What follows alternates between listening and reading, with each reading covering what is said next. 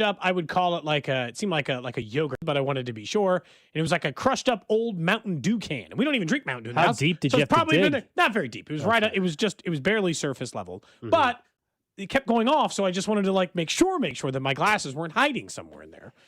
So how would they be? How would the glasses be underground? I don't know. The glasses can't be underground. I wanted to be sure. And then I don't know what's going on. Must be some conduit lines or something. It doesn't work really well on the side of my house going up the side of my yard. It just keeps going boop, boop, boop, boop, boop. It just goes like crazy the whole time. Like there must be something going on under the ground over there that's making the metal detector go all nuts. Mm-hmm. So that part I didn't search as well, but I certainly tried. And I did not find my glasses. I am still waiting on a tracking update. It sounds like user error to me. I think actually you should let Luke take it out and see what he can do. It worked fine. I found all those cans and that nickel. Wasn't exactly what I was aiming for. I was just looking for my glasses. Text line is correct. An idiot. People looked at me like I was crazy. Metal detecting my own yard makes you look like an insane person. Yeah, I could see that. I could see that. I do want to point out the text line has reminded me that yesterday on the air when I said, hey, you're gonna have to metal detect your yard, and then Luke offered it up for you. Yeah. You also made the comment I'll give someone $20. So Luke is expecting $20 when you return it, just so you know. Okay. I thought I said I'd give him 20 if I found him. Okay. Maybe that's what it was. But either way, we can discuss prices. Well, I needed to borrow it. Multiple people said they heard the show and they heard us talking about your glasses, and they were saying, can he see? A lot of people were saying you should not be driving. Okay, so people are saying you should not be driving. Drew agrees as well. Yes, yeah. What, really? You How should not be driving. How do you want me to get around, Drew? How do you want me to get around? How would you suggest? The fact that you said your vision is you can't see everything is concerning when you're going 70 miles an hour. As I've told you, my actual I don't know. I could give you my actual. Drew, I might be better driving home post. post surgery than Cody driving right now. That can't be true. That'd be a great. That'd be fun to witness. That can't be accurate. I'm just telling you that based on my prescription is not that strong. Some of my other issues regarding it are focused based or those things. Seems problematic. I don't know. When you're driving, maybe a vehicle going 65, 70 miles an hour. All right, can I give you my prescription? Then the text line can decide. There's one optometrist on the text line can tell me whether or not I can drive or not. You have to be a real one. I'm ignoring the first 15 texts. I'm going to need credentials. I'm going to need to be able to Google you. Okay. My right eye is negative 25 sphere, negative 7.5 cylinder. What's the power? That's what matters. 7 What's the access. Doesn't say that in here. Oh, it's for context. It's 5 and 170 on the axis, and then my pupillary distance, which you don't need to know. I don't need to know this, man. I don't need to know this. Anyway, you're an impaired driver. You're an impaired driver driving without glasses. We'll get back into this later on the show. I want to talk about the Royals, but this is you should not be driving. Plain and simple. Text line's right. You said you weren't going any slower yesterday. You would just go the same speed as before, which was the most concerning thing. Nah, driving slower is more dangerous on the highway. There's people driving 50 on there. They're going to get us all in an accident. I got to keep the line moving.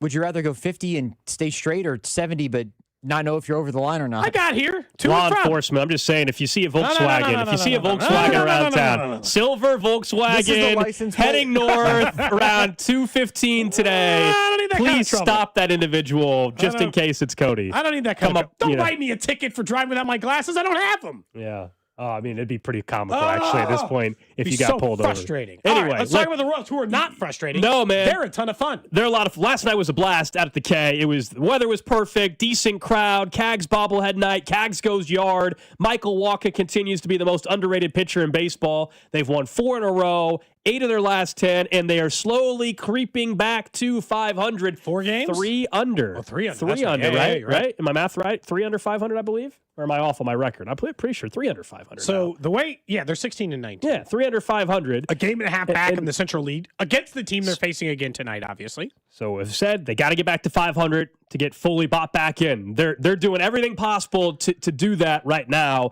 And they look like a completely different baseball team that we saw in the early part of April. And where do we want to start? Let's start actually with 2 of the key pieces, I think, for this offense the rest of the way. Now, I will say, what's funny about this is one of the guys we mentioned, we brought up in the middle of the losing streak, and you're like, people don't want to talk about him right now. Correct. Which is, generally was a little more than fair at the moment. Yep. But I do want to point out, That guy was playing good then. He's just He was. continued to play well and is now hitting with power. Yeah, I'm obviously talking about Jack Caglione. The 1-1. Caglione drills it high in the air, deep right field. His bat ablaze. It's a homer over the Royals bullpen. A Caglione clout on his own bobblehead night. Jake Eisenberg, of course, on the call with the Blazin reference, which was the Blazin bat bobblehead they gave out last night. He has now hit safely, has Caglione, in 14 of his last 19 games. So this does go back to April 20th, to your point. And he, overall, he's got 8 extra base hits. That's the difference. He's now starting to have some extra base hits. Last night, he had a little bit of everything, right? He had strikeout, he had a walk, he had the home run. Kind of the full experience for Jack. True outcomes. Yeah, the full experience for Jack Caglione. He seems to be just settling in. And the confidence aspect to this entire thing. And so, yes, it's cool that it also happened on his bobblehead night. Go figure. He's a man for a show. We show up to Springfield, hits a home run. It's his bobblehead night, hits a home run. That's true. He knows when the people are there to see Jack Caglione. He is a massive factor for this team's success. He was always. We said that from the beginning. Carter Jensen, who's been in a bit of a slump. Okay, great. Well, now Jack Caglione's hitting. You don't need everybody in your offense going at the same time. You need enough good hitters to overcome when there are guys who are hitting slow. As you had mentioned, in that, I think the biggest difference for me is not that he's hitting. He's pretty much been hitting this slash line the first 2 parts of the slash line. 270. 270, 343 on base. That's pretty much his numbers from day one of the Major League Baseball season. The difference now, extra base hits, home runs, doubles, power. That's what we were waiting for. And in fairness, and I'll give the Royals some credit on this one, Gold, because you and I were complaining, I think rightfully so. You turned Jack into a slap hitter? Like, what happened here? And clearly their plan was get Jack comfortable, making contact, seeing the strike zone, getting comfortable, make sure that the stats, like you're not falling apart, trying to swing for the fences, and then we'll turn on the power switch. And my fear was, that's not a switch you can just turn on. If you teach someone to start being a contact hitter, how's the rest of that going to come around? But last night was a good example of he found a pitch he could cheat on. He found a pitch he could take advantage of. And so he murdered that baseball over the fence. And yeah, he's a part of the reason that they're having this recent success. But also Vinny's playing more. First happened and then Vinny's Vinny again. Bobby hits a home run last night and he makes 2 ridiculous defensive plays. I mean, it's absurd how he makes everything look routine in the field. Talking about Bobby Witt Jr. They got the key pieces starting to click here. And we talked a lot about the bullpen yesterday. We're going to talk more about it here in 20 minutes or so. Once again, last night, the bullpen was not asked to do all that much, though, because Michael Walker was sensational again. But the bullpen has also kind of settled in. Maybe they're going to get Carlos Estevez back fairly soon. It's kind of all coming together. We've said this is a massive week. It's just game 1 of the homestand. But you now have the Guardians punched in the mouth last night. With the way you were able to bounce back from having the early deficit when Walker gave up the home run. And that's what I want to talk about next, Cody, because Michael Walker, I think we've probably had this conversation a few times, but as I'm watching him last night and settle in after he gave up the home run early. And then just never let anything else happen. He's like 80 pitches? Yeah. Less than? Yeah, he ended up, the way the bullpen was set up, it was fine. You can make the argument, could he have gone out for another inning? But remember, they were starting to get some hits off of him in the last, the top of the 7th inning, I guess it would have been. He still is the most underrated pitcher, not just on this team, but in baseball. And maybe that's been the story of his career in large part, but he's unfazed. He's a veteran, I get it, but he's completely unfazed by anything that might go south early on in the baseball game. Might be J.J. Piccolo's best signing. 3.05 ERA now, so he's about to get under 3 ERA again. Remember, to start the season, it was well under. You want to look at the signing of Seth Lugo a couple years ago, Michael Wacha. Yeah, those two both have been phenomenal, but Wacha just continues to be so underrated. Last year, what he's doing right now, last year he had a 3.86 ERA for the whole year. The year before that, a 3.35. And both seasons pitched over 165 innings. So far, he's at almost 45 innings pitched, and he's got a 3.05 ERA. And he gives him a chance to win just about every single time out. Well, and they gave him another contract, and this is the reason why. Remember, they gave him the 2-year deal, and they're like, oh, this is what it's like to have a qualified veteran who can just go out, do his business, move on about his day. And then they gave him another year after. So he's got 2027, a club option in 2028. For not even that much money. I think it's like $14 million or something. And then eventually he'll be a free agent. By that time, all of your young starting pitching should come up through the system long before then. You hope, if everything goes well and effective. And so, like, it is very hard to not imagine a world in which, or where they would be. They're not a playoff team 2 years ago without Waka. They're not fighting for a playoff spot last year without Waka. And they're certainly not fighting their way back to relevance this season. Look, you and I both said it was going to take a lot to buy fully back into the Royals. They're doing a hell of a job convincing you of it.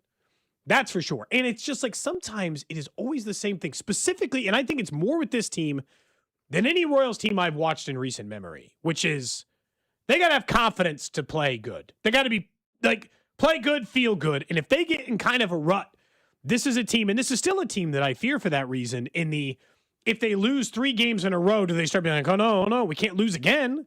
But, we can't lose games again. We just got back to 3 games under 500. We can't let it slowly slip away. And, of course, we thought it was going to be Noah Cameron tonight. It will instead be Stephen Kolek. So their first test of their starting pitching depth, which probably would have been Lewinder Avila if they hadn't called him up to the bullpen, or would have probably most likely been Bergert, who now, of course, is on season-ending injured reserve. So, like, their starting pitching depth is actually being tested pretty far down the list because a couple of other guys could have hypothetically been the starter for tonight. But instead, it ends up being Kolek, who did a good job for the Royals last year. Noah Cameron, does he need a new mattress like Vinny? So I was driving home from the game last night, and Vern, of course, had postgame, and Vinny called in to Vern's show from the clubhouse, and Vern asked him just how he's feeling, and Vinny, I'm paraphrasing, basically was like, hey, if I'm not feeling right, I'll let you know, basically is what Vinny was saying. But he said, he's like, I got a new mattress. He goes, I went to Mattress Firm, got a new mattress today. He had a back problem. Maybe we need to get Noah Cameron a new mattress as well. Hopefully it's something as quick as that, as simple as that. Get himself a new mattress, be good to go. I mean, I will say there's a difference between a quality mattress and not a quality. Drew was asking her, he's like, is the money worth it? I'm like, Drew, I'll just tell you right now, if you're how old's your mattress? It is probably you got a queen, you got a king, what do you got? 4 years old? King, queen, what size? King. And how much was it? Where'd you purchase it from? I'm asking him all the details on his mattress. IKEA. Not the best, but also not probably the worst. Yeah, it's probably like $400. How do you put together a mattress? I mean, IKEA would find a way to make you put together a mattress. They probably have the shrink wrap kind that you got to lay on the floor and let it sit for 2 days. Mine's a memory foam as well. Mine was one of those mattress in a box ones. Yeah, you get delivered to your house and you got to wait for it. It's been great. Ours is not memory foam though, so I bet you I would get a significantly better sleep if I upgraded to one of the Sleep Number ones. It would be a world of difference. I'm probably like 2 years away from needing a new one. But anyway, do you think the Royals will get to 500 by the end of the month now? By the end of the month? Because that was still, again, my inevitable goal. They're still 3 games under. Yeah. That means they still got to play good baseball the rest of the way. Playing 3 games above 500. What do they have, 20? Are you asking 3 weeks is really asking. Are you asking at any point this month will they be above or be 500? At any point this month, do you think they'll be above 500? Yes. 500 or above. I'll give you a clean 20. I will now say that. I will fully buy back in once they get to 500.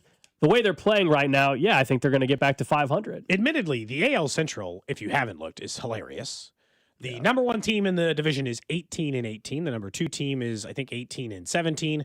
And then it's like the Royals are actually still in 4th place because the White Sox won again. Now, look, in the long run, and they face the White Sox on the road right after these 2 series. So it's not like they're not going to face them. But it's 18-18, 18-18, 17-18, 16-19, and 15-20.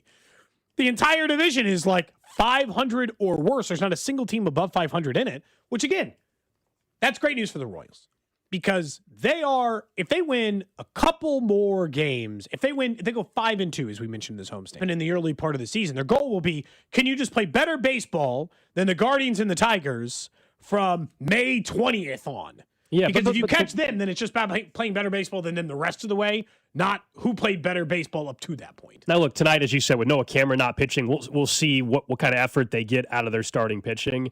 Tonight and the rest of this, so it might be a little more challenging moving forward. But the bullpen is well rested. They didn't really have to use it much at all last night. It was Alex Lang that came in and was able to seal the deal for them. I guess what I'm getting at is if they continue to play like this and the starting pitching doesn't blow up because tonight ends up being a game where they're not competitive suddenly because of their starting pitching issue this evening. If that happens, then it's different. Otherwise, there's a real chance the way they're playing, they're going to be 500 by Saturday. Am I the only person who feels like the one thing that always stands out to me in these series is, especially against divisional opponents, this game feels more important than any of the other ones the rest of the series. win this now, and at worst, it's a split series. At worst, against a team first place in the division, you can certainly hope for worse than that. It's like the it feels like you'd steal one though tonight. Now all of a sudden because KWIII is pitching. With all due respect to him, like it's a complete wild card here tonight for me. And they've got their best pitcher on the mound tonight, right? Because they got Williams, right? Isn't it? Yeah, and he's been real good. So he's got a 5-1 record, but beyond that, he's just been dominant. He's one of the guys last year that if you started watching, you're like, oh, he's going to be real good one day. He is. He is really good. So that would be stealing one, no doubt. But if you stole it, then it's like almost house money the rest of the homestand. It doesn't feel quite that way, but it feels like 4-3 would then be like the bottom situation you could finish in the homestand. I guess that's why it's such a big swing. Later on, we'll talk about Nick Lofton, too. I think he deserves some props for what he's been doing in the clutch. Bases loaded in particular. He's 3 for 3 with the bases loaded since he's been up with the club. He was clutch again last night, had the big RBI single with 2 outs. So we'll talk more about that. Don't forget, this year we have partnered with KWIII, who is donating $50 to the Prostate Cancer Foundation for every home run the boys in blue hit this season. We saw a couple last night. 1 in 8 men will face prostate cancer. Early detection saves lives, and at KWIII, Kansas City's largest, most experienced, and most advanced urology team, you see the best in KC. Schedule today at KCUC.com. We'll get back to the Royals in 10 minutes or so as it pertains to Carlos Estevez, who is beginning a rehab assignment today. And what's our confidence level of him returning anywhere near the form he was at last year, which led all of baseball, American League as well, I should say. I think it was just American League. Or was it all baseball? Yeah, 42 saves. I guess it was all baseball. 42 saves last year. Let's talk Chiefs for a second, because yesterday I made the comment about what maybe the plan was clearly, even if we have questions about it at wide receiver. They're banking on career-type year maybe from Rice, a breakout season from Xavier Worthy. Which one would actually matter more to you if you could only pick one of the two? The career year from Rashee Rice or the career year from Xavier Worthy? Worthy. And I know that doesn't make sense because they've always treated and will probably this season continue to treat Rashee Rice like the number 1 wide receiver on this team. But for the short and long term, I think Worthy is the answer. Because in the short term, I don't need a career year from Rice. I just need a year.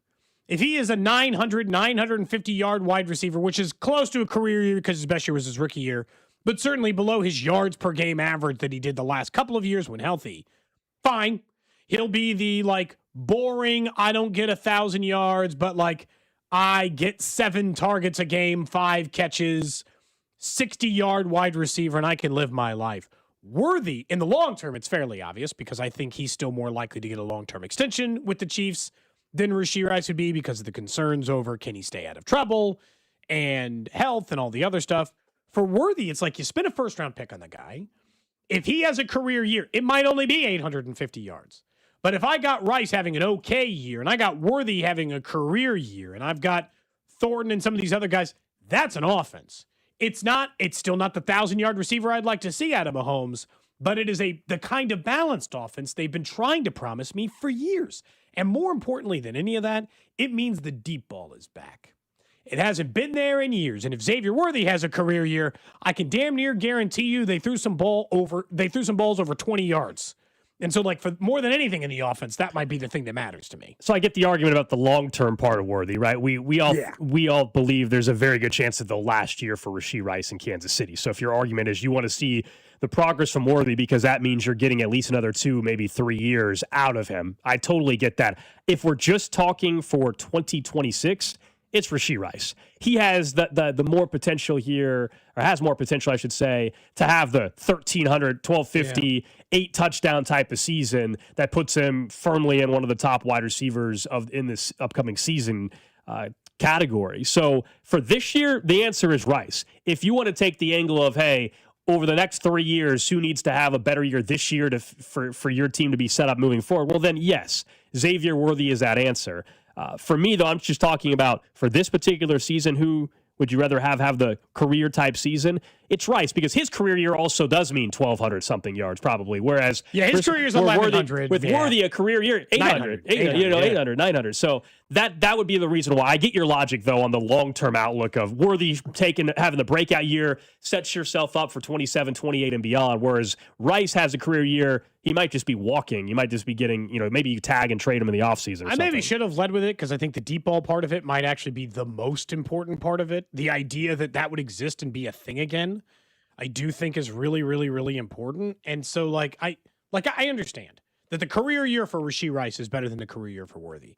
Every part of their careers up to this point, and hell, in a lot of ways, the skill set and the way they would use a big-bodied wide receiver like Rashee Rice versus the way they would use a relatively skinny, fast guy like Xavier Worthy. That is more about the deep passing game. But to me, if Rice, I guess I just kind of envision, if Worthy has a career year, that means they had to respect Ken Walker. And to me, it most likely means that the running game worked. And then, I feel like the only way Xavier Worthy has a career year is if some other things fall into place. And not Rashee Rice having a career. I don't think that. See, the worry is, though, so if Rice has a career year, it doesn't mean that Xavier Worthy stunk or got hurt or whatever. No. If Worthy has a career year, I'm worried. Did Rice stay healthy all year? Did Travis Kelce stay healthy all year? Yeah. I'm still a believer that a breakout season is possible for Worthy, but if we're just saying what it actually tells us, there is still a scenario where Worthy ends up with 850 yards, and it could be because something bad happened to others on the roster. Whereas for Rice, if Rice has 1,200 yards, it doesn't mean Worthy got hurt. It doesn't mean that Kelce got hurt necessarily. They're like Rashee Rice, we all know prior to the injury a year ago and the suspension heading into the season, they were trying to build this offense around him. Is it even fair, if long term that's not the move? Is it fair to say that Worthy is the answer for me, but it's because I think we expect a career season for Rashee Rice, and not to say that because if we're hopeful, I think that's the more likely of the two scenarios. Because if we're hopeful, which one would you rather have more?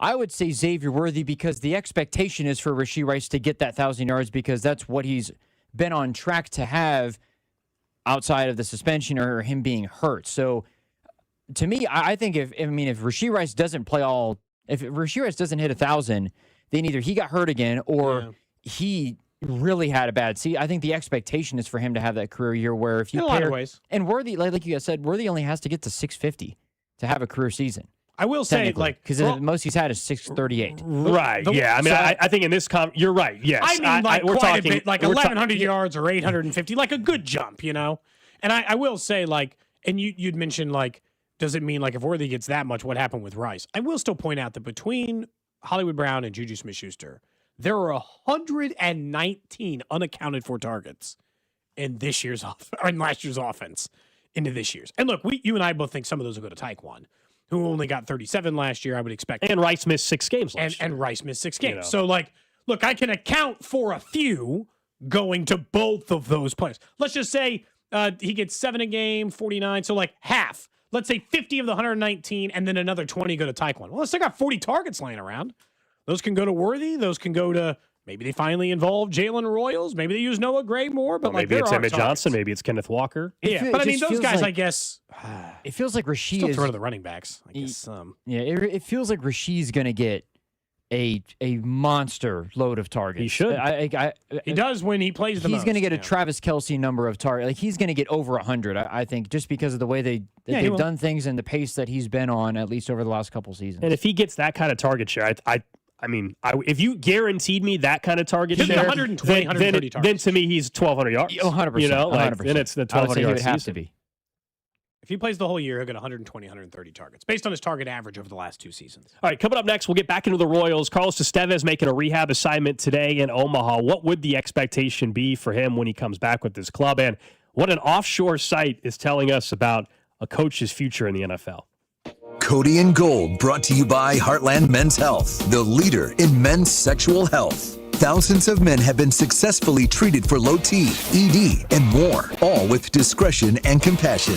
Make your appointment at heartlandmenshealth.com. Follow the station on Instagram for ticket giveaways and behind-the-scenes content from the show at The Fan 965. You've heard Cody and I telling you all about our friends over at Centric. If you are working right now in a career that you're just not happy with, maybe you're just burnt out. Maybe you don't like the pay. You just want something new. You don't know how to move forward. Well, at Centric, you can have a brand new career in IT in as little as 4 months. It's so career focused, as in they want to get you in your new career. They work with local employers. We sat down there as they had a local hiring manager talk about how they use Centric grads in their program and how they can continue to move up in that program. So many people who've worked in construction or in healthcare or some of these burnout industries where you're looking for more time with your family or more regular hours or just to work in a field that interests you. That's what we love about Centric. So whether you're looking to launch a career in IT, maybe even implement AI solutions for your business or just find out more, have a conversation with our friend Russ Mondry. 913-322-7000, 913-322-7000, or go to Centric.com. That's CENTRIQ.com.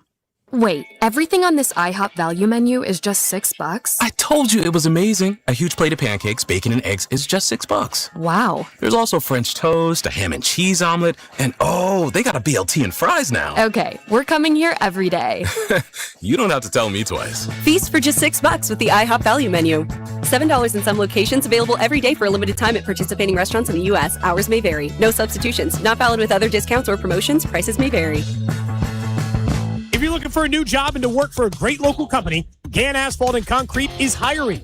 Top pay in the industry, health, vision, dental insurance, paid time off, and advancement opportunities. Check them out at GannAsphalt.com. One contractor, all things parking lot. FanDuel is giving you even better payouts on same-game parlays all NBA playoffs long. And with more ways to build points, the threes and some-game parlay this NBA postseason, you can bet them with America's #1 sportsbook app with our friends over at FanDuel. More options, better payouts, all NBA playoffs long. So head to FanDuel.com/local to get started. One more time, that's FanDuel.com/local. FanDuel puts player research right at your fingertips so you can check every stat, trend, and matchup all in one place. You can make your picks with confidence. Everything you need in just one app, so don't miss your shot. Head to FanDuel right now, America's #1 sportsbook app and official partner of the NBA, and play your game. 21 and present in Missouri. Gambling problem. Call 1-800-GAMBLER. Hey, it's Rex here with Rex Buys KC. I get it. Selling your house can sometimes feel overwhelming or scary, right?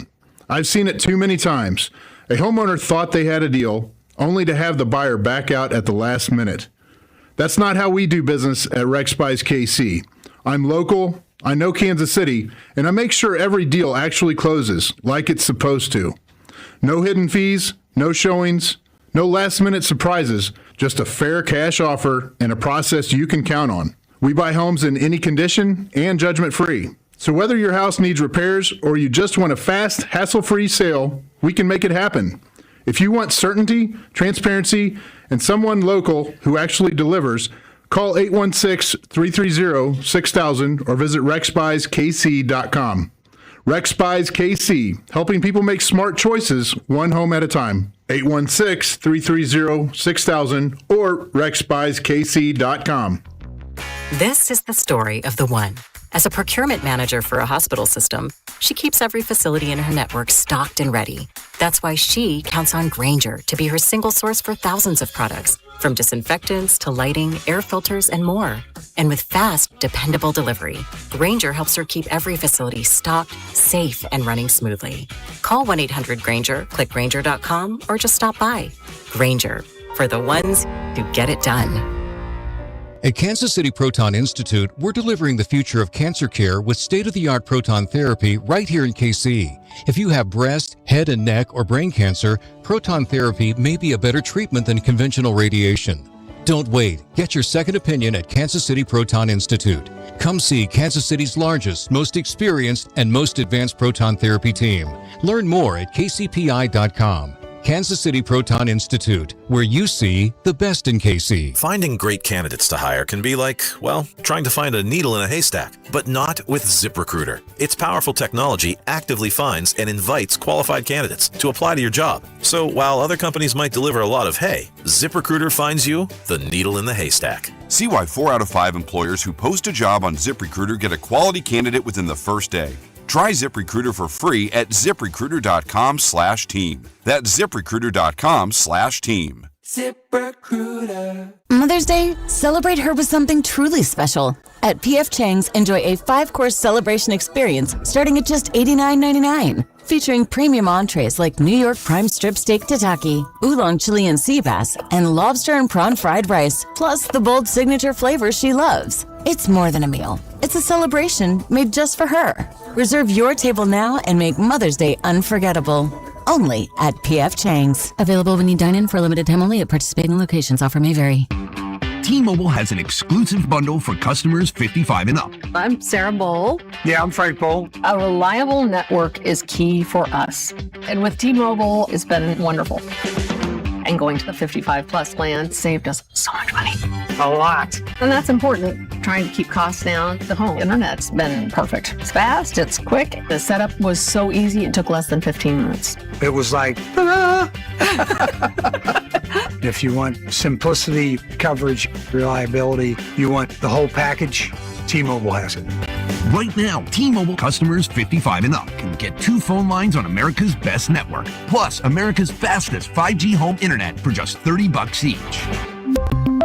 $30 per month each line with autopay plus taxes and fees. Minimum age 55. Pricing for home internet rely on 2 lines of Essentials Choice 55. $35 connection charge per line required. Best mobile network and fastest 5G home internet based on analysis by Ookla of Speed Test Intelligence data 2H 2025. All rights reserved. Royals coverage is brought to you by Blue Cross and Blue Shield of Kansas City. Brought to you by Blue KC is the Coaches with Character program. Do you know a rock star high school coach in your district? Nominate them for the Blue KC Coaches with Character program at bluekc.com/nominate coaches with character. Let's make our coaches feel special and make our community a better place to live, work, and play. You're listening to 96.5 The Fan from the DM Injury Law Studios. Mike's got this. Car, truck, or motorcycle wreck? Remember, Mike's got this. 816-888-7500. Mike's got this. Hey, it's Rob Brennan. We hope you're enjoying Beyond the Pitch KC, a podcast on how Kansas City landed the world's biggest sporting event. It's presented by Commerce Bank. Visit commercebank.com/soccer26. New episodes are released every Wednesday on the Odyssey app or wherever you get your podcasts.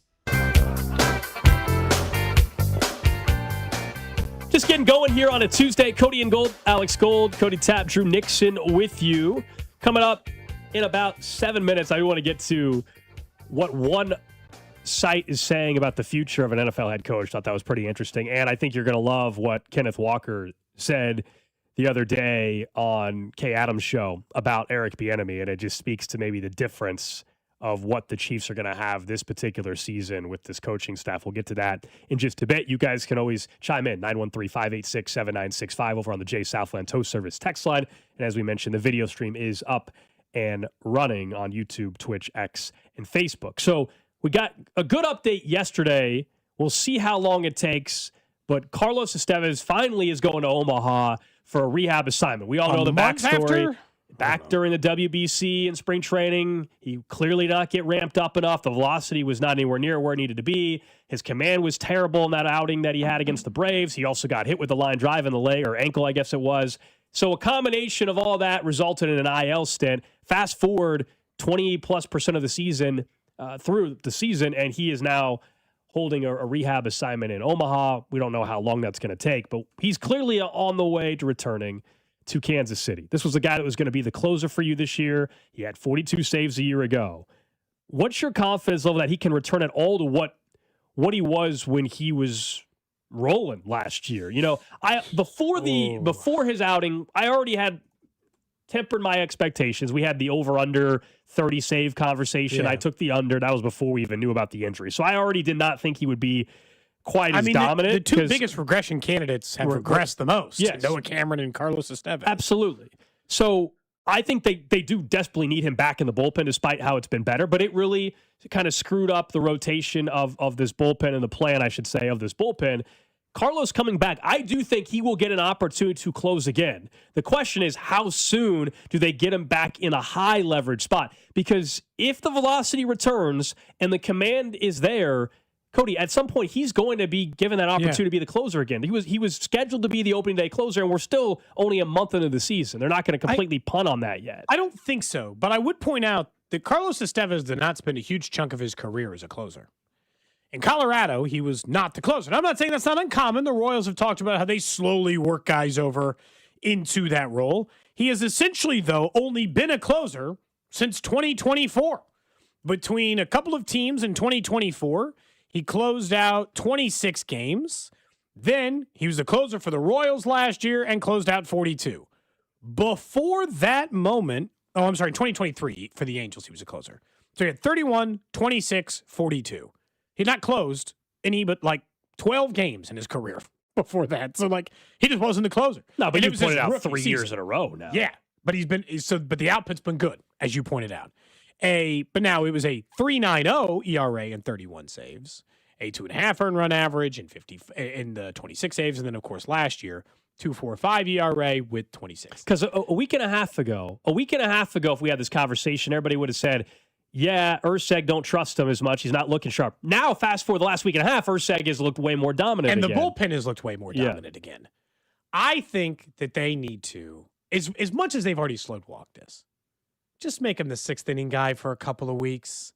Let him get his feet wet. Let's see the velocity in a game that's 5-1, 3-2, but it's the 6th or the 7, 8, 9 guys are coming up. Can you just slow walk it? He's going to go on a rehab assignment for at least a week. We know how this works. Then, after a week, they'll get him in 10 days. They'll get him in a game. So it'll be mid-May before he's even in a baseball game for you. By that time, if things are still rolling, then I'd probably be a little bit careful about the possibility of shifting that around. And that's what I would probably lean on. After that, if Urseg is still pitching like this, Estevez shouldn't close again. And I'm sorry that, that's crazy, but, that's how closers work. In baseball, they ebb and they flow, they change, they move, the mark moves. If Urseg never screws up, he should never lose the job. If there's a little bit of question of some bounce back, well, then fine, you can still entertain it. But not before in the final 3 innings. I could see him getting close opportunities. But really, when Estevez is back, it's down to Urseg and Estevez again in those spots. Close. I'd still take him over anybody other than Lynch and Urseg. Close. I'd still take him over anybody other than Lynch and Urseg. So, I'd still, if his velocity is up, I'll take the chance on he's better. Radar gun. Tonight in Omaha, what is it? What's that gun? Tonight in Omaha, what is it? What's that velocity looking like? What's that fastball looking like in AAA? I don't even really care as much about throwing 99 miles an hour. That was never Carlos. 99 miles an hour. That was never Carlos Estevez. Last year, that's not been Carlos in his career. So you're not. We're not looking to see it bump up that high. 93. But is it 94? 93? Yeah. That versus 89 versus 91 versus 90 consistently. He wasn't even hitting 90 there in the late part of spring training. Remember, he was at 88, 89, and JJ Piccolo came on this show, and I think other people had said it too, which is the command is actually the bigger concern. He can't hit a spot. You can't throw 89 and walk 3 hitters. That's how you lose a game in a hurry. And I don't want to dwell on the past because the Royals are playing good baseball. Boy, some of those games when they were... Because, of course, you'd be in first place if you didn't let all of those games go. It wasn't that one got away from you. Or 2. It felt like 10 days straight where, and it felt like 4 of those could have been wins. Well, 4 of them are 1-run losses in a row, I think, to the Tigers, or 3 were. So it's like all of those definitely could have been wins if your bullpen could have outperformed him. So, the thing about Estevez is they still need him. They still need him to be good. For the same reason we mentioned Jack Caglione or Vinny Pasquantino or Salvador Perez or all of those other guys, Gold, they do still need them to be good. And so that part of it, in the end, obviously I want him eventually pitching leverage. It's just like with Urseg. It's like, if he's not screwing up, I just why fix something that's not broken, right? I mean, genuinely. That part is always concerning to me. That's why I want it to be kind of slow. What's Urseg's? Let's see. His last 5 games, he has given up 0 runs. He's gone 1 inning each of the outings. He's given up 1 total hit. He has given up 3 walks, but he's also struck out 8 hitters in his last 5 outings. That's been a difference. Awesome. If you were to look at the prior 5 outings, he wasn't striking guys out. So now he's back to that. Oh, yeah, and weird. They won those games 3-2, 7-6, 4-1, 11-9, and 6-3. All true save situations in which he got the save in every single one of them. It's like, I'm not in a hurry to put Estevez back into that role. The first seg's just going to get the save every time. Coming up in 15 minutes, we'll check in on a couple of the offseason signings for the Royals. Guys like Lane Thomas and Matt Strahm, for example, and how they are faring 20+% of the season into this 2026 campaign. All right, let's pivot briefly, though, to more and more rumblings, rumors around the Mike Vrabel, Diana Rossini. The latest is that Diana Rossini could be doing an interview, a tell-all story very soon. How about that? Are you locked into that if that happens? Diana Rossini, of course. If she really tells all, I am, yeah. Well, sure. So this comes from the folks over at Pro Football Talk, and then also, I believe it was on Stugat's show. I was about to say Le Batard. He's not. Stugat's show. And that. No, he's got his own show. Yeah, that's what I'm saying. Yeah. So he made some comments on his show suggesting that at some point she'll share her version of the events. Quote, "This is her story to share when she feels like sharing it. It's not me. It's not my obligation to talk to Diana Rossini privately on the phone and then share it with a radio audience that she doesn't want me to share with." So he's clearly been in contact with Diana Rossini as Stu Gatz. And I don't know if that means that she'll do an interview or whatever on his show or what, but maybe this summer before the football season, could she actually tell all? And do you think that is worst case scenario stuff for the New England Patriots and Mike Vrabel? Because, of course, they just want it to go away. They just want it to go away. But the minute she talks and tells her side of it, which she has every right to do, that could open up a whole new can of worms for this thing. I got to say, I still think, like the offshore site saying that there's a 25% chance that Vrabel still resigns. That feels right to me. You're like, what?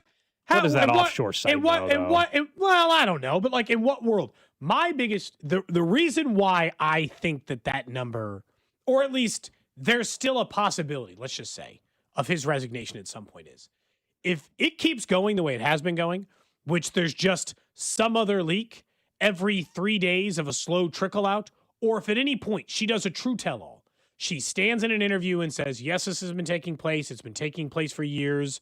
I've ruined my career reputation as a result of it. And she genuinely just lays it out. Boy, Gold, that can only go south for Vrabel. She's got nothing to lose anymore. Genuinely, her best path is to tell all. Her best path is to sit out there and say, this is what really happened. I know that I said that we were amongst friends. I was worried about my career and my job. We've been together for 6 years. And I don't know if that's the truth. I'm just saying whatever the actual truth is in that situation, she should just, that in the end, that's still the best case. I don't know that she'll ever do a tell-all, but also is considering her age and the career that she's in, I mean, what is her out? Like Vrabel at this point gets to keep coaching football. What is her career path?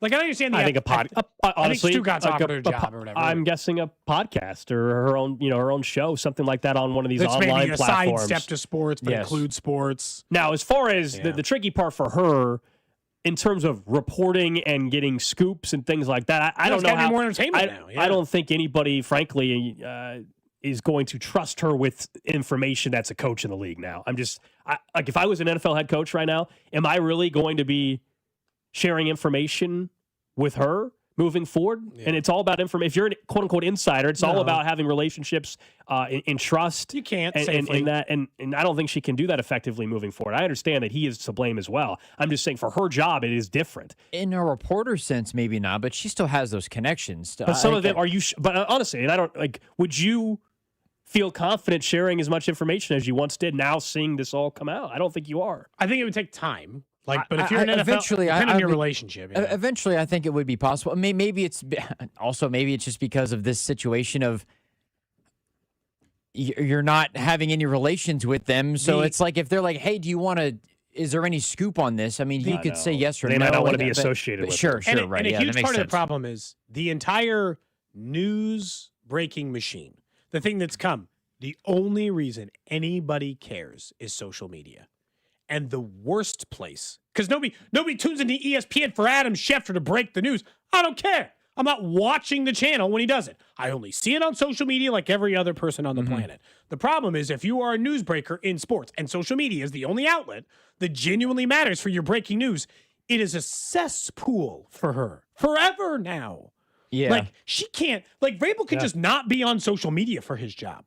Like, it doesn't matter. He can never send another tweet for the rest of his life and nobody will care. The majority of his job is not about the social media he does.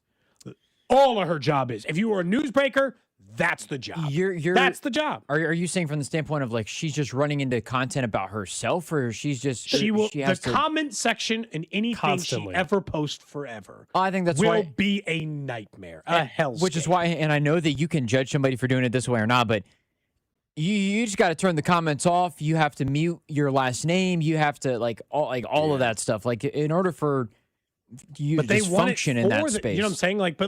But then that makes her less employable. This is what stinks about it. It's like interaction is the point of the job. I think this texter is missing the point of well, at least what I'm trying to say. Someone says cheating doesn't mean she's not good at her job. Doesn't mean her insider information isn't legit. I never said she wasn't good at her job. I actually thought she was very good at her job. Yeah, she was. What I am saying is moving forward, I don't think she can effectively do her job because some of her job relied on relationships with other individuals around the league to get the same inside information to allow her to do her job. And I am saying that my guess is, and I don't know for a fact, you can say I'm completely wrong. My assumption is, at least, that some of those individuals, whether it's GMs, agents, whoever, may be reluctant to share the same information with her because of what has transpired. That would make her job very difficult to do. That's all. I still think it's like, I don't think Mike Vrabel's resigning unless we get but not 0%. You don't think it's 0%? Not 0%. I don't think it's 25%. I think it's a 5% chance he resigns, and it would take there to be text messages of where intentionally trying to hurt the NFL or whatever, something like that, or a video of the two of them or something crazy like that. Like, it would have to be something insane like that for him to resign, in my opinion. At the rate that we're getting updates, though, we almost should have, instead of the Mahomes watch, we almost need to do a Rossini and Vrabel watch. It's quieted the last couple of days, except for maybe she might do a tell-all, in which case that would move the needle. Yeah, at this rate, it feels like once a week we almost get something regarding the subject. Yeah, it continues. Like, it's a huge, well, and unfortunately for them, it's the off season. That's not great. They need the season desperately. Yeah, that doesn't help. Let's admit at all. That is a huge part of the problem for them, is that they're in the NFL machine, the single biggest sport in this entire country, and their news broke in the off season. That's just not good timing. And if Vrabel was the coach of the Carolina Panthers, we might have already stopped talking about this. He happened to coach a team who was in the Super Bowl. See, I think that's a double-edged sword. That's a real rough turn. It adds to it. From the news machine. It definitely adds to it. I think if any NFL head coach was involved in this, it would have been. I don't care whether it's in Carolina, Kansas City, or New England. You're right that it probably adds to it a little bigger, bit. I guess. I'm not saying it's not nothing. It's still something if it's Dave Canales, but it's less of a story. Well, plus the comments from the Patriots being cheaters previously with the whole investigation stuff that happened with Belichick to now this happening. There's been a lot of people on social media have had a lot of, I guess, fun with it, I suppose. They're good at being in the news, the New England Patriots.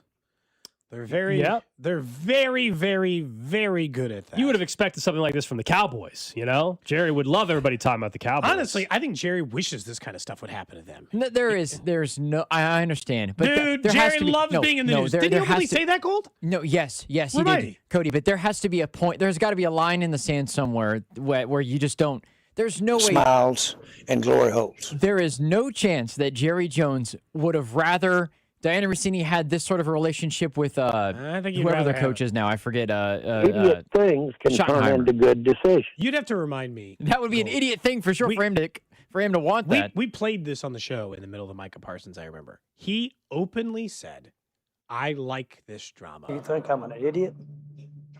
Do you? I like people paying attention to the Cowboys, even if it's bad news. Isn't that essentially like almost word for word what he said? Oh, the audio's terrible. Yes, he said he likes being a soap opera. Yeah, he said that. Doesn't get more soap opera than what's been taking place over the last couple of weeks. It do. It really do. What a good, what a fun off-season story, God, I feel bad. Conversation this morning, you're getting it. Honestly, it just like the storylines keep getting bleaker because at some point you might actually their spouses might have to I still assume you said 5% chance he resigns. But you think it's 25%? I don't agree with that offshore number at all. 25% is crazy. I think it's like 10%. If she does a tell-all, she actually tells all. If she actually tells all, I think the NFL. That's resignation time. Yes, I agree.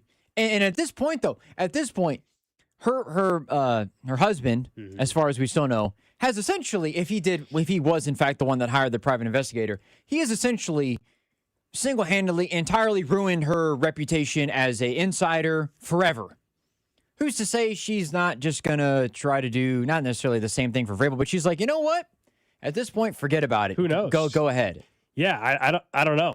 I mean, we also don't know that leading up to this in Arizona, were her and her husband already considering separating. We don't know any of this kind of stuff. According to her, the Daily Mail put out a story today talking about their relationship, saying that, quote, he'd been dealing with the embarrassment of his wife's affair going public and that he felt sidelined for a long time and that the controversy might be what finally pushes things to a breaking point, according to sources of the Daily Mail. That was all an article out today.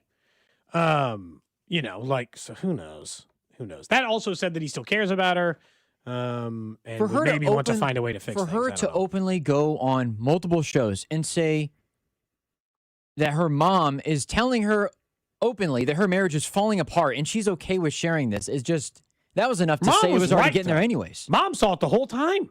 Well, no, and then for her to also mention that her mom wanted her to marry Jimmy G instead, that whole thing, it's just a complete disaster. Yeah, it's not good. No, I don't blame the husband or the spouses at all in this whole thing. You're right. Like, yes, it ended her career, but if he's the one that hired the private investigator, but she did it to herself. Yeah, This is why, like, no, I don't feel. The only people I feel sorry for in the situation are the two spouses of the spouse of Vrabel and the spouse of Diana Rossini. Vrabel and Rossini, these are the consequences of you guys doing what you were doing. Yeah. Sorry. Yeah, when I said her husband, technically that ruined her. Like Diana Rossini is the one that did that. She did that to herself. That was not, she did it her own way, obviously. Anything that's happened to Mike and Diane, Correct. they did to themselves. Yeah, nobody has to feel bad. I'm not saying that she didn't. I hear you. All right, guys, up next, let's get back to some Royals baseball, including some of the offseason signings. How have they fared thus far in 26? And a fake rumor about a team being sold in the NFL. What's up, KC? It's Matt Strom from the Kansas City Royals. You're listening to Cody and Gold on your home for Royals baseball, 96.5 The Fan. Brought to you by Heartland Men's Health, the leader in men's sexual health. Thousands of men have been successfully treated for low T, ED, and more, all with discretion and compassion. Make your appointment at heartlandmenshealth.com. 96.5 The Fan. Maybe some of that rain came through last night and you started to slowly hear that drip. You're like, oh, that could be a problem with my roof. Have Century Roofing take a look at it. Make them your first call for roofing needs, not just because they've done 35,000 roofs in the Kansas City area or were voted best roofing company in Kansas City, according to readers over the Kansas City Star, but because they've done roofing work on my house. And I trust their opinion. Genuinely, the first time they did roofing work on my house, I'm like, do I need a roof replacement? And they said, no. You just need a couple of repairs. You'll be good to go. We got life left in this thing. They recently did some roofing repairs for me after a hailstorm about a year ago and came to take a look at it after the hail that ran through Kansas City. I trust them, and you should trust them with the roof because they have the experience to work with your insurance company, to understand the ins and outs, and to know what your roof may need. Whether it be residential or commercial, they can handle these things for you because they do all kinds of different roofing work on all different kinds of materials. Roof replacement, roof repair, new construction, and of course, storm damage repair. They're ready to serve you on both the Missouri and the Kansas side. So if you have roofing needs, check them out at 913-358-5561 or at centuryroofingkc.com. Performance matters in intimate moments. Don't let ED ruin them. This is Jeff for Heartland Men's Health, and I want to assure you that if you're like the vast majority of guys, you don't have to suffer with ED anymore. In fact, you might be pleasantly surprised at how in well over 90% of cases. And we offer specific and combinative treatments that can dramatically enhance both your performance and your stamina. You could even last up to an hour or more and bring a far greater level of intimacy to both you and the one you love, perhaps performing like you haven't in years. So call us today and find out why our advanced treatment strategies offer so much more. Your first visit is just $99 and gets you blood work, a medical consult, and if medically advised, a test dose. And if that test dose doesn't work in the office, your visit is free. Call 844-447-6600 or go to heartlandmenshealth.com. Heartland Men's Health, advanced medical science to improve men's lives.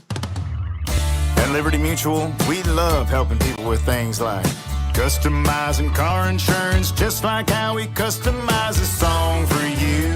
Catered country tune. Liberty Mutual, saving you bucks while protecting your truck. 'Cause Birdie told me to only pay for what I need. Thank you, Limu. I'll always trust in Limu with Liberty, Liberty, Liberty, Liberty.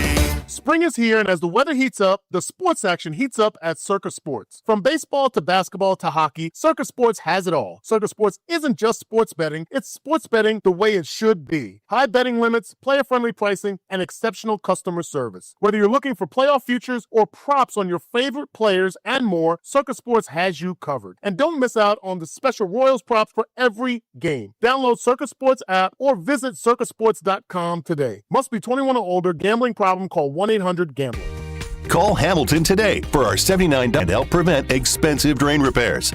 The expert technicians at Hamilton are ready 7 days a week to solve your problem the right way, the first time. Over 40 years experience and more than 8,000 5-star reviews are great reasons to trust Hamilton. Visit callhamilton.com/radio for details, terms, and conditions.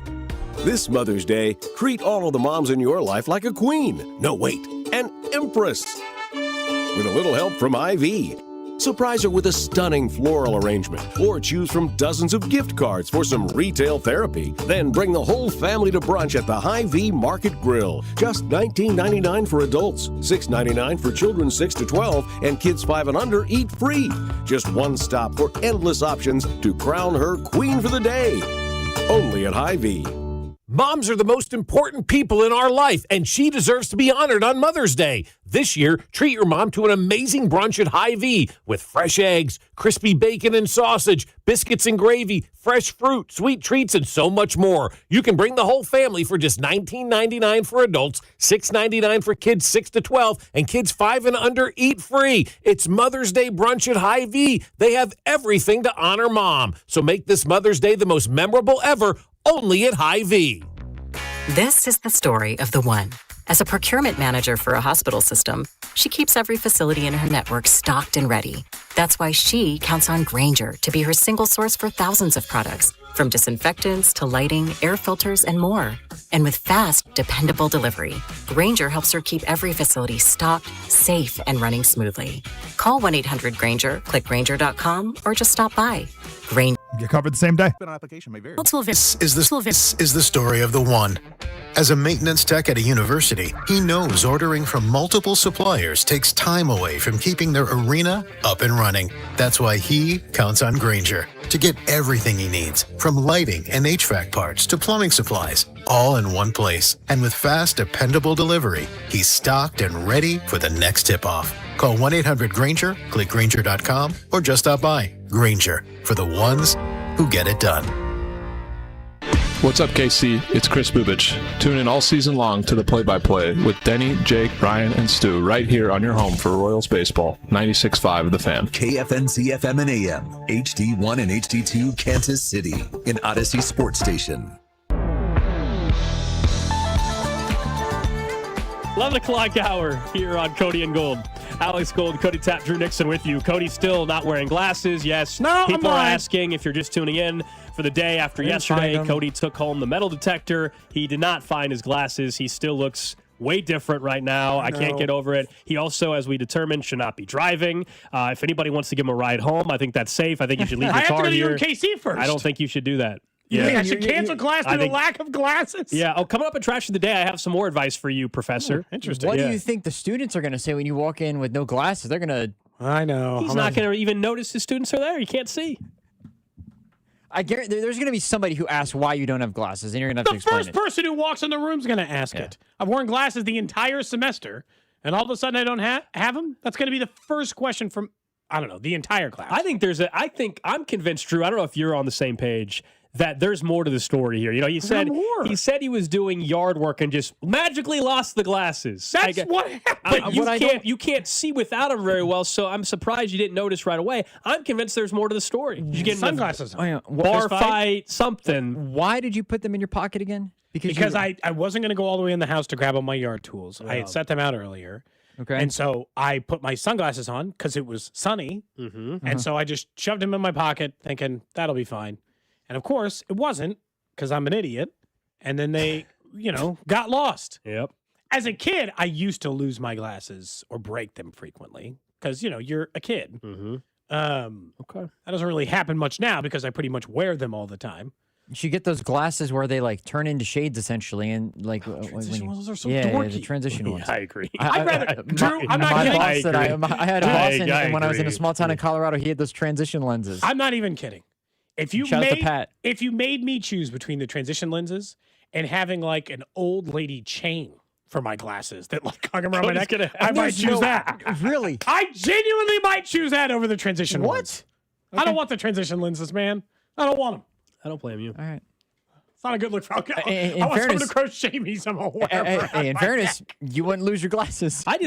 People are right. I don't know what's going on with you, man. I'm not the top text says Cody's acting real suspicious. First professional stuff day off, And now losing his glasses, using a metal detector. I don't know, man. Something's up. Something's going on. I don't know, man. Two people have to. Did you check your pockets? Yeah. Did Yes, you check that was like the first place I looked.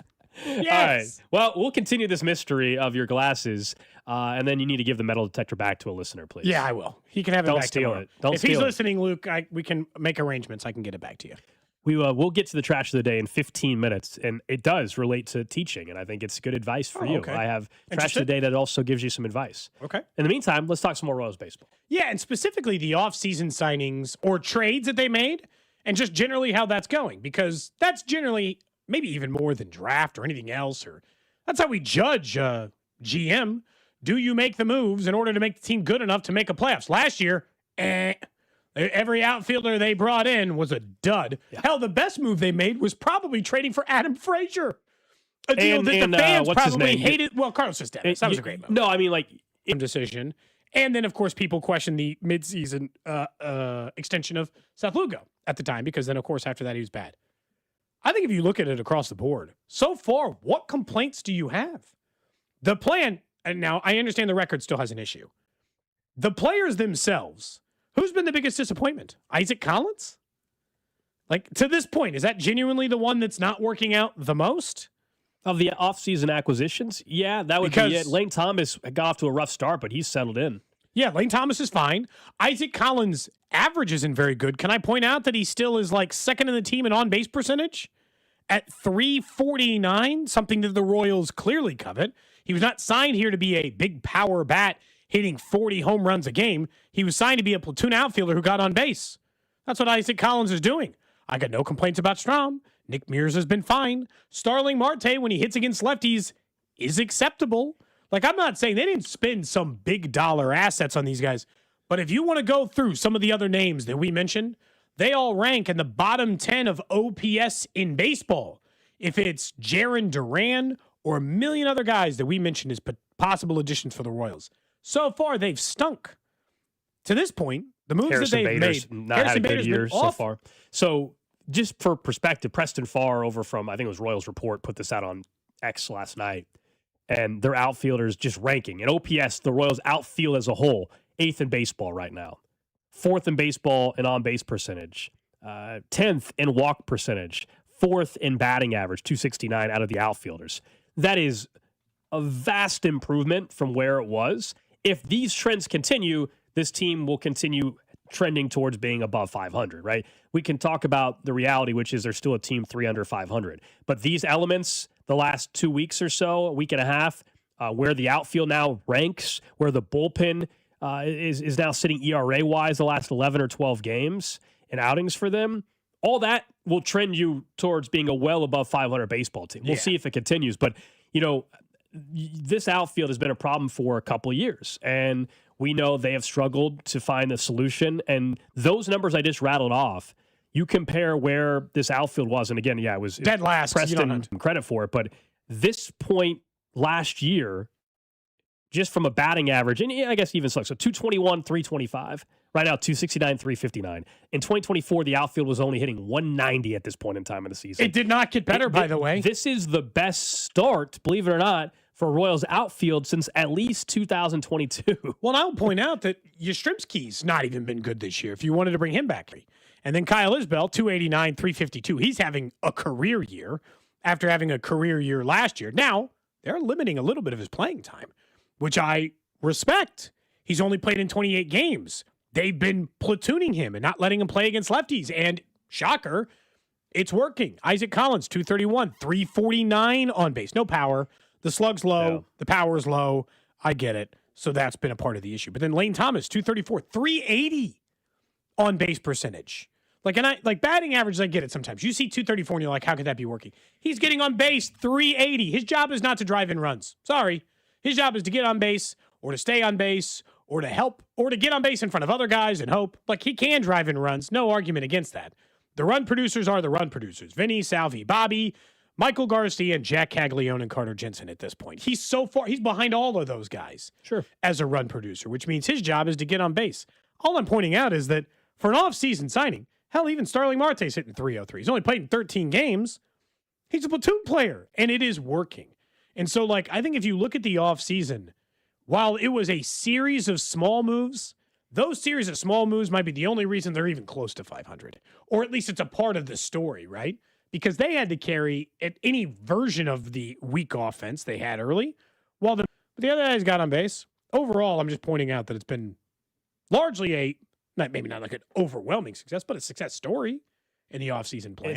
It's been a positive, Yeah. To this point in time for those guys, and it's going to have to keep up for them to continue on this path that they are now venturing towards, which is, as we've said, getting back to 500 and getting some division wins. And they picked up a big one last night, as we know, against the Guardians. We'll talk more Royals baseball coming up in the noon hour as it pertains to tonight's game, and the fact that it will not be Noah Cameron on the bump. He's dealing with some back tightness, hopefully something short-term as well, and it's not long-term. I know his numbers are certainly much higher than they were a year ago, and he has settled back into truly more of a fifth starter number-wise, but also maybe this injury to the back is contributing to some of his performance issues this year. So we'll get into that in just a little bit. Trash of the day coming up in 10 minutes, but it was funny. I think we were going to get to this yesterday, and there was an article and a report initially from Front Office Sports that Tim Cook of Apple and Mark Zuckerberg were putting in bids to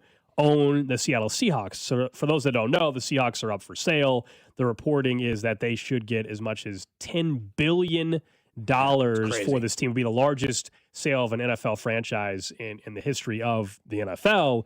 And so people are like, wow, Mark Zuckerberg and Tim Cook, that's going to be quite the ownership group, et cetera. Very quickly, there were reports dismissing this. So it sounds like this was a fake rumor that was out there. So it's not Zuckerberg considering buying the Seahawks. But, man, seeing these numbers now for these owners, they're ownership groups. Unless you're Dave Tepper, they're usually groups now that are buying these teams. Like I feel like half of the current owners couldn't even buy an NFL team today if they wanted to buy one from scratch. Mike Brown, certainly not. Are you kidding me? Yeah, they wouldn't be the primary owners. Hell, they even look like the Arthur Blank is worth $9 billion. Just to afford the team, he'd have to carve it up. All the reason, and I think what's interesting about this, let's say it's not Zuck who buys it, although that would be insane. You guys close? You call him Zuck? Yeah, we're You guys tight. close? We're You just call him Zuck? That's where I've been the last couple of days. Yeah. I didn't know you guys were professional reasons. out here calling him Zuck. Yeah, he was talking to me about maybe possibly owning the Seahawks, but it's not going to work out. Yeah. But when you start looking at the rest of it, the last team who sold is the Denver Broncos. They sold to a team worth 5 times the richest NFL ownership group in the entire league. I mean, that's saying something, isn't it? 5 times that? I think we might very well be heading towards Seattle. And while you think for a second, well, it's a cap league. Can't be that big of an advantage to have all the money. Nonsense. Well, for stadium, for contracts more escrow, than anything. You got to put money in escrow on these massive deals. You can sign people to these opt-out years, and until the NFL caps it, and they've got a number of years you can do it, unlike baseball. Otherwise, the Denver Broncos could just do what they're doing with Shohei and pay some quarterback into 2070 if they wanted to. Now, because Isn't the that what NFL's the Eagles are kind of doing? The NFL's they do it all the time. But I will give the NFL credit. They cap it at like 4 years past the contract, right?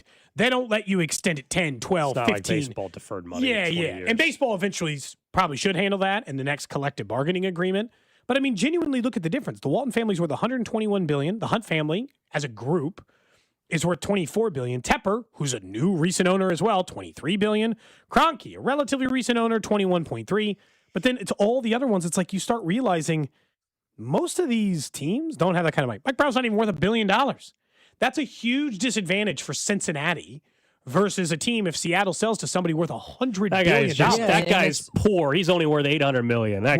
He should, honestly, pathetic. Only worth $800 million. If I were a Bengals fan, I'd be praying Mike Brown sold the team every day. But in terms of like what you're talking about, though, Cody, where the on the field stuff, yes, the Bengals obviously have a history of that. But if you look at the facilities, like if you look at where they grade, the Bengals are always graded as not taking care of families, lower on the training facilities, lower on the cafeteria. Like all of those things are what you're talking about, where you get these groups, or like if Seattle gets if Zuckerberg did pay $10 billion, he's got the funds to make that the best. Seattle would have the best facilities in the NFL. Like he has the money to do that. And it's appealing, especially for the free agent stuff more than anything else.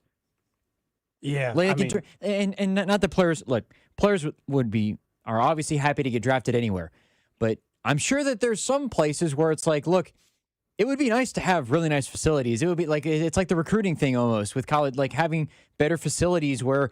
If I want to go somewhere, like, do I either want to stay here in the long term? Do I want to go there and play? Like, I understand I get to play with certain players, but if Seattle had that and you upgrade the facilities, all of a sudden, it doesn't matter who's playing there. If I know I'm going to be taken care of, my family's going to be taken care of, it's a good place to live and a good place to train and play, then sign me up. I think that's what that money would transition into more than anything else, for sure. I mean, so many of the original families are the ones, but that's also like, it is a problem contract-wise. You have to be willing to throw tons of cash into escrow in order to do this. There's a reason why Mike Brown has consistently been one of the cheapest contract handing out. Correct. And so has the Rooney family. Yes. Well, and the McCaskies didn't pay anybody for a while. Spanos is struggling this offseason. Yeah, and Spanos, who is the 23rd poorest, or I guess richest owner. He's one of the top 10 poorest owners in the NFL. I think we could see in the next 15 years, genuinely, in the next 15 to 20 years, as these teams sell, a big shift in the NFL power structure, as you have to not just be rich to buy an NFL team, but one of the richest people on the planet to buy one. You know, you got to be in a different stratosphere of wealth. It's not like I'm a rich guy. No, you got to be like one of the richest people. Yeah, it can't be. Well, I'm a fan of I'm a fan of this team, and I've got money, so I'm going to do it. It's you have to be like, yeah. A CEO or an executive at Microsoft or like not even that. Is, or, not even that. You got to own Microsoft. You got to be Bill Gates. You got to be the founder of the next biggest company on known to, you know what I mean, like again, Mark, we're talking about obviously Meta and Facebook, or you got to be the person that started said company that's now a Fortune 500 company, and even then that's not going to necessarily be an automatic. Like Bill Gates is worth the same amount as Alice Walton, the primary owner of the Denver Broncos. We're talking Bill Gates money, dude, not like just some person who has a billion to roll around. Mr. Beast can't buy an NFL team, you know? It's got to be like rich. You could win the largest Powerball jackpot and take home $400 million, and you're not even close. Not even close to being able to buy a team. You could win the lottery, and you're not even correct. That's the crazy. Funny enough, this goes back to the Steve Ballmer story that came out from Pablo Torre's podcast, which just won a Pulitzer Prize, by the way, for its investigation. The fact that he is so much richer than any other NBA owner. What did he do, Drew? Flexed on it. Yeah. He spent money in a way that he can't spend money in order to win, because he has more money. He can, and in the NBA, the maximum money matters even more because they don't have a hard cap at all. You can just spend whatever the hell you want. And if you look at the arena that he just built, it's really, really, really nice. He just built. Doesn't have to pay any tax. Yeah. You know, like it's not paying privately a owned. rent. It's privately like it's that also is a big flex for an owner. I understand that you want to have other people help you a little bit, but if you can pay for it all on your own and it's not a sweat, that is a flex. Steve Ballmer can say, "This is my building and I paid for it. Yeah, welcome to my place. I say what happens because I literally bought it and paid for it myself." Be interesting to see. I'm curious. I'm genuinely curious to see who buys the Seahawks. Will you be alive? My guess is when the Hunts don't own the Chiefs? No. Yeah, I don't it'll think be in the family forever in our lifetime. I think for the Seahawks, it's probably going to be some other like tech person we don't even know that ends up being part of an ownership group for Seattle. Yeah, like it's not. I don't think it's going to be, as we're saying, the Zuckerberg or Tim Cook. So it'll be somebody else that's extremely, extremely wealthy, that's involved in tech or something, that has a group with 10 other billionaires that chip in and own it. It's my guess. Good times. What do you think the Cowboys would sell for?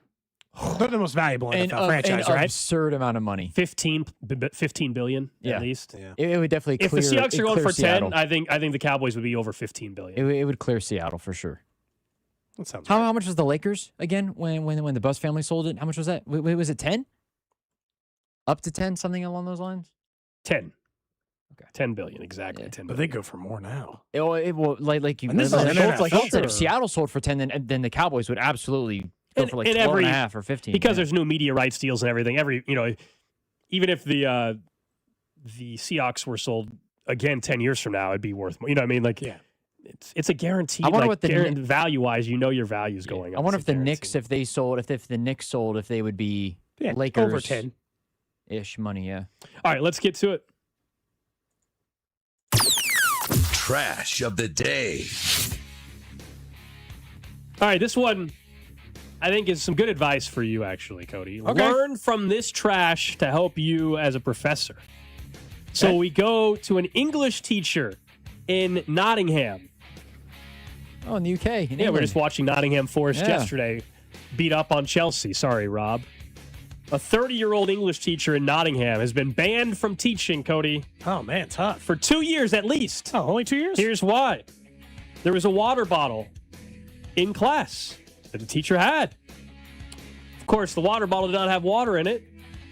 Had gin in it. Oh, gin's too aromatic.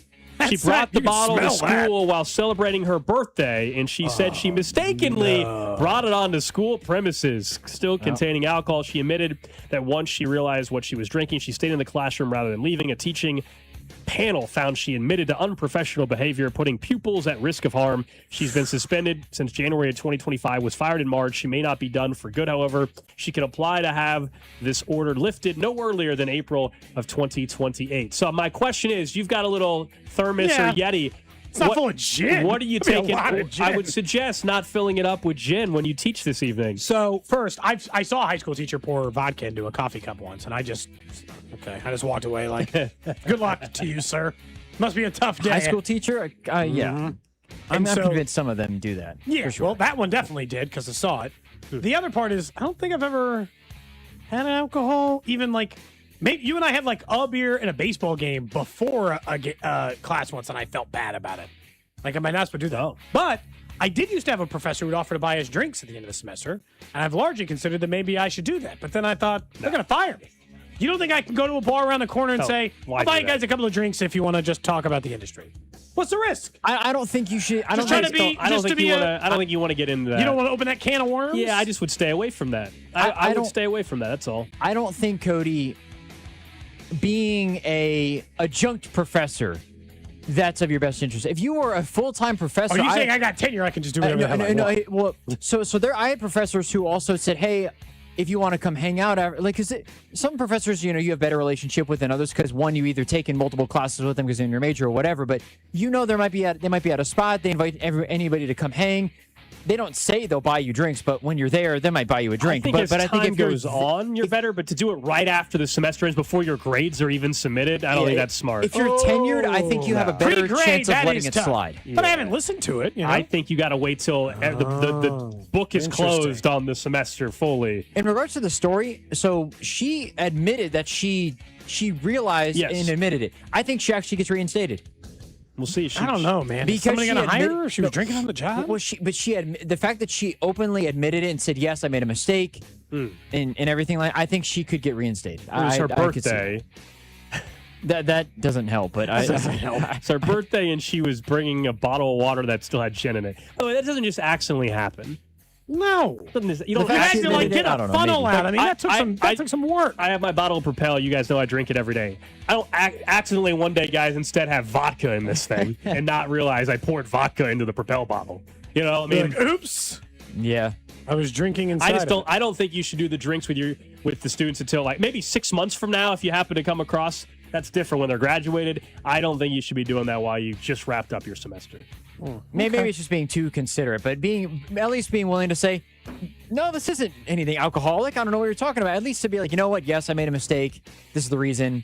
I will say, Drew's right in the sense that you can't just be like, I'll buy you a beer. I think you just got to be like, I'll be at the bar if you guys want to chat for a little bit. You cannot offer them drinks. Yeah, I would. If you're there, once they get to the place, then maybe. Look, I'm not going to roll into the classroom with a cooler tonight. Grab one if you'd like. I'm not going to drink on campus. That would be insane. That's crazy. That actually is worse than what. That's worse than what this teacher did. 100%. I'd get fired so fast if I did that. They'd never ask me to teach again. How many of your students do you know how many are over 21? Or even most. If I had to guess, there might be one or two that are under that age. Almost all are above that age. That is the trash of the day. Up next, we'll get to the Chiefs Red Half Hour, have a little bit more of a conversation about the running back plan. You think you figured out one particular player's future. We'll find out what that is next. You're listening to Cody and Gold. Tune in for the Chiefs Red Half Hour every day, starting at 11:30 right here on your home for Chiefs football, 96.5 The Fan. brought to you by Heartland Men's Health, the leader in men's sexual health. Thousands of men have been successfully treated for low T, ED, and more, all with discretion and compassion. Make your appointment at heartlandmenshealth.com. Time's running out to get 10% off your home painting project. Take advantage of CertaPro's spring sales event before May 15th. And if you've been putting off painting, now's the time. From scuffs inside to peeling paint outside, protect your home with CertaPro painters. Their free estimates are detailed and easy to understand. And each CertaPro painter's business is independently owned and operated right here in Kansas City. So schedule your free estimate now at CertaPro.com. That's Certa with a C. It is out of here. Man, if your stream isn't as strong as it used to be, or you're taking more breaks to the bathroom than the seventh inning stretch of a televised baseball game, We'll be back after this. it's time to get checked. An enlarged prostate or BPH could be the cause, and Kansas City Urology Care is here to help. Fast answers, trusted care. Don't wait. Come see Kansas City's largest, most experienced, and most advanced urology team. Visit kcuc.com today. At KCUC, you see the best in KC. This is the story of the one. As a procurement manager for a hospital system, she keeps every facility in her network stocked and ready. That's why she counts on Grainger to be her single source for thousands of products, from disinfectants to lighting, air filters, and more. And with fast, dependable delivery, Grainger helps her keep every facility stocked, safe, and running smoothly. Call 1-800-GRAINGER, click Grainger.com, or just stop by. Grainger, for the ones who get it done. Hi, I'm Lacey, your friend and jeweler at Shane Company. And yes, I'm actually a jeweler. I bring dream engagement rings to life every day in our jeweler workshop. When I hand set your diamond into your ring, I think about creating a piece you'll wear for a lifetime. I pay attention to the smallest details and treat every ring with the same care and craftsmanship, no matter the size or price. Come see us in store. Shane Company engagement rings are crafted with care from our hands to yours. Because a friend wants your ring to be nothing short of perfect. Shane Company, your friend and jeweler. FanDuel is giving you better payouts on same-game parlays all NBA playoffs long. With more ways to build and more value every time you play, you can stack your picks your way for every game, every matchup, and every moment. From spreads to player points to threes and more, build it all into a same-game parlay and go for bigger payouts. So if you're betting same-game parlays this NBA postseason, be sure to bet them on FanDuel. More options, better payouts, all NBA playoffs long. So head to FanDuel.com/local to get started. That's FanDuel.com/local. FanDuel puts player research right at your fingertips. You can check stats, trends, and matchups all in one place and make your picks with confidence. It's everything you need all in one single app. So don't miss your shot. Head to FanDuel.com/local to bet your same-game parlays. FanDuel, an official partner of the NBA. Play your game.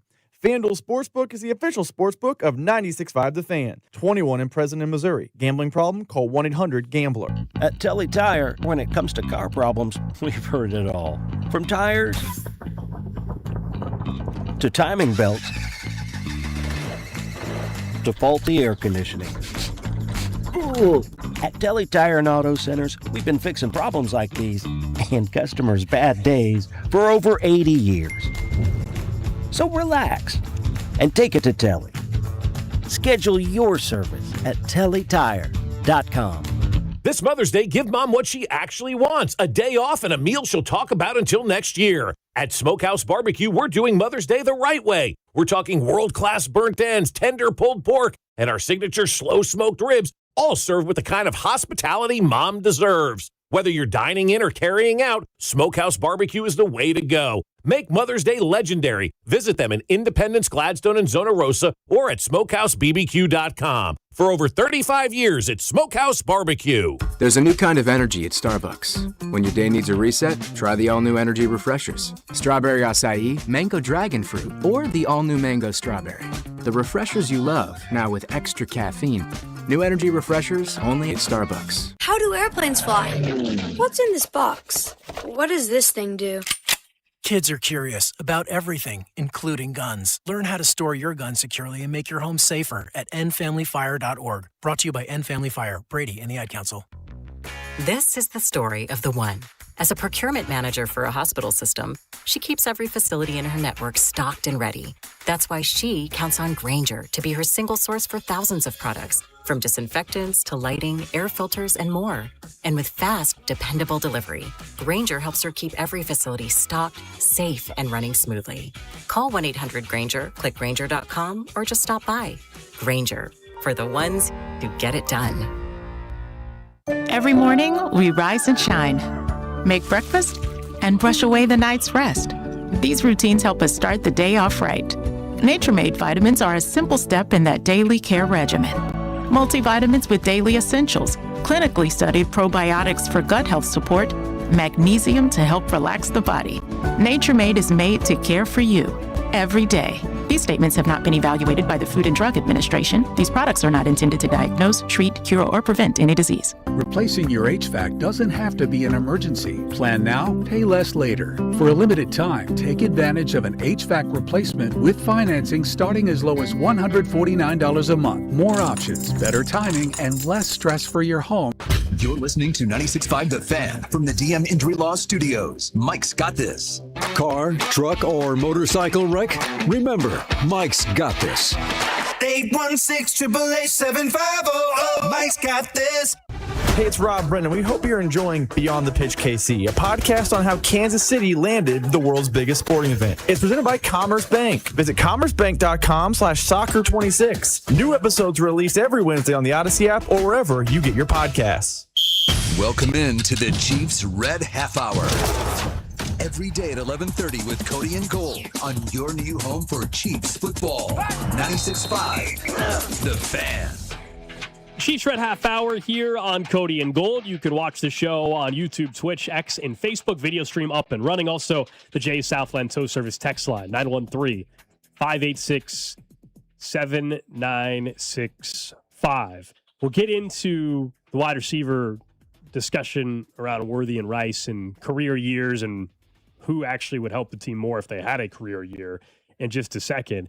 But we've talked a ton of post-draft as well, and looking ahead at certain positions, including running back.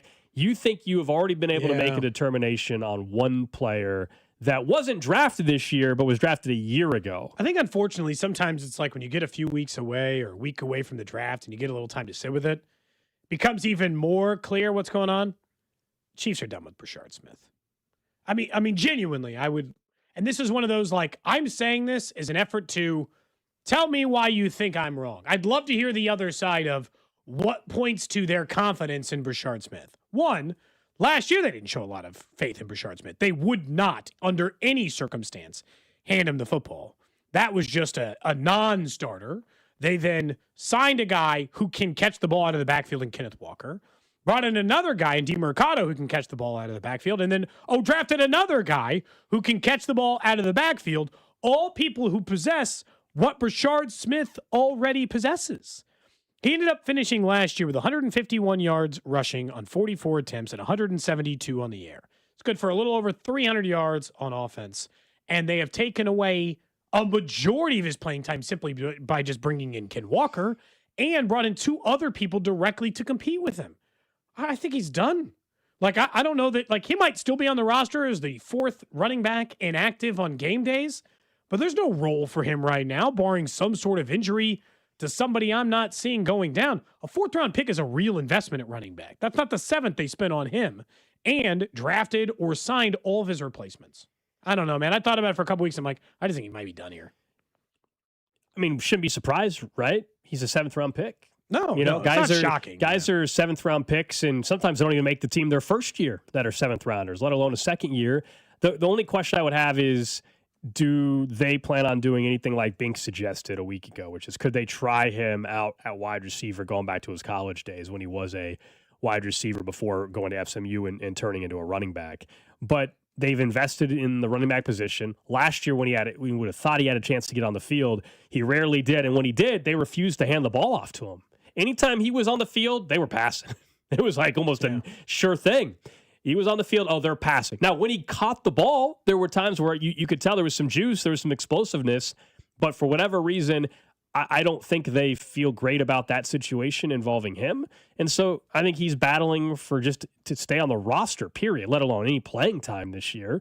And so we'll see. Injuries can happen that could all of a sudden result in him being higher on the depth chart than we think. But no, I think there's a real chance he's not on the team this year unless they have a plan at wide receiver, and he's suddenly going to make the team as one of the last receivers. But I don't know if you're probably rather just go practice squad at that point. He's someone that it feels more like a practice squad player if somebody else doesn't poach him. Look, I think for a 7th-round pick, they gave him a fair effort, right? I would have given him more time on the field just because, I don't know, halfway through the season, it became pretty clear Pacheco was going to have no juice last year.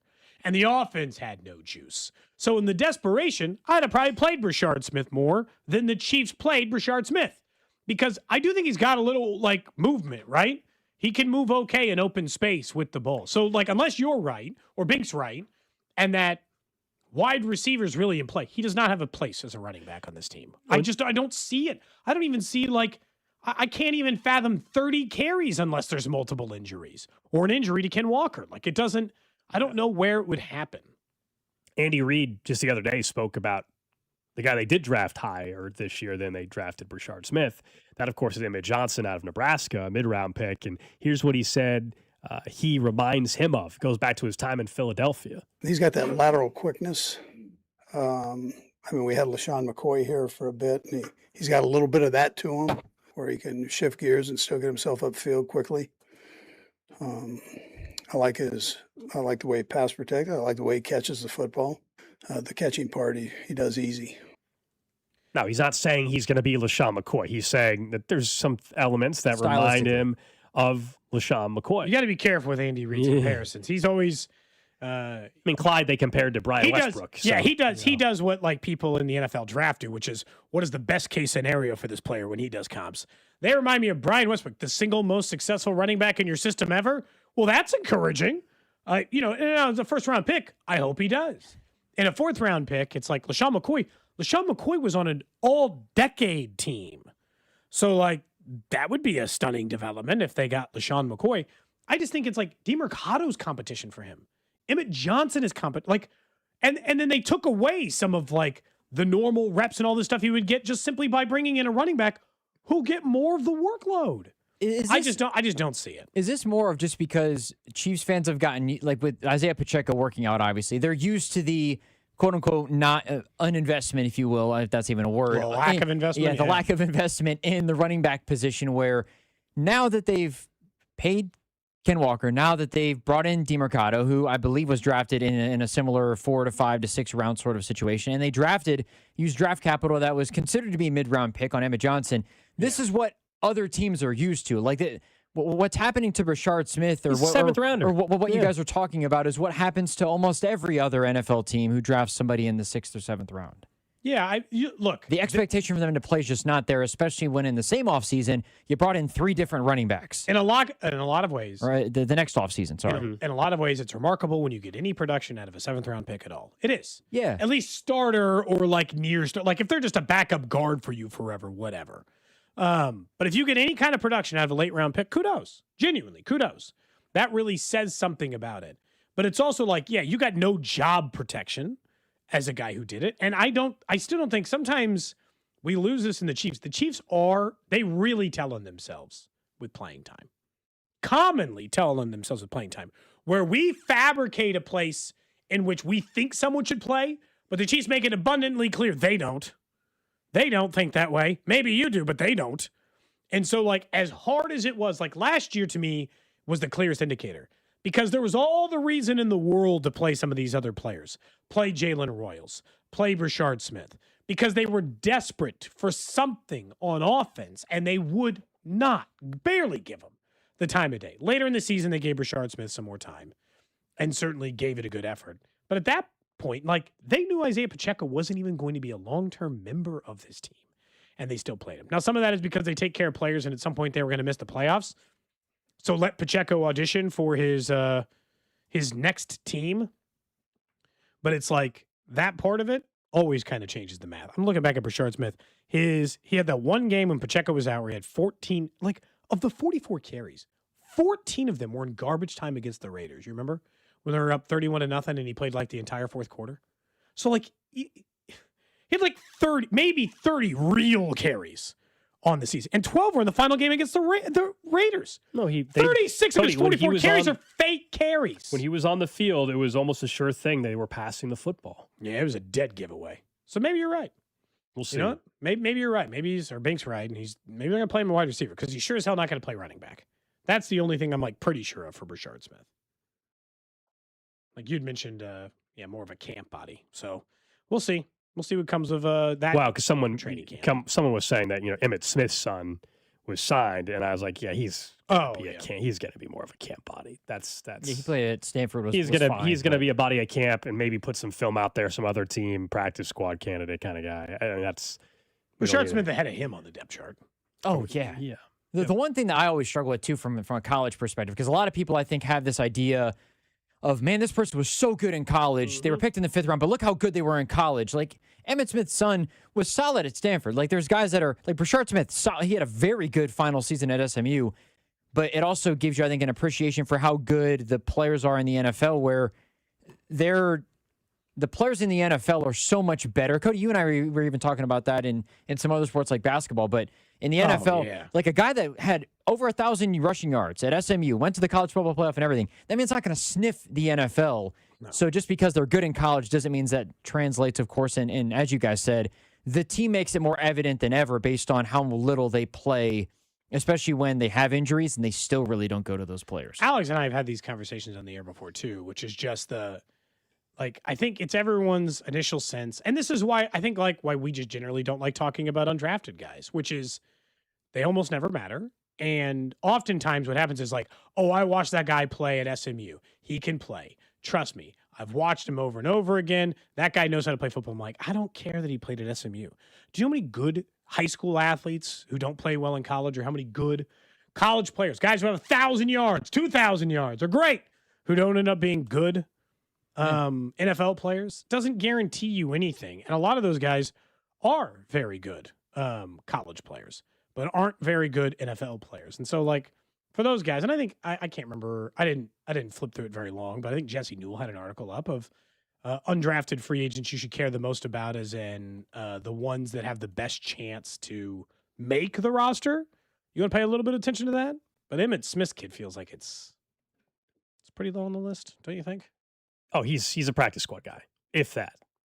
Yeah, he'd be lucky to make a practice. And he's probably more about putting film out there for other teams. They got 100 guys on the roster right now. Yeah, 93 players. So we've all been to training camp and stuff. We've all seen how many guys are on the football field for that, and a lot of it is you need somebody to do reps, basically, especially if anybody else is going to start camp, which there's always a surprise guy that doesn't practice on day one.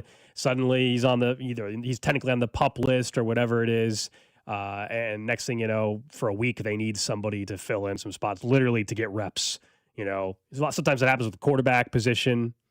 Chris Jones is probably going to try to not do as little as possible at training camp, like you said before. Right? Yeah, stuff like that happens all the time. I do think that the one thing that stinks for Brashard Smith is, we were talking about it over on Twitch, which is EB would have been better for him than the running back coach he had, than Todd Pinkston or whatever. They would have hypothetically gotten more out of, or got a better version of, Brashard Smith. At least for his sake, helped him get a little better too, probably. Mm-hmm. Yeah, that stuff would have helped. But he'll just have to play it that way instead, and we'll see where Brashard Smiths go. I don't want to say that it's outside of that, but it still feels that way. We were talking about actual wide receivers, not Brashard Smith, as a possible convert.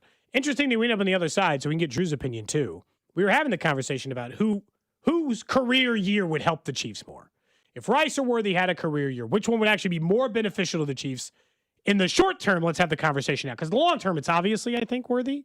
Because neither of us think that Rice is long for this team, or at the very least is a riskier long-term signing for this team. So let's just put that to the side for now. Even in the short term, I still think it's Worthy. Even though his career year would be worse than Rice's. Rice's career year, let's agree, would be 1,100 yards and 10 touchdowns. Worthy's career year, if he'd have one this year and took a significant step up, 850 yards and 8 touchdowns. There's a huge difference between those two.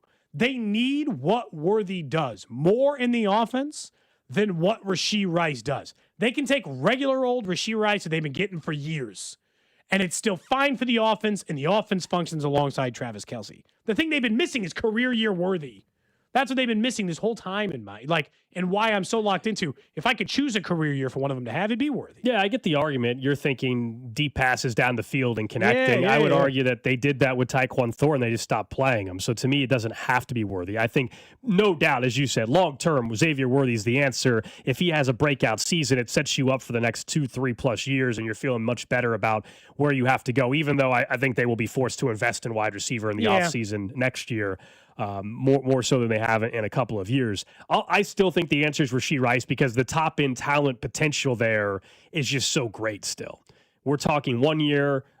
If you're on the field every week, what's the top-tier peak Rashee Rice look like?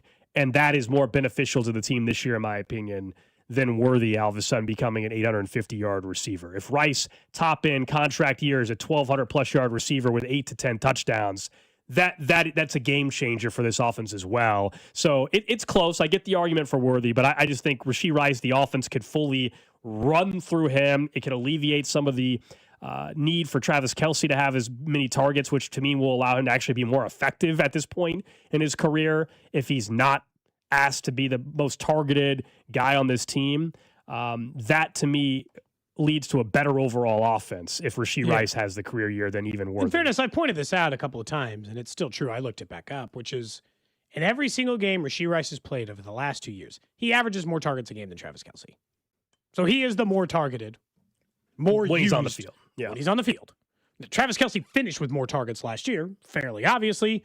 Rashee Rice missed. Rashee Rice still finished with 78 targets last year. If he plays a full 16 or 17 game schedule, he will have 130 targets, if you made me guess. That's probably not 140 targets. It might be more than we think. Like, I'd have to look up his targets per game, but it might very well be in that range. At his how about this? Different type of receiver, but at his peak, Tyreek Hill's most targets in a Chiefs uniform 1 year was 159, 135, 137. So I think it'd be in that 130 to 140 targets if he played in 17 games. Rashee Rice is not out of the question, which would lead to what? 85 to 95 catches? It should. Just as long as he's not dropping everything, it should. He's played 12 games in his last 2 years, and he's had, 77 targets. So 6.41 targets per game times 17 games, that'd be 109. So he's pacing below what a huge Tyreek Hill year would be, but we're all talking about a career year. To me, that wouldn't be a career year if he just got to 109 targets. He would be pretty much what he was year one. He had 102 targets for 938 yards and 7 touchdowns. He'd be the same. Which, again, when I say career year for Rice, I know fundamentally, yes, he could have 1,000 yards as a career year. I'm sorry. Those were catches. My bad. That would actually be 109 catch season in the last 12 games. His targets are way higher than that. Are we talking when we say career year for Rice, it's like 1,200 plus in my opinion. Yeah. Okay, I was going to But I'm sorry. I was doing catches, so I gave you a really bad number. Is career year like peak? Is that what we're meaning by this? Because in terms of peak, somebody on the text line says Rashee could have 12 to 1,500 yards if healthy. Like, if we're talking... I'm talking about like 20% increase, 25% increase over their peak talent. Okay. Like, and I will say... Because Rashee he could hit 1,400. Like, he could legitimately, if he's healthy the whole season at the track, he could hit 1,400 yards. Based on his last 12 games in the NFL, the 4 he played the year before he got hurt and the 8 he played last year after the suspension, he would have had 109 catches on 144 targets. And let's see. He's getting thrown the ball as much as Jamar Chase is almost. As much as anybody in the league. Yeah. That's why, like, Gold's point of he is the most likely guy to have a career year, I don't even have you for 1,216 yards. I'll put it this way. I would not lock in. If you only offered me 1,050 yards and 6 touchdowns for Rice this year, I would not lock that in because I think he's having a bigger year than that. Yeah, because that would essentially be like close to his rookie year. That wouldn't be a huge jump up. It'd be a jump What's up, the number? How high of a number would I have to get to where both of you would lock it in? If I told 1,100. If I told you it was 1,100 yards, you would lock it in. I still wouldn't lock it in. I'd take that. I think you have to get to for me to lock it in 1,200 yards or more before I would even consider I'd lock locking. in 750 for Worthy. I don't want them to pay him long term, but I think he's going to have a massive year, which is going to make the conversation very interesting for Chiefs fans in January when he has a fully healthy 1,275, 8 touchdown season. That's going to be a fascinating January, February conversation. Man, I will say this, though. I think the part 2 is not just because of the season, But because of the struggles that they've had at the position since Tyreek Hill left, him having a 12.75 and 8 touchdown season, that doesn't. Chiefs fans haven't seen that in a long time. I know there's. So we've been saying it. Not pay him. We've been saying it for months. The same, and you guys know where I stand. I would not pay him. Even if he did that. But I recognize that fans that right now are saying they wouldn't do it, I think we would have, if we had like a true, honest, like, your vote now and you have to vote again in January, if he did that, I think there'd be a lot of people that would flip and say, well, actually, hold on, maybe we actually should sign him. Could just put a poll up and it would be, the difference would be staggering. I think so. Maybe we can do that. But I also think a lot of it will be dependent on how the overall season goes. Because if Rice has a big year, but somehow the team, the team doesn't make the playoffs or something like that, then people won't care. If you went on yards alone, so let's say he gets 12.75, he would be the 6th leading receiver in the NFL. Yeah, he'd get a massive payday somewhere. Again, his last 12-game pace is 109 catches and 1,219 yards. Like, they throw to him, like, the whole, like, and I guess this is, like, what I think we can put to bed is, if everybody's on the field and everyone's healthy, the offense doesn't run through Travis Kelce. It hasn't in years. It only runs through Travis Kelce because it has to, because Rice isn't available. When Rice is available, the offense obviously runs through Rice. It has been. Yeah. For every game he's played since he's been healthy the last 2 seasons. Hell, it almost ran through him his rookie year. Kelce had him edged, but only by a nose. It's been like 3 straight years that they want to throw to Rice. Some people are texting and saying, extend Rice now. Absolutely not. And you're like, how can you say that if you think he's having a big year? Because I don't trust the guy. That's just my personal stance. Is there not a contract? I don't. It is a really. I don't trust the guy. That's all. Yeah. That's just me personally.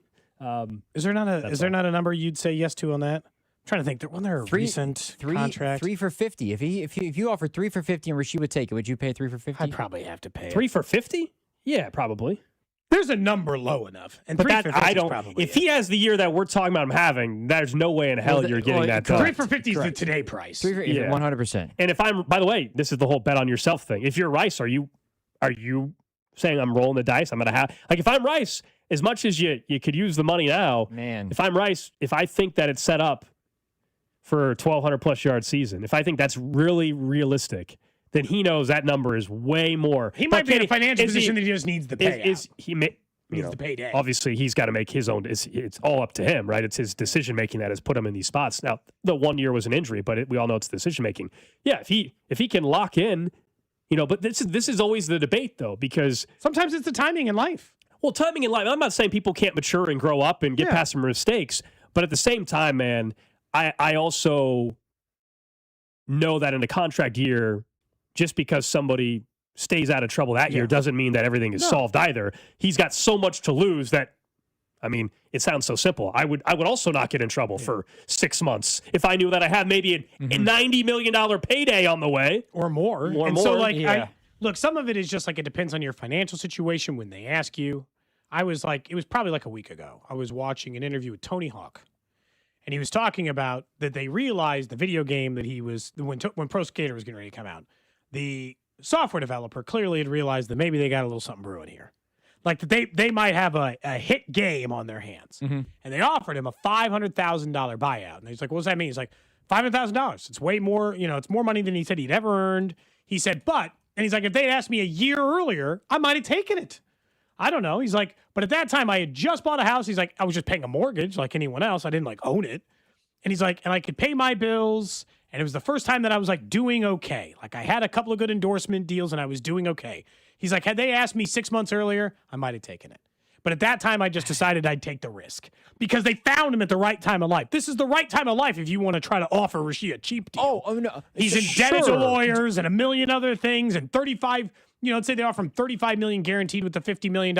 That's money that's never going away. No, if you're the Chiefs, right? You absolutely should be. I don't know if I do it still. But if you're okay, so let's say it's 3 for, or let's say it's even 2 for 50. If Rasheed's like, I don't want something longer term because I think I might be able to play good.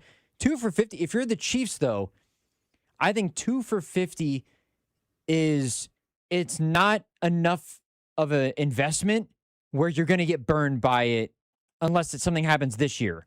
If Rasheed's healthy all of this year, and let's say he isn't as good in the second year, that's fine because it's the last year of the deal. It's not a long-term commitment for either, where she's still going to have to go out and play well, and the Chiefs aren't going to get burned by him if something happens, I guess, as much as you would if it were, of course, something. Let's say he has a big year and he wants 4 for 100 or whatever the Alec Pierce deal is. You get burned by that more, obviously, than you would just the 2 for 40 and trying to get it. I mean, that's like now. 17 a year. On the free agent market, 17 a year will essentially buy you Michael Pittman's contract years ago. Rashid Shaheed's making that amount of money. Jaden Reed's making that amount of money. The 2 for 50-ish? I'm just setting it like 17 and a half. Yeah. Okay, like enough to get us to around the $50 million. Jerry, Judy. It's like, I know I can get the production out of it. That's the only reason why that number would be tempting. But again, if he thinks he can do anything close to what Alex thinks he can do, he's going to make a whole hell of a lot more than that if he stays. Cap's going to keep going up, as the Twitch points out too, and it's like, sure, $17 million a year is going to be nothing for a wide receiver soon, because the next time a big time wide receiver becomes available, they're going to make 40. What was JSN's deal that he just got? Maybe he made 40. Because Jamar Chase was 40, 4 for 168. So it was more than 40. 42 million. 45. 42 million on average per year for JSN. Yeah, we're pushing 50 here soon. I'm not even sure. I'm not sure. If he put pen to paper, I'd give him 3 for 50, but I don't think he'd sign it. That's the only problem. If I were the Chiefs, I'd still do it. And I have all the reservations Alex does about if it's a good idea to give him a long-term contract. That's just a low enough risk contract that I'd take the chance. That's all. There's a slight difference in that. That's fair. But at least, gives us some idea. Plus, we still don't know if they're just going to bring back Tyreek Hill. Hearing, though, that the numbers, though, could be comparable to Jamar Chase, like in terms of volume. I mean, that's hard to say. That's hard to say no to. They throw to him a lot, man. All right, coming up next, we'll get to what's trending and then right back into the Kansas City Royals a little bit, and also what Eric Bieniemy apparently told Kenneth Walker the first time they met, and I absolutely love it. We'll tell you what that is next. You're listening to Cody and Gold. Tune in to hear Royals insider Josh Vernier every Wednesday at 12:30. Cody and Gold is brought to you by Heartland Men's Health, the leader in men's sexual health. Thousands of men have been successfully treated for low T, ED, and more, all with discretion and compassion. Make your appointment at heartlandmenshealth.com.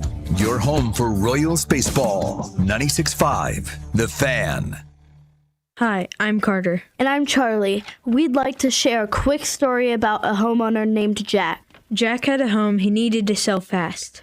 And Jack thought he had it all figured out. So Jack talked to multiple cash buyers. Jack chose the highest offer. But the day before closing, guess what? The buyer backed out. Leaving Jack with the moving truck all packed in the driveway and not sure what to do. Jack learned the hard way that the highest offer isn't always the right offer. Jack got suckered. Make sure you aren't hung out to dry. Call our dad at Rex Buys KC. Our dad is local, he knows Kansas City, and he actually closes deals. No repairs, no fees, no showings, no surprises. Just a fair cash offer and a smooth process. Now, don't be like Jack. Call 816-330-6000 or visit rexbuyskc.com. Rex Buys KC, helping people make smart choices one home at a time. Liberty Mutual customize this song for you. Like your car insurance, it's custom too, yeah. Liberty Mutual's got the coverage that could save you money. Thanks to Doug and Limu, well now you can go and take that cruise. Liberty, liberty, liberty, liberty, yeah. When Bill Lambert started Midwest Heating, he realized something very quickly. The most important thing a customer can give you isn't their money, it's their trust. I'm Airman for Midwest Heating, Cooling, and Plumbing. Midwest and Lennox are now offering up to $1,400 rebates on high-efficiency home comfort systems and 0% 60-month financing with approved credit on these qualifying Lennox systems. Every day, we strive to meet the highest standards in the industry, yours. But we are human. If we make a rare mistake, we make it right, and right away. That's what Bill instilled in all of us. Now the third generation stands on the shoulders of the past, improves on it, and passes it on to the next. Give us the chance to earn your business. Just dial 943-8787 or go to MidwestHeating.com. Trust your air to the best. Midwest Midwest Heating, Cooling, and Plumbing. DQ presents the $7 meal deal. A delicious meal serving up serious value. We're talking 100% white meat, seasoned chicken strips, full-size fries, a drink, and of course, a classic DQ sundae. Because come on, no meal is complete without a sweet treat. All for just $7. And now you can try it with the new honey sriracha dip. The DQ $7 meal deal. A satisfying meal full of big flavor for a great value. DQ, happy tastes good. Hello? Hey sis, got a sec? Yeah, what's up? Take a look at the picture I just sent you. I'm walking into Hellsberg and want to get Mom something special for Mother's Day. Yeah, she's done so much for us this year. Let's see. Diamond pendant. Oh, she'd love this. Great. I'll get this, which means you're in charge of flowers. Okay, deal. This Mother's Day, save up to 50% on timeless gifts for Mom. Shop at a store near you or at Hellsberg.com. My perfect day has sand, salt water, and friends. But my moderate to severe plaque psoriasis can take me out of the moment. Now I'm all in with clearer skin thanks to Skyrizi. Risankizumab Riza, a prescription-only 150 milligram injection for adults who are candidates for systemic or phototherapy. With Skyrizi, most people saw 90% clearer skin, and many were even 100% plaque-free at 4 months. Skyrizi is just 4 doses a year after 2 starter doses.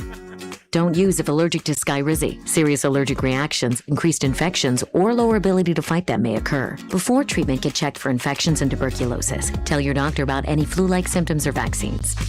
Thanks to Skyrizi, there's nothing on my skin, and that means everything. Ask your doctor about Skyrizi, the #1 dermatologist-prescribed biologic in psoriasis. Visit Skyrizi.com or call 1-866-SKYRIZI to learn more. Did you know about 1 in 3 people with plaque psoriasis may also develop psoriatic arthritis, which causes joint pain, stiffness, and swelling? Does this sound like you? Listen to what it sounds like to be a million miles away. Tremfya guselkumab, taken by injection, is a prescription medicine for adults with moderate to severe plaque psoriasis who may benefit from taking injections or pills or phototherapy, and for adults with active psoriatic arthritis. Serious allergic reactions and increased risk of infections and liver problems may occur. Before treatment, your doctor should check you for infections and tuberculosis. Tell your doctor if you have an infection, flu-like symptoms, or if you need a vaccine. Imagine being a million miles away. Explore what's possible. Ask your doctor about Tremfya. Visit Tremfya.com or call 1-800-526-7736. Make sure to subscribe to our YouTube channel to watch all your favorite shows, shorts, and clips. This is your home for Kansas City sports. 96.5 The Fan, KFNZ FM and AM, HD1 and HD2 Kansas City, an Odyssey sports station. What's trending? Cheddar, mozzarella, Havarti. #1 on what's trending, the Royals have won 4 in a row, now just 3 games under 500. They inch closer to 500. They're back at it tonight after the win yesterday. Another 6:40 first pitch here on 96.5 The Fan. Vern's on deck show at 5:30. Now, it'll be Stephen Kolek getting the nod for the Royals. That's because Noah Cameron got pushed out of this outing due to some back tightness. Hopefully a short-term deal, but that it will be the case for the Royals. So they'll go up against Gavin Williams, who's been phenomenal for Cleveland this year. 5-1 with a 2.70 ERA. Tough matchup for the Royals tonight, so we'll see whether or not they can overcome it. Also be slightly gloomier, obviously, than it was yesterday at the game last night. You're the resident weather expert. Is it supposed to rain tonight? I think we're done with the rain, right? Okay. I think we're done with the rain. I'm always careful now. Just overcast and in the 50s, so make sure you wear your October gear, I guess. I think if you're out there at the K. Yeah, might get some more rain this afternoon, but okay. For the game tonight, I think we're good. I will take. Next up on what's trending, NBA playoff action underway as we continue into the next round of everything. Of course, last night it was easy work for the Knicks, who won by 40. 137-98 over the 76ers. The Timberwolves stole game 1 against the Spurs. That was the biggest upset. 104-102. So those were the 2 games last night. The T-Wolves won. That was a shock. That was a good steal for them. Anthony Edwards played in game 1, sure enough. Shout out to him for pushing through. He played in game 1. He played only 25 minutes. But talk about 25 effective minutes. He shot an 8 of 13 from the field while he was out there. Got 18 points in those 25 minutes. And then, as you mentioned, the Timberwolves ended up stealing the game. Huge deal. Wemby had a triple-double with 12 blocks. He's only the third player ever to have that in playoff history. He made that one move to the basket last night. I'm like, that's just stupid. Like, no one should be able to dribble the height. If you watch him play, there's at least one moment in every game where you'll say, that's just dumb, and nobody else can do that except for him. Yeah, literally nobody else can do it. I will say what's funny about that is Desmond, who continues to challenge anybody to one-on-one at the gym, he got dunked on for the first time. He was challenged a 6'7" kid at the community center to one-on-one yesterday. And when the score was 1-0 Desmond, the kid dribbled around him and flushed it. What was his reaction? He thought it was pretty cool. and then he immediately went to the top of the key to check up. He wanted to let's go. He wanted the ball back. Tonight, by the way, Stanley Cup playoffs do continue as well. Yeah. Just one game tonight. The Minnesota Wild, Colorado Avalanche. That was the game in which it was 13 goals or 14 goals or whatever. 9-6 final, I think it was the other night. So the Avalanche do lead that series 1-0. Yeah, yesterday it was the Hurricanes who got a win and the Golden Knights who took their series. A veteran signing in the NFL today, according to a couple reports out there. Edge rusher Dante Fowler Jr. signing with the Seattle Seahawks on a one-year deal worth up to $5 million. He turns 32 at the start of this upcoming season. If you're wondering what he did a season ago, 3 sacks in 17 games. Just 2 years ago, though, he did have a 10.5 sack season at the age of 30 when he was with the Washington Commanders. I'd still take some kind of signing like that for the Chiefs. Vet? Just a vet defensive end would make me very happy. And at that deal, that price, I'd have absolutely done it if I were the Chiefs. Next up on What's Trending, former Chief L'Jarius Sneed has his charges of assault dropped against him, dropped down to a misdemeanor, according to his lawyers today. He was celebrating over on social media, saying that, finally the truth will get to come out. Obviously, the Chiefs love a reunion. Any chance you think that a reunion with L'Jarius Sneed is in order? I don't think it makes a whole lot of sense now that they have spent 2 draft picks, including the 6th overall pick on a corner. They went out and signed a veteran corner from Miami. They went out and signed a safety. I don't think this is the path they go down. We'll see. Is there anything left in that knee also? I don't know. I just know that I never, ever, ever will come on this show and pretend like there's not a chance they'll sign somebody who used to play here. Sure. No team in the NFL does it more. And if I recall, the Chiefs got rid of their 2 top corners. Now, they did draft 2 corners in the 1st and the 4th round and signed one to a $1.3 million deal. So would I rule out a return for L'Jarius Sneed? No. Am I interested in a return for L'Jarius Sneed? Not currently. That feels like it'd be more egregious than bringing back Tyreek, wouldn't it? Just in a way of fit and body. Tyreek's coming off a major injury too, so maybe they're equally crazy. One would certainly be cheaper than the other, that's for sure. That is what's trending here on Cody and Gold. Coming up in a half hour, we'll get to some comments from Eric Bieniemy, also the random question of the day. But let's start with the Royals and somebody that might be on the way for them. And what does that change with the bullpen? What kind of change could we see with the bullpen, I should say? Carlos Estevez will begin a rehab assignment tonight in Omaha. We all know the story at the beginning of the year. He was not ramped up. The velocity was not anywhere near where it needed to be.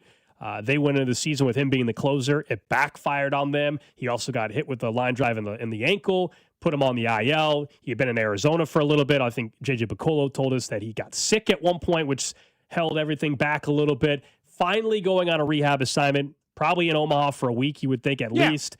And is the velocity going to stay there? And if it does, let's check in what it's at tonight. Then he comes back to the big league club. But what do you actually expect his role to be, and what should we expect from him? This is the guy that had 42 saves a year ago, was their opening day closer. The bullpen of the last 11 or 12 days has been much better, a sub 1.5 ERA. Lucas Erceg has got the strikeout stuff seemingly back. My guess is we will see Carlos Estevez close for this team again at some point this season, but I don't know if it's going to be right away. So knowing their loyalty and that they went into the season even with the velocity issues, letting him be the closer, I'd be surprised if he didn't close at some point. 50-50 chance they get old Carlos. He's got 26 or more saves in 3 straight seasons. He's a guy who can pitch and leverage. He's a guy who's closed out games. He's a guy who closed out games for you in a league-leading fashion last year. He led all of the major leagues in saves. So would I be surprised if they give him another shot? No. But I do want to point out that they shouldn't until Lucas Erceg proves he can't. Because the truth is, and this is just the way closers work, they are variable. They have good years, they have bad years. They have years where they have a harder time getting saves and blow quite a bit more of them, and have years in which they don't have any trouble getting saves. And I'm not even here to tell you, there were times this year when people wanted Lucas Erceg out of leverage, remember? 2 weeks ago, people were worried about him. When the Royals were in the middle of their 8-game losing streak, we couldn't stop talking about should they be moving up Lynch or calling up Avila or whoever else they could do it. But he is in now a series of 6 consecutive outings of not giving up a run. And all of those outings have come with 1 or less hits, 5 of which have been for 0 hits in his last 7 outings. I'm not in a hurry to move him out of leverage. He's been closing that whole time. He blew 1 save in which he gave up 1 run and 1 hit. It was a home run. They ended up losing that game 5-7 in fairness. They have won every single game he has closed out 6 in a row. 6 saves I'm sorry, 5 saves in a row, a win and 6 saves in his last 6. So if Carlos Estevez comes back, he's got to wait a while before he takes the torch. Let Lucas Erceg stay there. And then if you want to do the sidestep Gold, where Erceg sometimes pitches the 9th and closes, but sometimes also pitches the 8th when the 3, 4, 5 guys are coming up and you're essentially putting him in the more important position and allowing Estevez to get the final 3 outs, that's okay with me. I can live with that. I still think they need Estevez to be good. So in the end, Gold, I can't say I don't want him to pitch any leverage at all. I think they still need him to be good to be a good team. And he is still their 3rd most reliable reliever when things are going well, behind Erceg and Lynch this year. Not in the history of the world. But those 2 guys this year, they've earned their right to pitch in leverage. Yeah, and I think he, given the fact was they're part of their plan for the start of this season, he's going to have an opportunity to be firmly involved in this bullpen. And yeah, you said it. For them to get to where they need to get to this year and hopes and everything like that, expectations, he needs to be a big part of the bullpen. They yes, went out and signed Matt Strahm and made some other trades this offseason, but they went into the year with him being their closer and therefore a high leverage piece to this pen. And so even if you thought that he wasn't going to be anywhere near what he was a year ago, this early start to the season for Carlos in the bullpen, the front office probably had too much faith in Carlos being able to ramp it up. A year ago, he was. It took a week into the season, and he was fine. This year, it blew up in their face on opening night. And then he also happened to get hit with the line drive, but the velocity was nowhere close. The fact that it's taken a month for him to get to rehab, I mean, I put a lot of that on him individually, too. Yeah. I mean, he was not, let's be honest, he was not ready to play baseball in 2026. No, he wasn't. Between the WBC and the normal buildup, he thought it was going to, and I think we've all done this at some point in our life. Something you're used to doing, you're comfortable, you understand the system. You're like, Gold, I know how long it takes me to get to work, and you miss time or misjudge something that's not the same. You're like, I don't care that it's raining. It'll be fine. Like, no, man, it takes longer to get to work. You know that. You got to, plan ahead. And he thought his arm strength would just snap back into place like it has so many times for him before, and forgot that age or the lack of pitching or all these other things could have easily been the thing that does it. What I like about it is it shoves people like, and this is not to be, like, Alex Lang gets further down the list.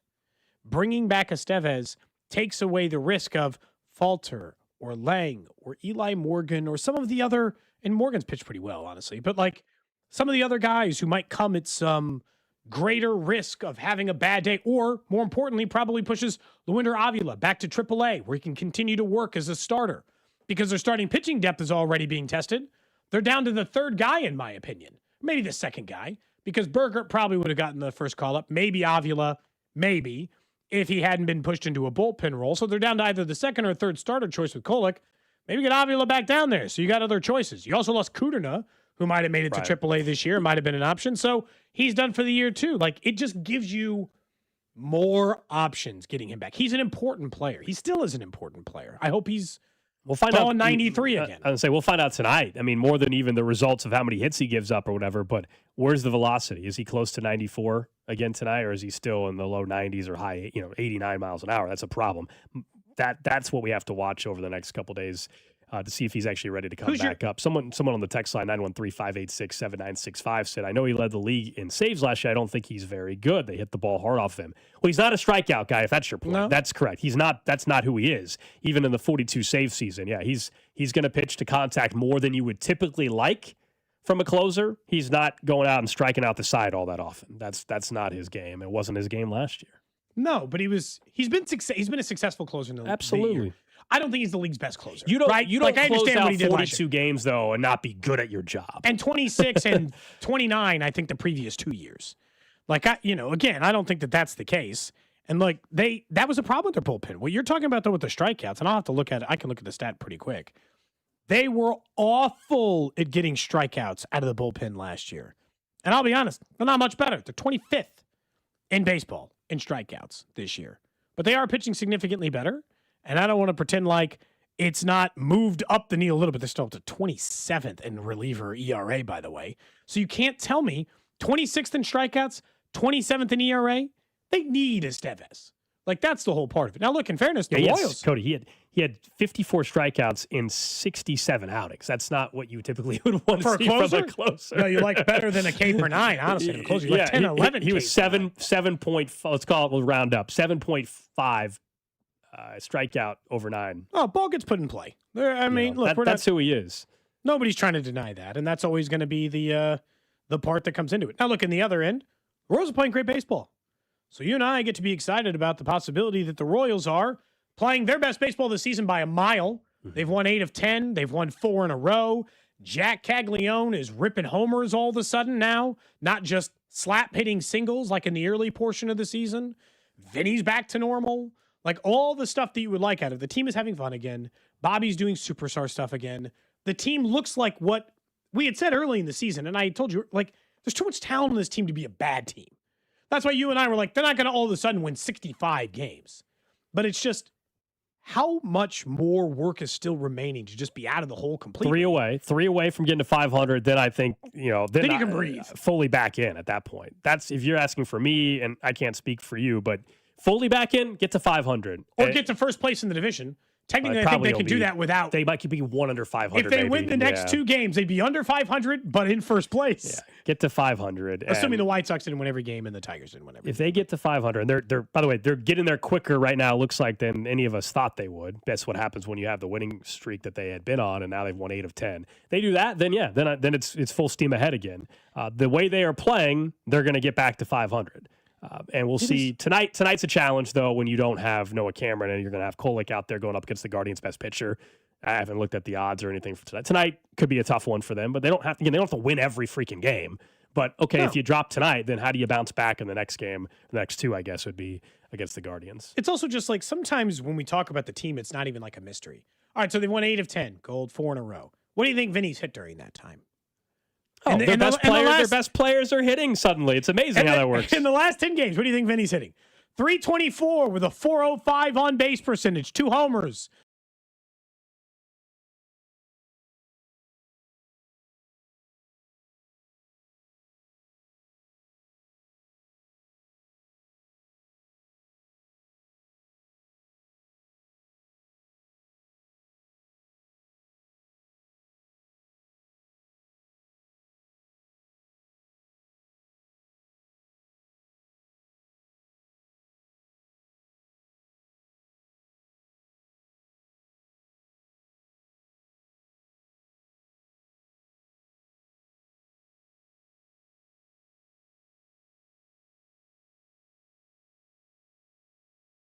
Four for 4. And Vinny said, Vern said, you're on pace for 5. And Vinny's like, in my career, Vern goes, no, for this season, you're on pace for because of how many games you play. Almost 5 stolen bases this year. Well, and he gets one more, it'll be a career high for a season. The point is, the good players are playing good. Now, Jack Caglione, you and I brought up in the middle of the 8-game he's settling in, man. 14 of his last 19 he's hit safely. And I'm not even saying that you were wrong. I remember there was probably like loss 6. And we sat in there before the show. And I was like, Jack Caglione's playing better, and I can see it working. And it is working. I swear it's getting ready to work. And you're like, I don't even disagree with you. You're like, it is seemingly starting to trigger a little bit. But does anybody want to hear it when the team stinks? Oh, they had lost. And that was fair. They had lost 8 in a row, and you wanted us to talk about how good Jack's looking. Yeah. And I said, nobody wants to hear that right now. And so that's true. We did talk about it a little bit on that show. Since then, he's been even better. Because what's changed is he's hitting for a slightly better average and a slightly better on base, but not different than he was at that moment when we brought it up. The difference is power. You'd mentioned he's hit safely in 14 of his last 19 games. 270 average, 343 on base, and 8 extra base hits, including multiple home runs. It's locking in for Jack a little bit. Like, there's a reason to be incredibly optimistic again about Jack Caglione. And I'm saying that as not a person. You sat in the stands last night and watched him slug a homer on his bobblehead night. So imagine everybody out at the K last night. It was a beautiful night. Is as high as possible on Jack Caglione. We were a little too optimistic with our crowd estimate, though. It was a Monday. They ended up announcing a little over 16,000. Damn, so I should have been able to get a bobblehead easily. Yeah, there was first 15,000 got a bobblehead, and there was only 16,000. Time to go to the game last night. It ended up being a beautiful night out there.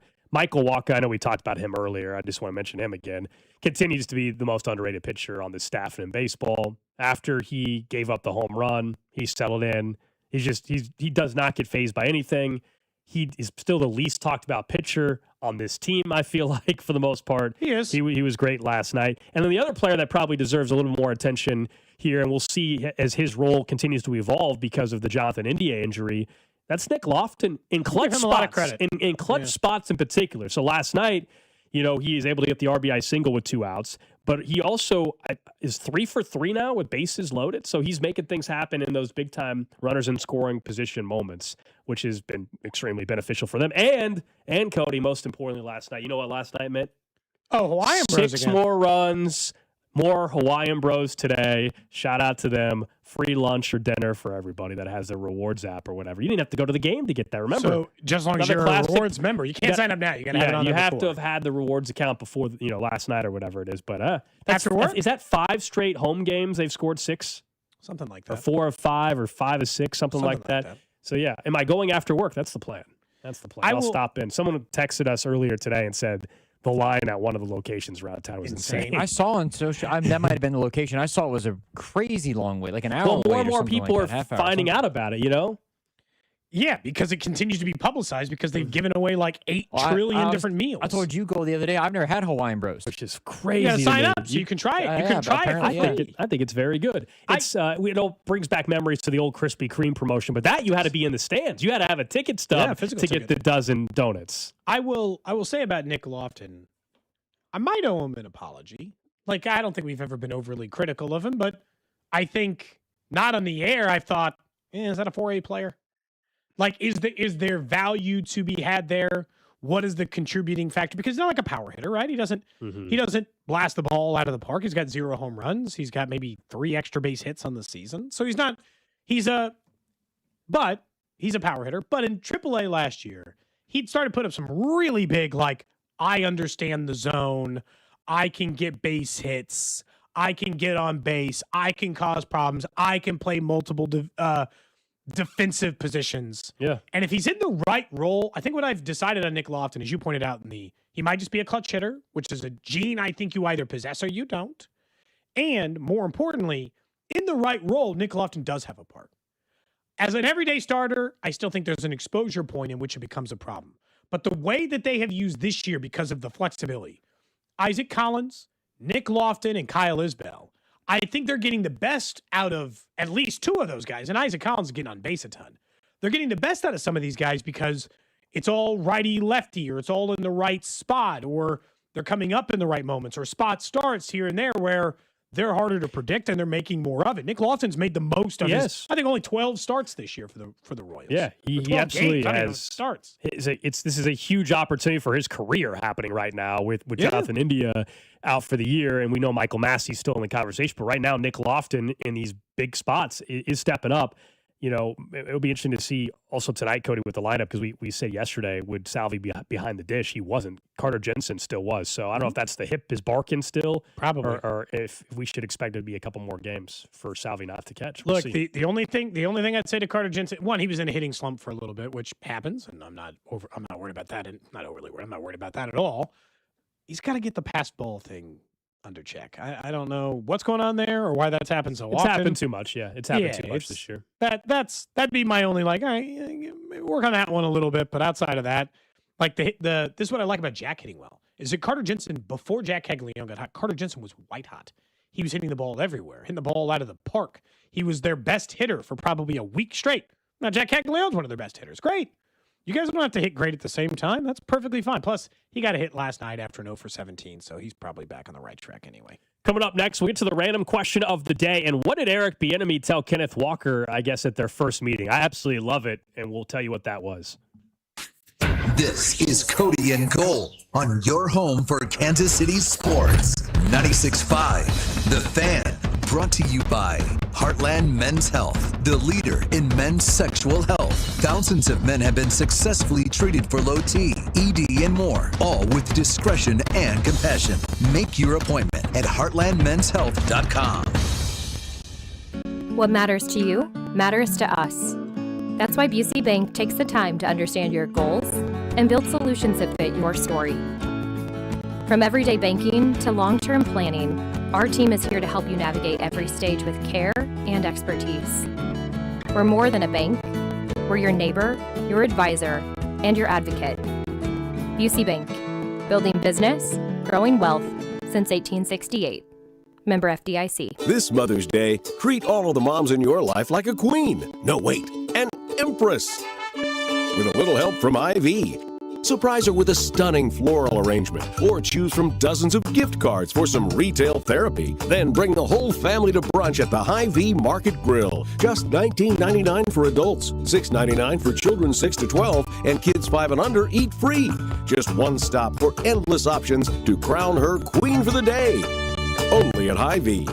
Moms are the most important people in our life, and she deserves to be honored on Mother's Day. This year, treat your mom to an amazing brunch at Hy-Vee with fresh eggs, crispy bacon and sausage, biscuits and gravy, fresh fruit, sweet treats, and so much more. You can bring the whole family for just $19.99 for adults, $6.99 for kids 6 to 12, and kids 5 and under eat free. It's Mother's Day brunch at Hy-Vee. They have everything to honor mom. So make this Mother's Day the most memorable ever. Only at Hy-Vee. Been putting off some much-needed painting? Well, don't wait. Trust the professionals at CertaPro Painters to get the job done right. With over 70,000 five-star reviews, they make the process worry-free, starting with a detailed proposal and ending with a professional result at the right price. Ask about their spring sales event for 10% off qualifying projects through May 15th. Each CertaPro Painters business is independently owned and operated right here in Kansas City. Schedule your free estimate online at CertaPro.com. That's Certa with a C.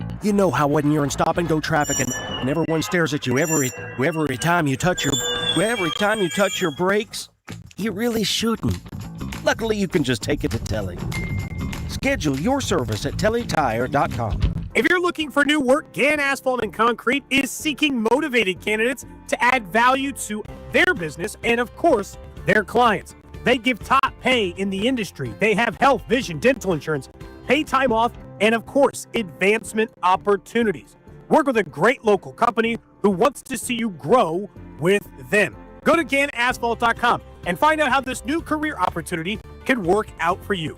Gann Asphalt, one contractor, all things parking lot. Spring is here, and as the weather heats up, the sports action heats up at Circa Sports. From baseball to basketball to hockey, Circa Sports has it all. Circa Sports isn't just sports betting, it's sports betting the way it should be. High betting limits, player-friendly pricing, and exceptional customer service. Whether you're looking for playoff futures or props on your favorite players and more, Circa Sports has you covered. And don't miss out on the special Royals props for every game. Download Circa Sports app or visit circasports.com today. Must be 21 or older. Gambling problem? Call 1-800-GAMBLER. Hey, KC, Alex Gold here from The Fan, inviting you to join us for the Victory Run 5K by Planet Fitness, happening Saturday, May 9th at Sporting KC Park Plaza, with a unique course around the Kansas Speedway. Whether you run or walk, bring your friends, bring the family, and don't miss the Kids Dash, all while supporting the Victory Project, helping kids battling cancer experience unforgettable soccer moments. Sign up now and use promo code RUNKC for 50% off. But don't wait, race day is almost here. That's promo code RUNKC for half off. We'll see you Saturday morning at the Victory Run. I need a little ranch,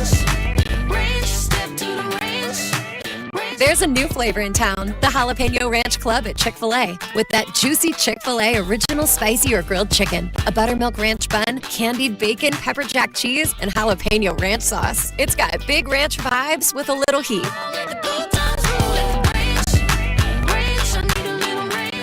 Chick-fil-A's new Jalapeno Ranch Club, available for a limited time only. Order ahead on the Chick-fil-A app. It's time to spring into deals for Mother's Day at Lowe's. Shop select 1.5-gallon annuals hanging baskets, 2 for $15, and get Mom the perfect addition for her garden for less. Plus, get 3 free bags of Miracle-Gro 0.75 cubic foot garden soil when you buy 3. Mom's garden is winning with these deals. Our best lineup is here at Lowe's. Valid through 5/6, excludes Alaska and Hawaii. While supplies last. Selection varies by location. We all hear the radio ads about the IRS. They tell you to be afraid, to be scared, and they try to frighten you into calling. I'm not here to do that. Tax Relief Advocates is different. TRA is here to tell you that if you owe money to the IRS, whether it's $5,000, $50,000, or $500,000, we have a solution. It doesn't matter if you're sitting in your car, at work, or with your kids. No matter where you are, call now. 800-575-9834. Don't lose hope. TRA can eliminate or reduce what you owe to the IRS. Generous programs are now available that can give you a fresh start. Our passion is taxes and helping individuals fix their IRS problems. We have over 1,000 5-star reviews on Google and an A+ with the Better Business Bureau. You don't need to be afraid of the IRS any longer. End your tax nightmare today by visiting us online at TRA.com or call 800-575-9834. That's 800-575-9834. Tax Relief Advocates. Real solutions for real people. This report is brought to you by CMOs & Son, HVAC, plumbing, and electrical services. CMOsandson.com. Dispatch, this is Mindy at CMOs & Son. Putting off fixing electrical problems in your home can be a real hazard. Visit CMOsandson.com to take care of your electrical problems today. CMOs & Son. License 202058. You're listening to 96.5 The Fan from the DM Injury Law Studios. Mike's got this. Car, truck, or motorcycle wreck? Remember, Mike's got this. 816-888-7500. Mike's got this.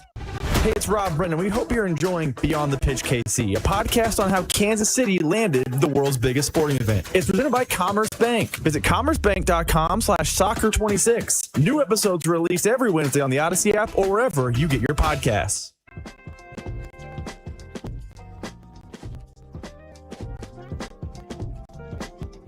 Just after 12:30 here on Cody and Gold. Alex Gold, Cody Tapp, Drew Nixon with you. We'll get to the random question of the day here in about 8 minutes. Multiple texts are coming in because people heard us yesterday discussing you not having glasses. Yeah. We told the story earlier today of what happened after one of our listeners gave you a metal detector. And I discovered several tin cans and a nickel and a bobby pin and some metal stuff. But Cody still has not found his glasses, and we are convinced at this point he's not telling us the full story. I am telling the whole story. Yeah, I don't think so. so. And then over in the text line, I get smart ass comments like someone earlier who's like, "Hey, dumbass, metal detectors don't find plastic things like your glasses." All right, smart guy, my glasses have metal on them. You could have just maybe thought, oh, sometimes glasses are made of more than one material, before you made up a decision to say, I'm an idiot. Pretty lame. For trying a metal detector on something that's metal, decidedly metal, is a portion of my glasses. Turns out they're made of multiple materials. Did you know that? The glasses also can have metal in them? I did not know that. Oh, I don't know, forever? I just think, again, you should not be driving. Drew and I agree. Multiple Are you going to take me to you, multiple Casey? people have said you shouldn't be driving. You can't see. You're blind as a bat. You don't have glasses. You can't wear contacts. You can't get LASIK. You're screwed. Hey, dumbass. Yeah. I can't. No, in fairness, I can't get LASIK. They told me they had a pretty good chance of like making my eye fully lazy again. Oh, well, so don't do like that. that's just off. That's just off the Okay. table All right. for me. I can still make my eyes go lazy. No, don't. No, I don't want to see it. I won't. don't want to see I it. won't. I don't wanna see it. You can't. Oh yeah. Why would you? I got full power of that. I don't know. It's just like it's something that never went away. Are you about to touch your eyeball? No. I can just make it go lazy with just by like sitting here. I don't have to touch my eye or anything like that. I can make my eye go off to the side. I can make this one go off to the side. I can do whatever. Just freak the audience out. Just have the eye to the side for the whole segment. It's like, hi. The way you just said that sounded like that's your superpower. Oh, so what is your superpower? I can make my eye I can just go make lazy. my eye That's the go way- lazy and look like a crazy person. The problem is that it's only uncontrolled when I don't have the glasses. So like if I look in a mirror, it wants to go lazy. And so that will still get me sometimes if I don't have glasses on. Glasses on, never a problem.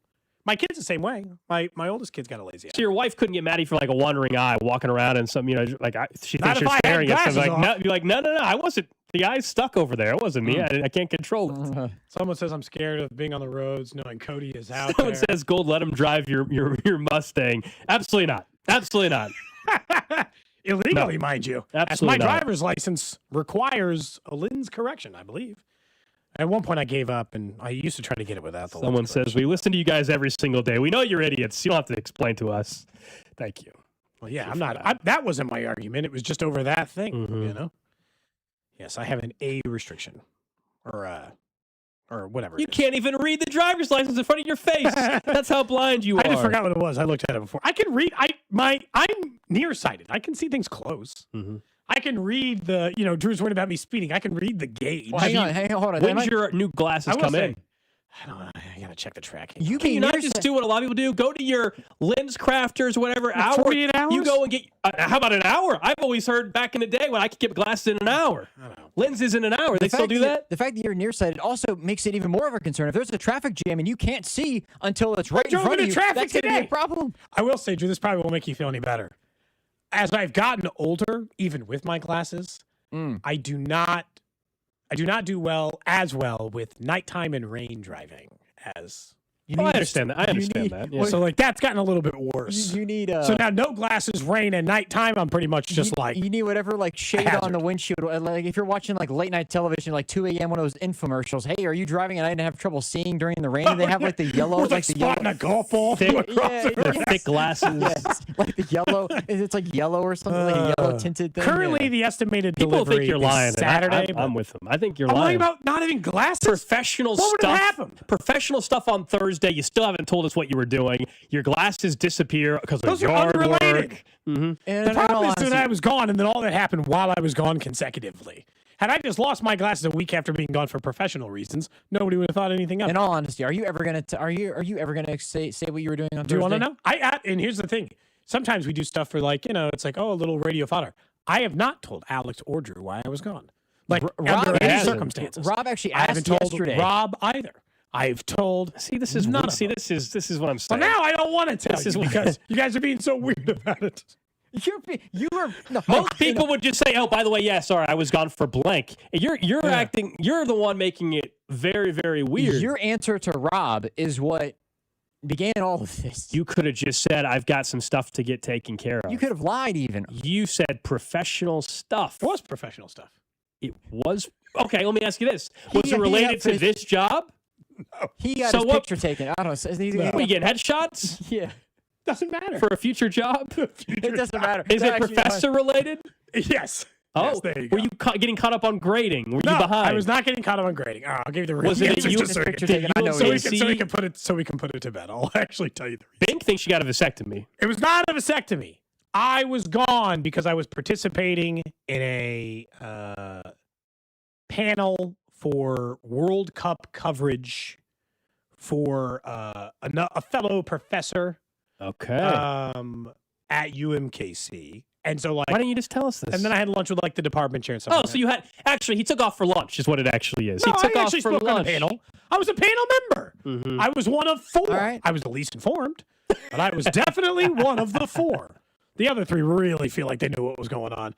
I was there for entertainment purposes. You were there for the lunch. I was not there for that. Was just a part of it. What'd you guys have for lunch? Just like regular box lunch stuff. It was just like with the department chair and some other people. We'll get to the random random Mother's Day shopping question of the day. I'm glad we finally got your professional stuff figured out. Maybe I did not knowing. It was way more exciting than was finding that so hard to say, it was way. No, it wasn't. I told him the real reason why I answered so weird to Rob was I don't need people seeing every move I'm making. Everybody doesn't need to know everything I'm doing all the time. I like to 100% move in the shadows. Somebody did text in and it reminded me. Somebody did theorize that you were interviewing for the assistant coach job with Mark Turgeon, and I said on the air that if you got offered that job, I would shave my head like Alex talked about if they would have taken Jeremiah Love. Turge was not there, so. That's tough. All right, let's talk about some comments that I think people should love from Kenneth Walker. So Ken Walker was on with Kay Adams, and they talked quite a few things we can, over the next couple of days, maybe get into. But we know Eric Bieniemy is back in the building as the OC. We know he's probably the best running back coach as well in the NFL. Yeah. That's one area that everybody can, I think, agree on. Listen to what Kenneth Walker said when Kay Adams asked him about working with Eric Bieniemy. I absolutely love this, and this is such a difference from maybe where they were at a year ago. Yeah, just intense, man. From the first night I met him, it wasn't even we were just meeting up, going to dinner. He was talking about stuff that I did wrong on the field and just talking about everything I need to be detailed at. So I knew what I was getting into when I met him, and he wants the best for everybody, but he got high standards, and that's good if you want to be better. What did he tell you did wrong? He was talking about everything, just everything, detailed run game, blocking, pass game, like just everything he would just mention, things that he gonna coach me on and stuff like that. So Who's the running back that he has coached and been around that he brings up the most? I think AP, that's actually one of my favorite running backs too. So I think that would be somebody he would show definitely. So Adrian Peterson reference there. I love, we know EB is intense, but I love hearing that they had dinner. In the first meeting, Eric Bieniemy is telling him all the things he does wrong right away. His job's not to be nice to meet you, his Ken job's Walker. not to be their best friend. My OC does not need to be the best friend to everybody on the team. And that's not a concern of his. So that part, while we went back to the hiring and everything, would I have liked them to have interviewed other people as well? Yes. The one thing I cannot deny is that the intense nature of Eric Bieniemy and the fact that he is going to tell you what he thinks and he's going to coach the hell out of you. So I love that right away Kenneth Walker, who's coming off a Super Bowl MVP, is being told everything you're doing wrong. I think that's a great sign, actually. It just, like the same thing applies, and I stand by this, I guess, the same that we talked about with him before, and when he went to other places, people were like, well, why didn't you work out there? Because those were loser franchises. And EB's system, the same as Bill Belichick's system, only works when you're winning. So I do think it is still important that the running game is working, the offense is working, and the team is winning for Eric Bieniemy's message to be heard. I think there's a problem where his message doesn't work if everybody's losing. They don't like hearing it. They don't like being told why they suck while they're sucking. It's not an enjoyable way to go about business. But when you're a winning franchise and have standards and go to Super Bowls, and there is a benefit or it feels like you're doing something to get it, well, then it works. And the idea that their big free agent signing, the very first day he met, is like, he essentially, Frank Costanza, and said, I got a lot of problems with you, and I'm going to tell you all the things you're doing wrong at running back, is hilarious to me. It's also just like who EB is. I like that he doesn't feel a need to, he's not doing any of it for show. He just thinks this is what will make you better as a football player. And everybody, Patrick Mahomes, Travis Kelce, Chris Jones, all those offense and defense have talked about how that's a valuable thing from him. So good. I love hearing that. It was actually you're right. It was like a really encouraging thing to see from Ken Walker. Now, it was interesting just because he was talking about running under center, which we can talk about maybe later in the year, and just something to keep a close eye out on, because I still wonder about scheme fit as it relates to Kenneth Walker and him being a chief. But I don't know, I'm fascinated to see, because no matter what, the run game should be better and the offense should be better. So we're going to give Eric Bieniemy credit anyway. We had already laid out when he got hired. Oh, he's in a great spot. The things you and I were going to hold standard-wise. But Eric Bieniemy, when he got hired, he's in a great spot, because if the offense improves and the run game improves, I'm not even saying unjustifiably, but he will get credit. If the offense struggles, nobody's going to say it's his fault. It's going to be far more, of course, once again, on Andy Reid and what's the future look like, and on Mahomes, et cetera. So I think Eric Bieniemy's in an unbelievable spot coming back to Kansas City. He's got a lot of problems with you people. It's like he's almost in a no. It's borderline no lose. It really is. Because even if the offense is the same, do you think they're going to be like, it's Eric Bieniemy's problem? They're going to go straight to Andy. Yep. They're going to say Andy didn't change enough. Andy didn't do enough to do this. There's no way the heat's coming on EB. Now, I'll say there are still things I expect him to be, not less penalties. I've already said that. They got to be less false starts, though, and better in the rushing attack across Taylor's the board. on the team. So. And a more disciplined team across the board. That way, at least, you got to do it. But yeah, Jawan Taylor's not on the team. Although, again, same thing applies there. In the next few days, I wouldn't hate if they signed a swing tackle for the backup spot, or a defensive lineman, like you mentioned, Dante Fowler. Like, they solved all their problems at running back with a single signing. I just want some depth now. Would you rather them sign a wide receiver, an offensive lineman, or a defensive lineman? Defensive lineman one. Yeah, defensive end. I'd rather them the offensive lineman two, then wide receiver. Really, I'd rather them sign a wide receiver first. Yeah, wide receiver 2 for me. At number 1, you said? Interesting. It's not like I'm not Just against because it. It's close. Defensive end's 1. It feels like they didn't do anything. But in their mind, they already have a 1 and 2. I'm not saying that you're wrong, but in their mind, they have a 1 or 2. I'm saying from a depth perspective, like you bring in somebody to be that 4, just a reliable 4. Because right now you're stuck with Jalen Royals and Nico Remigio as your 4. I mean, that to me that's just concerning given what we saw last season. Yeah, I mean, it's the number 2 vet I would sign. It'd be the Tyreek Hill path moving forward, most likely in August. We'll see which version of it gets. Let's get to it, Drew. Random question. For For you, Gold. For you, Drew. Text line 913-586-7965. Of course, over on YouTube, Twitter, Twitch, and Facebook, where we live stream the show. Interact with you over there. Like and subscribe. Over on YouTube and Twitch, pop to the top of your feed and catch any part of the show. I had a different random question planned, but I want to talk about something, and I'll ask you a random question as a result of it because it just came up with the text line, and you and I were joking about it before the show. Somebody asked in the text line, did you hear that Greg Ostertag won the mayoral race in Mount Vernon, Texas? He did. Which is tallest elected U.S. official ever, which is funny because he's 7'2" tall. It was like 500 total votes. He knocked out the incumbent, to what I read. I don't know anything about their politics. I'm not even going to pretend to care about Mount Vernon's mayoral race. The question I have for you is it results to that, and then we can talk about the Ostertag thing, and I can save the other one for tomorrow, is what is the smallest size town you believe you could win a mayoral race in? You, Alex Gold. What is the smallest, Drew? What is the smallest size town you believe you could win a mayoral race? Because it's not Kansas City. None of the three really, of us are you are asking what's the largest town actually you could win in? Yeah, largest. Sorry. What's the largest town you think you could win a mayoral race in? Oh, gosh. I mean, here's the thing. If you're in a smaller town and you're not from there, they're not going to vote for you. They don't know who the hell you are. They don't give a Yeah, you got to go. You might have to go mid-size. You know? Like you can't just move to a town of 1,000 and then in a year later run for mayor and win. I mean, if you were like George Brett and it was a small Missouri I'm talking town, about you or me or Drew, though. Yeah, I know. Well, 96.5 the fan signal's pretty good. Maybe you could get maybe you could be the mayor of Leavenworth. I don't know. How many people live in Leavenworth? Maybe you could be the mayor of Paola. Do they have a mayor? It's a part-time job. Of course, they have a mayor. Some cities, it's more part-time than others. How many people do you think I live in Gladstone? How many total people vote in the 83,000 people that live in Leavenworth County. That's more than I realized. According So to that's Gladstone's 28,000. Oh, that's wrong. Sorry, no, that's not right. Hold on, that's Gladstone, Oregon. Hold on. That's Gladstone, Oregon. Gladstone, Missouri, approxiately 27,000 is what this is. Just a quick Google search. I think I gotta go smaller. I agree. I don't think I can be the mayor of Gladstone. That was the county, though, of Leavenworth. How about Bonner Springs, on my neck of the woods? I'm not quite Bonner Springs, but Bonner Springs is 7,800 people. I don't know if they have a mayor. I'm sure they do in some capacity. I think that's even too much. I don't know, guys. You think that's too much? I mean, I sure as hell can't run for Overland Park. Too damn big. Do you want me to be totally honest? Huge. So, yeah. That's a full-time job. Cody, my honest answer, I would not. The person is, you would just never do it.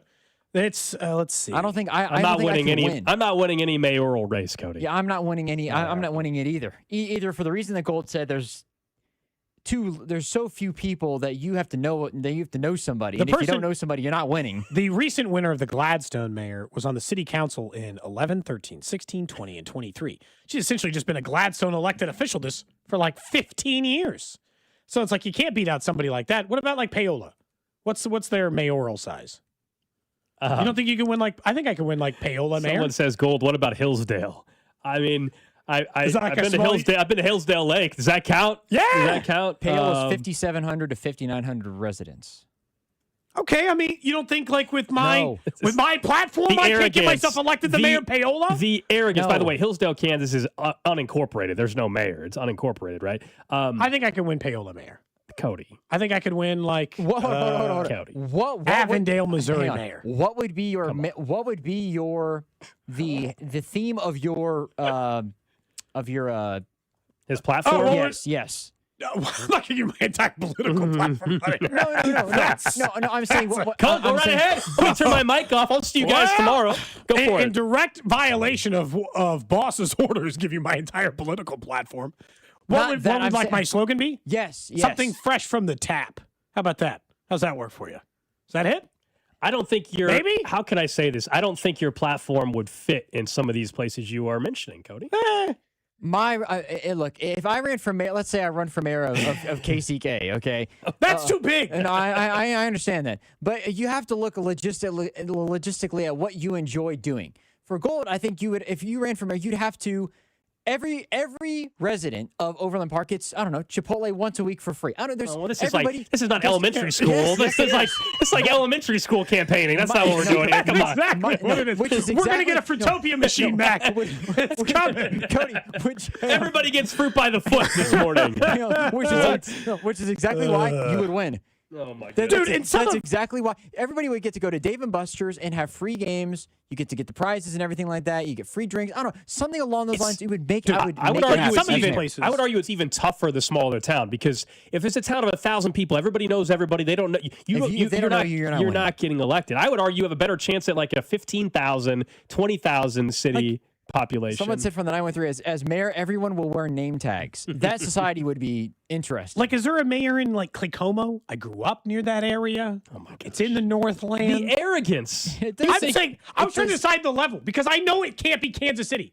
It's got to be less than 10,000 people. It sounds anything like I'm running for has got to be like I got to convince like 700. It sounds like people you're to vote for me. gauging whether or not you want to soft launch a not trying to run for mayor. campaign to run for mayor. I'll run for a city council of Gladstone before I run for mayor. That's a good or step. the school board. I think you should try that first. That would probably get you in the right direction to become a mayor. Yes. You got to climb the ranks. I got to be like an alderman or something before I can be a mayor. City council to start off with and see what you can do there. You know, not everything could just be done with a snap of the fingers. I suppose. I will say, in fairness, I did learn that. Like we've talked about on the show before, if I ran for Gladstone City Council, we were worried that if I did that, even as just like for a part of this show, that I would need to have on my competitors for equal time. Only applies to like major races. I can just run here free. I can have all this airtime I think to talk here's the thing, about though. I think whoever was running against you, I'd invite in for a fan club Friday just to make it interesting. Yes. Just to make it interesting, you know? Somebody said they live in Paola. You're an outsider. It won't happen. Exactly. That's the problem. Someone says, I'm Cody Tap. I'm going to tap out the competition. And just like that, you will not get a single solitary. That's exactly what local ads look like. Are you kidding? Have you ever watched a local ad for like a small? That's exactly what everybody does. I would utilize and I'm holding someone in an arm bar or something. I mean, That's exactly that gets me votes. Are you kidding? Someone had said basketball goals on every cul-de-sac. That's what you also. The only thing I would say probably for your last name. This is going to sound very arrogant, but I will say the signs on the road that just say Gold. People remember that more than they would some random long last name of somebody. Tap's an easy name to remember. Gold's easier, but Tap's not bad. In terms of all the names, though, I probably have, I guess, the worst name to have Nixon? as some sort of a politician. I mean, Nixon. People, you know what? Correct. Some people might have been a big fan. I'm also not a crook. That would be. Honestly, it already does have some political cachet, good or bad. Nixon in politics. Yeah. It's like Kennedy. I mean, it's recognizable. You know, whether it's good or bad, it's certainly recognizable. Dude, for the first history class, because I liked history. I took history in college. First question, dead serious. They were doing like roll call or whatever, see who was in there. First question: are you related to the president, or are you related to Richard Nixon? Yes. Every single time I had a history class, always was asked that question. Somebody asked me if I have any felonies. No, all of my crimes were misdemeanors. So are they going to look past? Are you able? You would still be all right to? Oh, we can't because of misdemeanors when I was 18. Now I'm not eligible. This is about to take a turn. It's about to take a turn. I would say no. I do not think anything actually disqualifies you from running. I don't think so. I think we've learned that you it can doesn't shine matter. no matter what you're made of. Someone says Shout out to Gold's robots. election model. Welcome to the gold standard. That's the obvious one. Sometimes you got to go slightly outside the box. Yeah. Huh. Interesting question, Cody. Clearly, you've been thinking about running for political office. It sounds like you definitely wanted to gauge the thoughts of us in the text line. I specifically mentioned the Fruitopia machine because that was a big deal in middle school when we got one. That Drew doesn't even know what that company is. No, but I do think that was the last lunch period. All the good flavors were gone. If you ran on something as silly as that, I think people would actually be like, you know what? They would actually listen. Yeah, I don't know, man. Man, this guy knows nothing about how to run the city, but he's bringing back the Fruitopia machine. He's bringing it back. He's bringing back. I'm bringing back a defunct company. I'm assuming that doesn't even exist anymore. So, do you realize how much dirt people could get just from your show, Cody? Nobody's digging up a dirt on a mayoral race of 1,000 people. Who's digging up dirt for that? Also, they can dig up dirt, but I can't on my competitors. People talk. Everybody's got dirt. You know, true. This is not. I'm not alone here. But yours is very accessible and public, and in audio form for everybody to find. I mean, all they have to do is go back and listen to a couple of these shows over the last 6 years. Man, you know. Yeah, that would be it. You know, I may not be big, but I am small, and I possess the powers of the quail. There's a lot of things I've said on this show. Look how hard it was. You'd have to end one of your debates with that. Maybe I like to imagine myself. Some of these would be a bit. Those are not the most damning ones I've said on the air. I'm giving you just straight dome. That one's damning. That one hurts. All right, that's the random question of the day. Up next, we get to the 1 o'clock hour. Let's take a look at some of the offseason decisions from the Royals front office. A couple players elsewhere that are maybe not performing the way you would have thought, and something that Fox is asking one person to do during the World Cup. I want to see if you're in for it next. What's up, Kansas City? This is Cole Reagans, and you're listening to Cody and Gold. Weekdays starting at 10 on 96.5 The Fan. Brought to you by Heartland Men's Health, the leader in men's sexual health. Thousands of men have been successfully treated for low T, ED, and more, all with discretion and compassion. Make your appointment at heartlandmenshealth.com. At Low T Center, all providers are board-certified experts in their field. They know the right questions to ask, the right things to look for, which are some of those questions you're probably asking yourself. Do I feel the same? Are my workouts going the same? Do I have energy to play with my kids? Or all these issues can be signs of low testosterone, including a low sex drive. And so if you are trying to figure out what's next for you, Low T Center could offer you solutions to try to find you the highest quality testosterone on the market.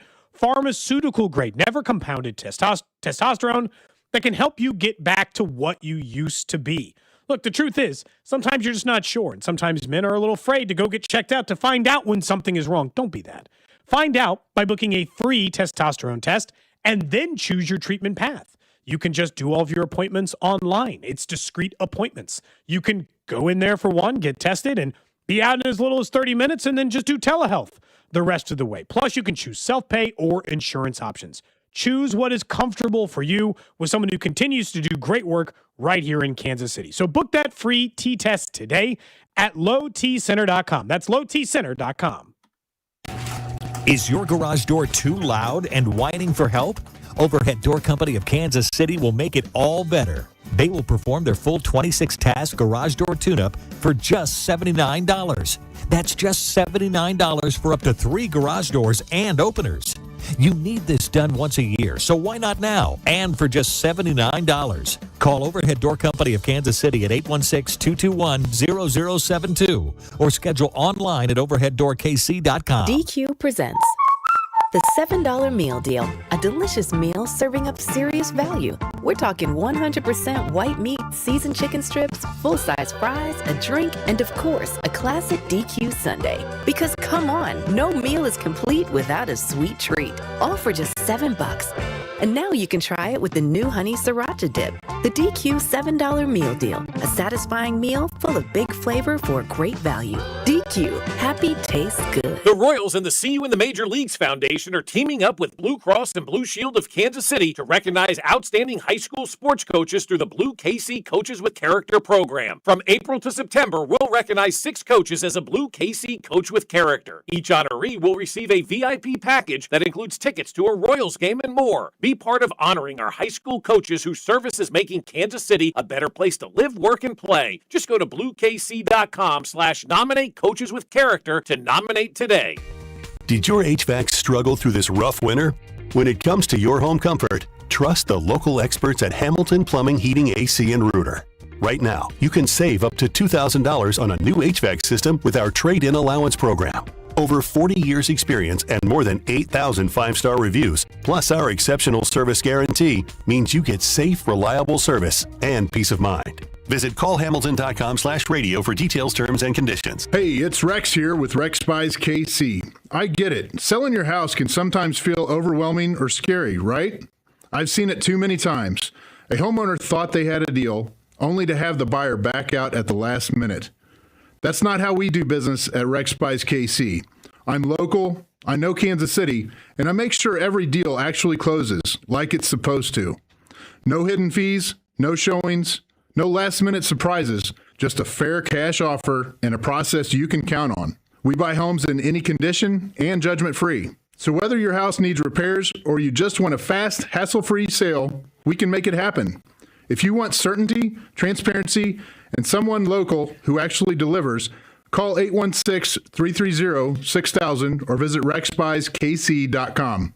Rex Buys KC, helping people make smart choices one home at a time. 816-330-6000 or rexbuyskc.com. Staples presents Celebrations Made Easy. I was throwing a party for the twins and had custom invites and a banner printed at Staples. And that's when I saw Party City is now at Staples. Party City? No way! Yep. So now Staples has all your printing needs and everything you need for a party. Everything times 2. Yeah, and now at Staples, save 40% on custom cards, photo gifts, wrapping paper, banners, and more. Big news! Party City is now at Staples. That was easy. Shop Staples in-store, online, or on the app. In 613, exclusions apply.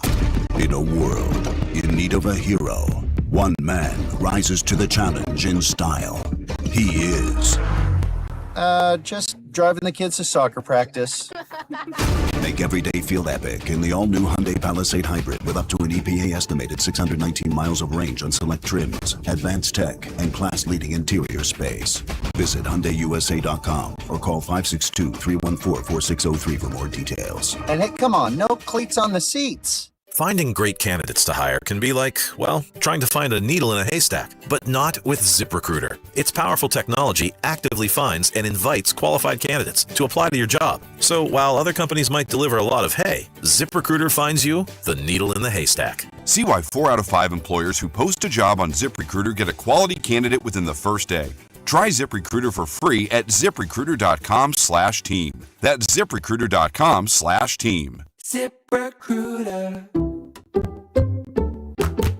You like saving money, right? We all do. That's why Allstate just lowered the price of car insurance. Not, but wait, there's a catch. Lower. Actually lower. So if you're shopping around or just want to see how much you could save, check Allstate first for a new lower auto rate that could save you hundreds. You're in good hands with Allstate.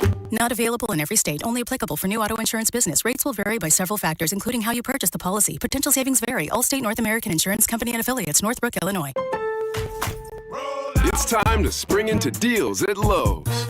Freshen up your yard with Stay Green Premium 2 cubic foot mulch. 5 bags for $10. Then get what you need to keep clothes, food, and dishes fresh with up to 35% off select major appliances. Plus, save an additional $100 on select laundry pairs.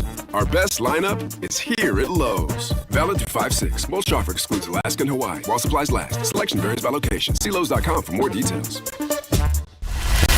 Look out for Max Minute on Twitter, Instagram, and YouTube Shorts every Monday, Wednesday, and Friday. This is Kansas City's FM sports station, 96.5. The Fan, KFMC FM and AM, HD1 and HD2, Kansas City, an Odyssey sports station. 1 o'clock hour here on Cody and Gold. Just saw an email come across. Are you doing anything for Cinco de Mayo? No, Today, I gotta of course, teach. is Cinco de Mayo. I only have 2 classes remaining for the semester. No traditional final day. So, are you typically hey, I'm going to go get tacos because it's Cinco de Mayo or margaritas, or do you like, it's actually the opposite? You don't want to deal with the crowd. I would say not publicly. Maybe I would make a margarita at home or something. Yeah. But yeah, I'm not going to go to a restaurant tonight. That's inviting. You got to get there early. You better get there early. Headache. Try to go at 6:30 tonight. No. You're going to run I would into say it. Celebrate Cinco de Mayo like that?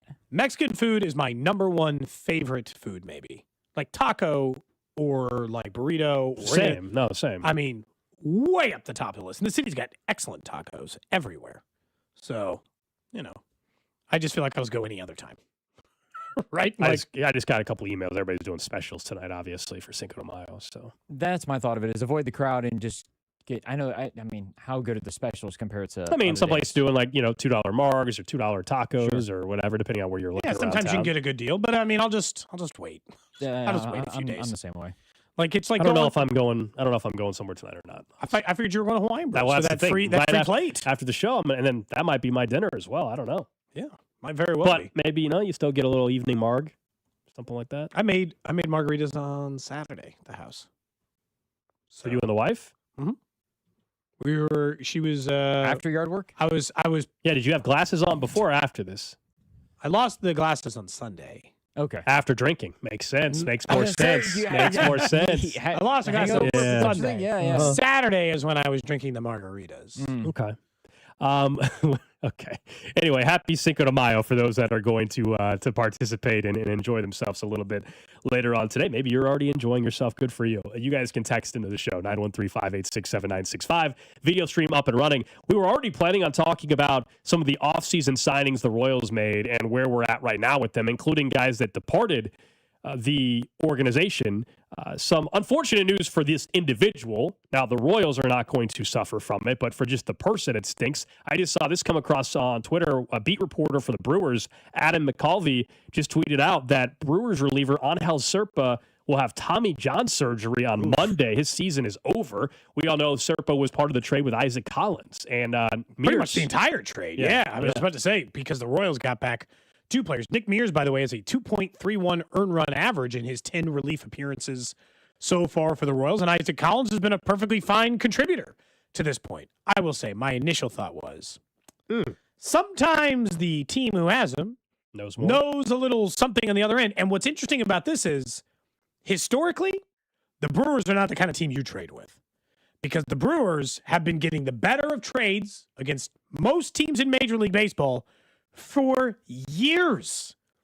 Angel Serpa has a 6.39 earned run average in 12 games. He was getting rocked, and now his elbow's shot.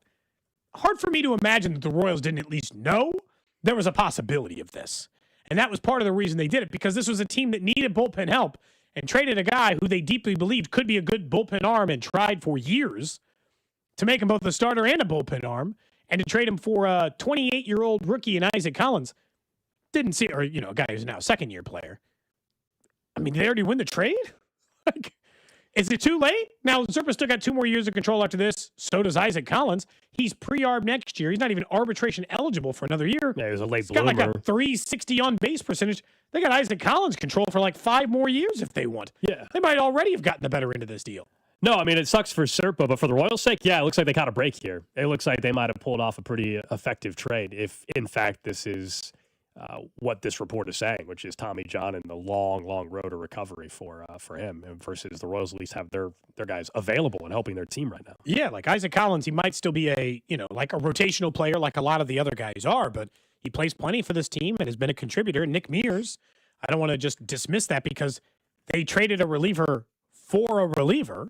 And here's the truth, like, it's the lefty-righty part of it, and Nick Mears was also, like, kind of a wild card in the situation. So far, even if they traded Nick Mears for Serpa straight up, they have the better reliever. Same number of outings, 13. Nick Mears has a 2.31 ERA and 11.2 innings pitched. Serpa's got a 6.5 earned run average and just got lost for the season. But they also get Isaac Collins. This just goes back to what I think was I'm not going to claim it's like this is the world's greatest offseason for J.J. Piccolo. I think the ones in which he brought in Lugo, brought in Waka, like the moves that made like big, huge swings. This was, however, a solid, rock solid so far offseason for him. Strom's working, Mears is working, Isaac Collins is working. Starling Marte's hitting 300 even though he's only played in a handful of games, 13 or whatever it is. Lane Thomas has finally turned it on. Like, what real complaints do I have about the offseason moves? You had pointed out earlier, the Preston Farr over at Royals Review was even pointing out, we all said, did they do enough to help the outfield? Currently in OPS in the outfield, they rank 8th, 4th in on-base percentage, 7th in WRC+, which is a really good stat to judge above, like, ranked above a league average player, 10th in walk percentage, and 4th in average. So they're getting, now look, some of that is because Jack Caglione has been awesome, but some of that is just because all the other outfield positions are contributing. Unlike last year, which was a huge chunk of their offseason plan. 1 or 2 bullpen arms, Strom and Mears. 1 or 2 outfield guys who can rotate, Collins, Marte, and Lane Thomas. And to this point, it's all working. Yeah, this goes both ways on it, right? 2+ weeks ago, you could say it was too early, we don't know.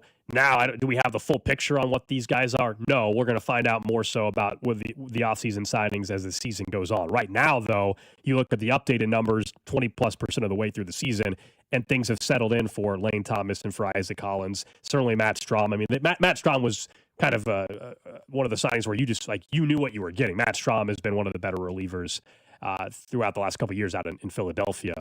As well. So the bigger questions were more about Lane Thomas bouncing back post-injury, Isaac Collins still being an unproven baseball player, and then Nick Mears was, at the time, maybe the organization didn't view it this way. I think fans viewed it as a throw-in almost in the trade a little bit. Yeah, we knew they were going to use them, but we weren't talking about them getting Nick Mears. So yeah, I don't want to act like every move has been amazing by any means. We can fast forward 2 months from now, and all of a sudden the opinion's different on Lane Thomas. Right now, though, you like what you're seeing. Certainly, it's an improvement in the outfield. You mentioned Preston. He also put out numbers just this late in the season, which is not that late, but May 4th. Last year, they were just for slash line. How about that? 221 at this point last year from the outfielders, okay? 221, 325, 380 slash line. Right now, 269, 359, 402. In 2024, it was 190, 255, 320. 2023, it was 214, 269, 344. Point being, at this point of the season, this is the best slash line the Royals outfield has had in at least 3 plus years. Yeah, and I don't know, probably top 10 ever. You're right. A lot of that is CAGs. A lot of that is CAGs, sure, no doubt. But Lane Thomas has a 380 on base percentage. Kyle Isbell's got a 350 on base percentage. Isaac Collins has a 350 on base percentage. Let's not pretend like all of them are getting on base, which is the only thing we want them to do, Gold, because who hits after all of those guys get on base? Michael Garcia, Vinny Pasquantino, Bobby Witt Jr., Salvador Perez, the leaders of the team to go with it. I will say one of the offseason or one of the midseason additions last year was Stephen Kolek. You got any expectations for him tonight? I don't know what to make of him. I'm a little concerned about Noah Cameron with the. He started 5 games for the team last year. Anytime we talk about back tightness. Now, Vinny was only out for a couple days. Different position, though. He's playing first base. We're talking about a pitcher here. Noah Cameron, from a performance perspective, has not been at anywhere near the level as a year ago. Some of that I truly just think is he's probably more like a number 5 starter in baseball than he was last year when he was pitching like a number 1, number 2 based on ERA. And that's just not what he probably is going to be throughout his career. I hope it's something small for Noah Cameron. He's back quickly. For Kolek, you're right. We did see him 5 times. I mean, truly, you're asking him to go up against the Guardians' best pitcher tonight, but your team is playing with confidence. This is a game in which the offense is going to need to pick up your pitcher again. You know, this is one of those where I think we'd be pretty surprised if Kolek gives you 6 innings of 1 or 2 run baseball. You're probably going to need this offense to continue the trend of scoring over 4 runs like they have been. Can I say that, this was admittedly a bit surprising to me. Kolek hasn't pitched so far this year. He started on the injured list. So, he was scheduled to make rehab starts, essentially. Not actually. That's what they call it because he was a part of the major league roster. He was way better than I remembered last year. He made 5 starts for the Royals. He went 6 innings, 1 run, only 4 hits. He went 7 innings, 2 earned runs, only 6 hits. 6 2/3, 1 run. 7 1/3, 1 run. 6 innings, 2 earned runs. He was awesome last year. 33 innings. I did not remember him being that good. In the 5 starts he made for the Royals, he posted a 1.91 earned run average, gave up 2 or 1 runs. Gave up just 1 home run and only walked 5. So, and had, 12, 16, 19, 21 strikeouts in those 5 starts, too. He was a lot better than I remember. He's coming off an oblique strain. He is. So we'll see. Hopefully all is well there. But, yes, he has made starts for them. Now, in fairness, because he's been on the oblique strain, I don't know what he's built up to pitch. To your point, Gold. 4 innings? Can you get 4 innings out of him? 4, 5, depending on the pitch count, right? If things go smooth, maybe 5. Well, here's our answer, Cody. He had his rehab assignment, his 4th one last Wednesday. How many pitched that at? 4, struck out 4 over 4 1/3, 72 pitches. So 5 innings. Gave up 3 runs, 1 earned, though. Only 1 earned. But, yeah. So I think, you're looking at 75 to 80 pitches max. This is small, but that's part of the reason I guess I wonder, why not let Walker go to the 8th? I know he's being hit and the game was close and you're trying to keep the winning streak alive. And if you got a win in the hand, I'm not saying you have to do it. There's just part of me that's always like, if you knew you were going to need the bullpen because you knew Cameron was going to have back tightness, and they obviously knew that even though they announced it after the game, it's like, did you want to steal one more inning out of the bullpen? And all those guys are available. And I don't know when their next off day is, but I mean, the Guardians are starting to get some hard contact off of him at the end of the 7th inning. Maybe that's part of it. I don't know. Not helpful text line. Someone's like, I can see you looking at your computer. Put your glasses on, but you can't see to read. I don't have my glasses. I lost them. If you're just tuning in, I lost them doing yard work, and I'll never see them again. And my new glasses, I don't have a new shipping update, but the one they gave me originally said Saturday. Gotcha. That's a long time to wait, man. Saturday? When was the longest you ever went without contacts or glasses? Never? You just didn't do that. My vision was so bad. Your vision was worse than mine. Prior to getting LASIK, my vision was so bad, Cody, I would not be able to. I know we're joking about you driving. It wouldn't even be a question. I would not be able to drive back in the day without my glasses and contacts. So that's why it is nice. Like when I've talked about the LASIK, it's like a real thing. It's the best thing ever that's happened. I don't even like remember wearing contacts. What anymore. burned me was the glasses sunglass switch. Classic. You know, you want sunglasses on, but your glasses aren't that. So you can't just have sunglasses on. I was so excited as when I got LASIK 4+ years ago, I guess it's been now, because as a kid I never wore sunglasses because I always wore glasses. I didn't have contacts until like high school, and so it sucks. Like, so for me, it was a big deal that I could just wear sunglasses like it was no big deal. I just trade them out. I ordered some prescription sunglasses with my new glasses because I lost those years ago. Oh, they're incredible. What a life. By the way, for all those people saying I can't drive, can I point out that, Drew? You do realize that I drive home every day with sunglasses on my face that are not prescription. That's concerning. You should not be allowed. You're violating your driver's license. It says corrective lenses. Those are corrective lenses? It does say they're not. They're specifically not. But we got a lot.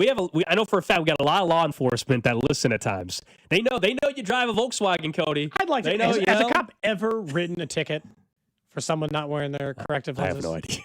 Does that ever happen? Is that like a ticket you actually hand out? They don't know though that now they know that you're. It's on the license. They know when they pull someone over. But they're not going to say, "Let me see your contacts in your eyes." Yeah. They're not going to check to make sure that they're in. I guess is what. Yeah, I guess. Yeah. Now, if they're getting pulled over for other reasons, they might be a little more cognizant of that. I don't know.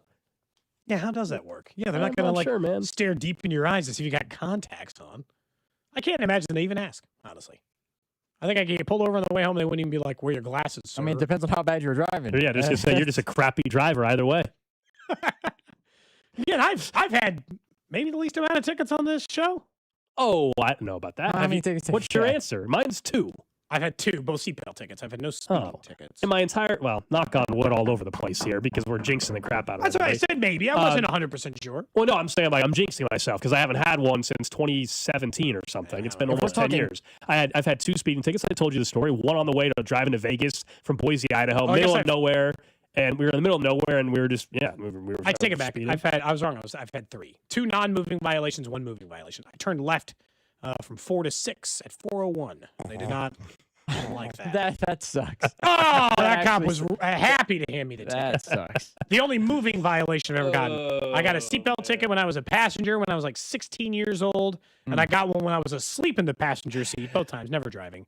Coming back from like Iowa or something. My friend was speeding and he got pulled over, and they gave me a seatbelt ticket. I got woken up as we were getting pulled over. I was like, you're not wearing seatbelts, huh? I wasn't then. I do now. And you were asleep too? No, and as a teenager, sleeping, no seatbelts. As a teenager, I didn't wear them a lot. It's stupid. It's idiotic. You should absolutely wear your seatbelt. Yes. But my parents, we grew up in a non-seatbelt raised family or whatever, so it wasn't like a huge deal. It's also a little bit different in the 90s and early 2000s with I would say the loose nature of people wearing seatbelts. It's a horrible idea. You should absolutely wear them. I wear them all the time now, but of course, cars won't even let you now. They'll just yell at you the whole car ride if you tried to ride without a seatbelt. I get mad if I put something in the passenger seat that's a little too heavy, and it's like, hey, someone should have a seatbelt. I'm like, it's just a backpack. Shut up. It's like I'm just trying to get from point A to point B. Anyway.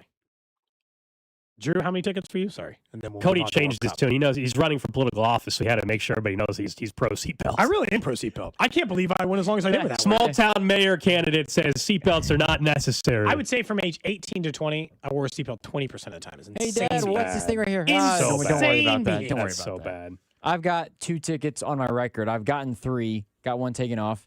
I've been pulled over more than 3 times though. How recently? Well, he got a ticket for his car accident. He said, he got a ticket for his car accident, didn't he? Oh, okay, that's fair. But that's not getting pulled over. That's not getting pulled over. That's an accident. I wasn't counting that. Okay, if you want to count it, then that's 3 that I do have, or whatever violations those are. Anyways, the last one I got was, other than the accident, I suppose. Last year at some point, there's a road. You didn't tell us about this. By Sandstone. Bonner Springs. Yeah, in Bonner Springs. Talking like a true Kansas City in Sandstone, yeah. There you go. There's a light, and there's a KC. I turned left, not to go to KC, but to go past the amphitheater toward, I'm going to Quick Trip and Price Chopper. That's where I got a Price Chopper at. Anyways, it's up the hill. It's 30. There's always a cop that sits right before you get to the entrance of Sandstone, and you cannot see them because you're going up the hill, and then it crests, and then you go back down. More times than not, somebody goes up the hill too fast. I did that one time. I was going 35 into 30. Got pulled over. Oh, that's weak. Hey, but he didn't give you a ticket? But this is the thing. Just gave you the warning or gave you the ticket? I'm sorry. They gave me a warning. That's the last time I got the warning. But no, the craziest part about it, the cop was going in the opposite direction. They whipped around. They pulled that's how I got my ticket on the way to They Vegas. pulled a The cop was on the U-turn. other side of the highway, and I was speeding, and he flipped all the way. And we're going again, 70 miles, 80 miles an hour in the opposite direction. 30-year-old me is, all right, fine. Yes, I understand. 15 or 18-year-old me would have been like, why are you paying attention to me on the other side of the road? Shouldn't you be paying attention where you're going instead of me on the other side? Whoa! Let's start questioning cops now all of a sudden. That's what you would have argued. 18-year-old me would have. Pumped through is what it would have been at the time. I wouldn't have argued, but I would have asked the question, and then they would have answered, and I would have been done. But I would have asked the question. You see this text? You see the text How line did you says, notice "Drew, I lived in that area my whole life. Go 30 on that road 24/7. Dude, on that road, it'll get you every time. Yes. Drew. That road is the worst." Someone else says. Next time, yeah. Anyway, someone also did text in from law enforcement and said, "Been in law enforcement for 20 years. Not once have I ever looked at or known anyone who has looked at the glasses portion of a driver's license. That's some D-bag stuff." Yeah, that's like low tier. Like you're really trying to get that quota up, I guess, or whatever. You know? Or if someone was swerving all over the place and they passed a breathalyzer, you'd be like, "What the hell? Can you see? Where are your glasses?" Yeah. I feel like it'd be somebody you'd ask if they were like 70 plus, and they weren't wearing like their corrective lenses. I'm still young enough. With your vision issue right now, could you pass? Could you pass the test? I think so. Again, a vision test. The issue is sometimes like if I look at those things, I have a hard time seeing like the images on both I don't sides. know. My eyes can't focus at the same time or whatever. I can't see I Do you can't see hear those yourself, stupid though? Magic Eye posters. I can't see any 3D movies. I get like blurry or double vision sometimes. You're saying this and I'm driving. Yeah, do you Shouldn't hear this yourself concern right now? Someone said, "Yeah, you run into a stop sign or a parked car, they're going to check and see if you got your glasses on, and they're also probably going to make sure you're not under the influence of something." Mm-hmm. They'll probably check the second randomly one first. run into a stop sign. I'm going to check one more time, and then I told him I'm going to return this. I can't hold hostage somebody's metal detector. Forever. All right, are you guys interested in this? So we know the World Cup is coming up in a month and a half or so, and tomorrow we're going to talk more about it because there's a lot of news right now and stories about underwhelming hotel numbers, et cetera. We're going to talk more World Cup tomorrow. But I saw this from Fox, as in Fox Sports, and they are launching a nationwide search to fill a position of, quote, chief World Cup watcher. Oh. $50,000. You will watch all 104 matches across 39 days and log in and be like on social, et cetera. 104 soccer matches, you get $50,000, so you make $50,000 in 40 days. 39 days. Okay. That means though you better not have another job because you're watching matches all day. No, so you gotta take a month's vacation or so, 5 weeks vacation. And doing the math, if you only are working during the hours in which the games are on, which I assume there's a little bit of work before and after, it's like $250 an hour. Oh well, sure. No, 39 days to make $50,000 in 39 days. I'll take that trade off every time. I'm just saying, if you have a job, it's going to be very difficult for you to do. So I went ahead and I looked it up. So I did $50,000 divided by those 39 days. That's $1,282 and change per day that you're getting. Mm-hmm. If you made that every day of the year, you're basically, for those 39 days, you're making a $465,000 salary for 39 days. I mean, that sounds very nice. I am not so sure that at some point that doesn't become worth it, right? I mean, in a lot of ways, isn't that like Are you taking 5 weeks vacation from your job? Well, I can't, like in my position. But if I were like between jobs, I'd sign up in a millisecond. Oh yeah, and if you're not employed, then it's absolutely. I'm not even as big of a soccer fan as someone like Rob, right? Who does the World Cup podcast, as you know, probably from most liners on this station. So like, it's a podcast about Kansas City. And so like when you talk about it, I mean, in a lot of ways, I would say like this is but to watch World Cup soccer for $50,000 and all I got to do is sit in a seat and interact with like Ivory Coast fans and U.S. fans and all. Sure, that's a 39 days to make $50,000. I mean, borderline. If my job would let me take it off, I almost would. If they said, "Cody, you can come back in 5 weeks and you and Alex can host a show like normal, but for the next 5 weeks, I'm just going to get handed a $50,000 check," I don't think you'd blame me if I took it off. No, like you'd have to just be like, Cody, that kind of makes sense. Like 39 days. I'll call into the show and talk World Cup if you want, but Yeah, I got to make 50K. Someone said if you're a teacher and you're not teaching in the summertime, perfect. Oh, yeah. Oh, yeah. That's about that's dream. Double dip, 50K in 40 days. Forget teaching summer school. Straight for the 50K also, and watch the World Cup. If you're a college student, you're off for the Let me summertime look at too. more of Our the friend criteria. Molly, our friend Miss Dugan should be all over it. She doesn't teach Actually, summer it's not school. a bad idea. She already does social media stuff. They want social media to be a part She of might it. be the prime Go interact candidate with for it. something like that Make then, 50 grand, talk soccer for 39 days, and enjoy your time. I Yeah. mean, why not? I do think she's coming back in for a fan club soon. Next so. month, I think. Yeah. Let's see. I'm looking at more details. I was trying to see what qualifications. It just says how to be matched. It just says you have to use Indeed, the job site. Okay. Update your skills, preferences. Show us your content creation skills. Posting a video on social media explaining why this is the right job for you. Use hashtag Chief World Cup Watcher. I should do that hashtag just to see what videos are already out there. Chief. The fact that it already is social driven, like doing social content, Ms. Dugan actually I love how we're very much would telling be her what she considered should for this. apply I would for. say. Should we let her I know didn't that say we she think? should. I said I just think she'd be a good fit. It sounds like she'd be If very you go on that qualified for hashtag, people are already posting videos, like applying for it. I bet. This reminds me of when Drew was trying to do Amazing Race or whatever the show was with his sister. It does come across. Did you that guys way, get? yeah. Did you get like a formal rejection letter for that, or how's that work? You just don't hear anything. I didn't hear anything. Yeah, I would assume that's That's a how. bummer. Because you know how many thousands of people probably. Yeah. I just didn't know if they send a generic thank you for your interest. We're not interested in this. I didn't see anything. Granted, for all I know, it went to the spam folder. I don't know. I still think it'd be funny if you and I, Alex, applied for it. 2 radio hosts in Kansas City. Go on the Amazing Race. Could you imagine telling Spec that we were going to be gone for how long? Do you got to be gone for? A month? How long's Amazing Race? Probably about a month. I mean, it's well worth the show promotion, admittedly. Who in the world would fill in for a month? I mean, Bink and Logan. the Bink and Logan show. Steve, I don't know if they're letting us take that kind of time off. They might be like, yeah, you can't do that. You'll lose your job. Well, it'll have to be a conversation, I suppose. Would you guys, if you guys are? I've never even seen the show. That would make it even funnier. Because there are days I think where you're traveling more than anything else. Like you guys were stuck in an airport and some of the tasks. Some other country again, this is called in. There's some that are way worse than others. I mean, I don't like heights, so there's a couple where I've watched Amazing Race where you have to go on top of a crane or whatever, and I'm like, oh, it's over. We're done. I can do that part though. We're eliminated. You could do that part. Can it be one of the two of us, or does it always have to be both? Oh, then I'll do it. It's fine. Usually, you don't have to both do the same thing. It just depends. There comes a point though, I think, where you can't like if Cody's always doing if you're always doing certain things, just then the height ones. Yeah, just the height. I don't know if there's a. There's some where you have to like learn a native dance of this tribe, and until you get the choreography down, you can't advance. And so it's like all kinds of stuff like that, or you have to write in a certain language or whatever. And there's some that are way more. There's some where I've watched. I'm like, oh, I'd be stuck there forever. It's never happening. Well, we'll give it a try. Anyway, up next, guys, let's get to what's trending. Let's talk a little bit more as well about the rest of baseball and what's going on so far today, including more on a couple of the injuries in Skubal being out for the Detroit Tigers. We'll do that next.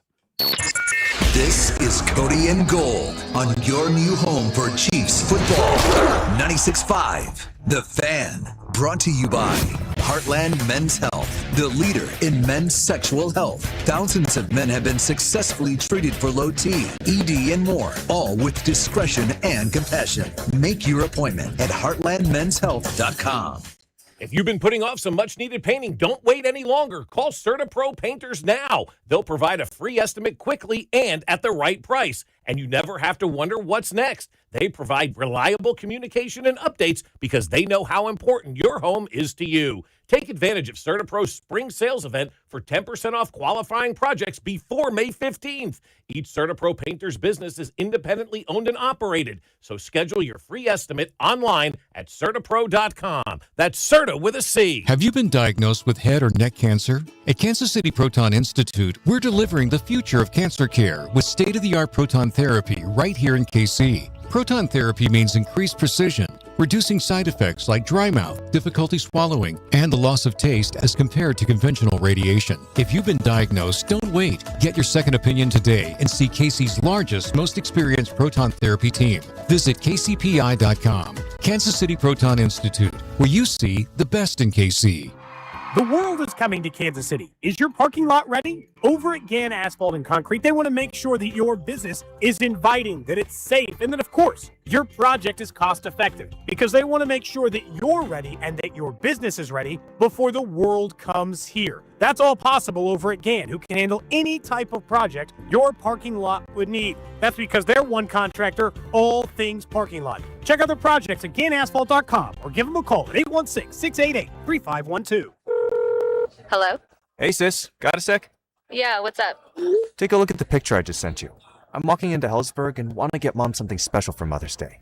Yeah, she's done so much for us this year. Let's see. Diamond pendant. Oh, she'd love this. Great. I'll get this, which means you're in charge of flowers. Okay, deal. This Mother's Day, save up to 50% on timeless gifts for Mom. Shop at a store near you or at Hellsburg.com. This Mother's Day, treat all of the moms in your life like a queen. No, wait, an empress. With a little help from IV. Surprise her with a stunning floral arrangement, or choose from dozens of gift cards for some retail therapy. Then bring the whole family to brunch at the Hy-Vee Market Grill. Just $19.99 for adults, $6.99 for children 6 to 12, and kids 5 and under eat free. Just one stop for endless options to crown her queen for the day. Only at Hy-Vee. Moms are the most important people in our life, and she deserves to be honored on Mother's Day. This year, treat your mom to an amazing brunch at Hy-Vee with fresh eggs, crispy bacon and sausage, biscuits and gravy, fresh fruit, sweet treats, and so much more. You can bring the whole family for just $19.99 for adults, $6.99 for kids 6 to 12, and kids 5 and under eat free. It's Mother's Day brunch at Hy-Vee. They have everything to honor Mom. So make this Mother's Day the most memorable ever, only at Hy-Vee. They call this one Bill. Whoa, aliens? Am I in a spaceship? Affirmative, Bill. What's with the laser saw? Relax. We are cutting our bill in half. What? An Xfinity mobile transmission says you can cut your bill in half. Oh, your mobile bill, not me, Bill. Xfinity Mobile also says we can try it free for a year. Free. Yes, with no commitment. Can we put the saw away? I am reluctant. But we will find another being to bisect. That's not sci-fi, it's Xfinity Mobile. Xfinity Internet members cut your mobile bill in half. Plus, try Xfinity Mobile free for a year. No commitment. Learn more at xfinitymobile.com. Xfinity. Imagine that. Restrictions apply. Xfinity Internet required. Savings compares one line of Xfinity Mobile Select to comparable plans from T-Mobile, Verizon, and AT&T as of 3/24/26. Taxes, fees, extra. $30 monthly discount limited to new mobile customers only. After 12 months, regular rates apply. Having unexpected car trouble or just in a car accident? You need Jay's Southland Tow Service. They have 20 years of experience and service the KC metro area. They specialize in light, medium, and heavy duty, also in commercial transport and construction equipment. Keep this number handy. 816-779-4TOW or go to southlandtow.com. Use the tow service trusted by most local police departments. Jay's Southland Tow. There's nothing they can't do. So be in the know and use Jay's Southland Tow. This is the story of the one.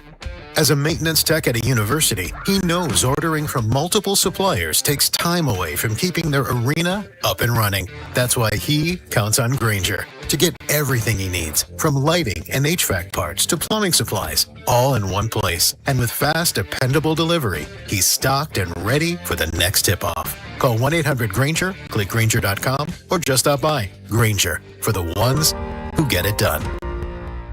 My name is Whitney Allen, and I'm a widow. My husband, Ryan, died. We never thought we'd ever have to use life insurance, but the unexpected happened. With Ethos, signing up was fast and 100% online. You can get a quote in seconds, apply in minutes, and get same-day coverage. No medical exams, and you can get up to $3 million worth of coverage. I'm grateful we were prepared. Get your free quote at ethos.com/radio. That's ethos.com/radio. Paid spokesperson. Time spent on application may vary. Online health questions required. Some days self-care starts with Nature-Made gummy vitamins, a deep breath, and a little encouragement. Mom, I'm really nervous. Me too, honey, but we've got this. Repeat after me. I'm gonna have a good day. I'm going to have a good day. I choose joy no matter what comes my way. I bring joy wherever I go. Quality gummy vitamins from Nature-Made, the #1 pharmacist-recommended vitamin and supplement brand. based on a survey of pharmacists who recommend branded vitamins and supplements. This report is brought to you by Bet365. Winning is everything. With Bet365 early payout, you win even if they lose. Get paid out instantly when your team goes up big, even if they blow the lead later. Bet365. Winning is everything. Gambling problem? Call 1-800-GAMBLER. 21 plus only. Must be physically located in Missouri. You're listening to 96.5 The Fan from the DM Injury Law Studios. Mike's got this. Car, truck, or motorcycle wreck? Remember, Mike's got this. 816-888-7500. Mike's got this.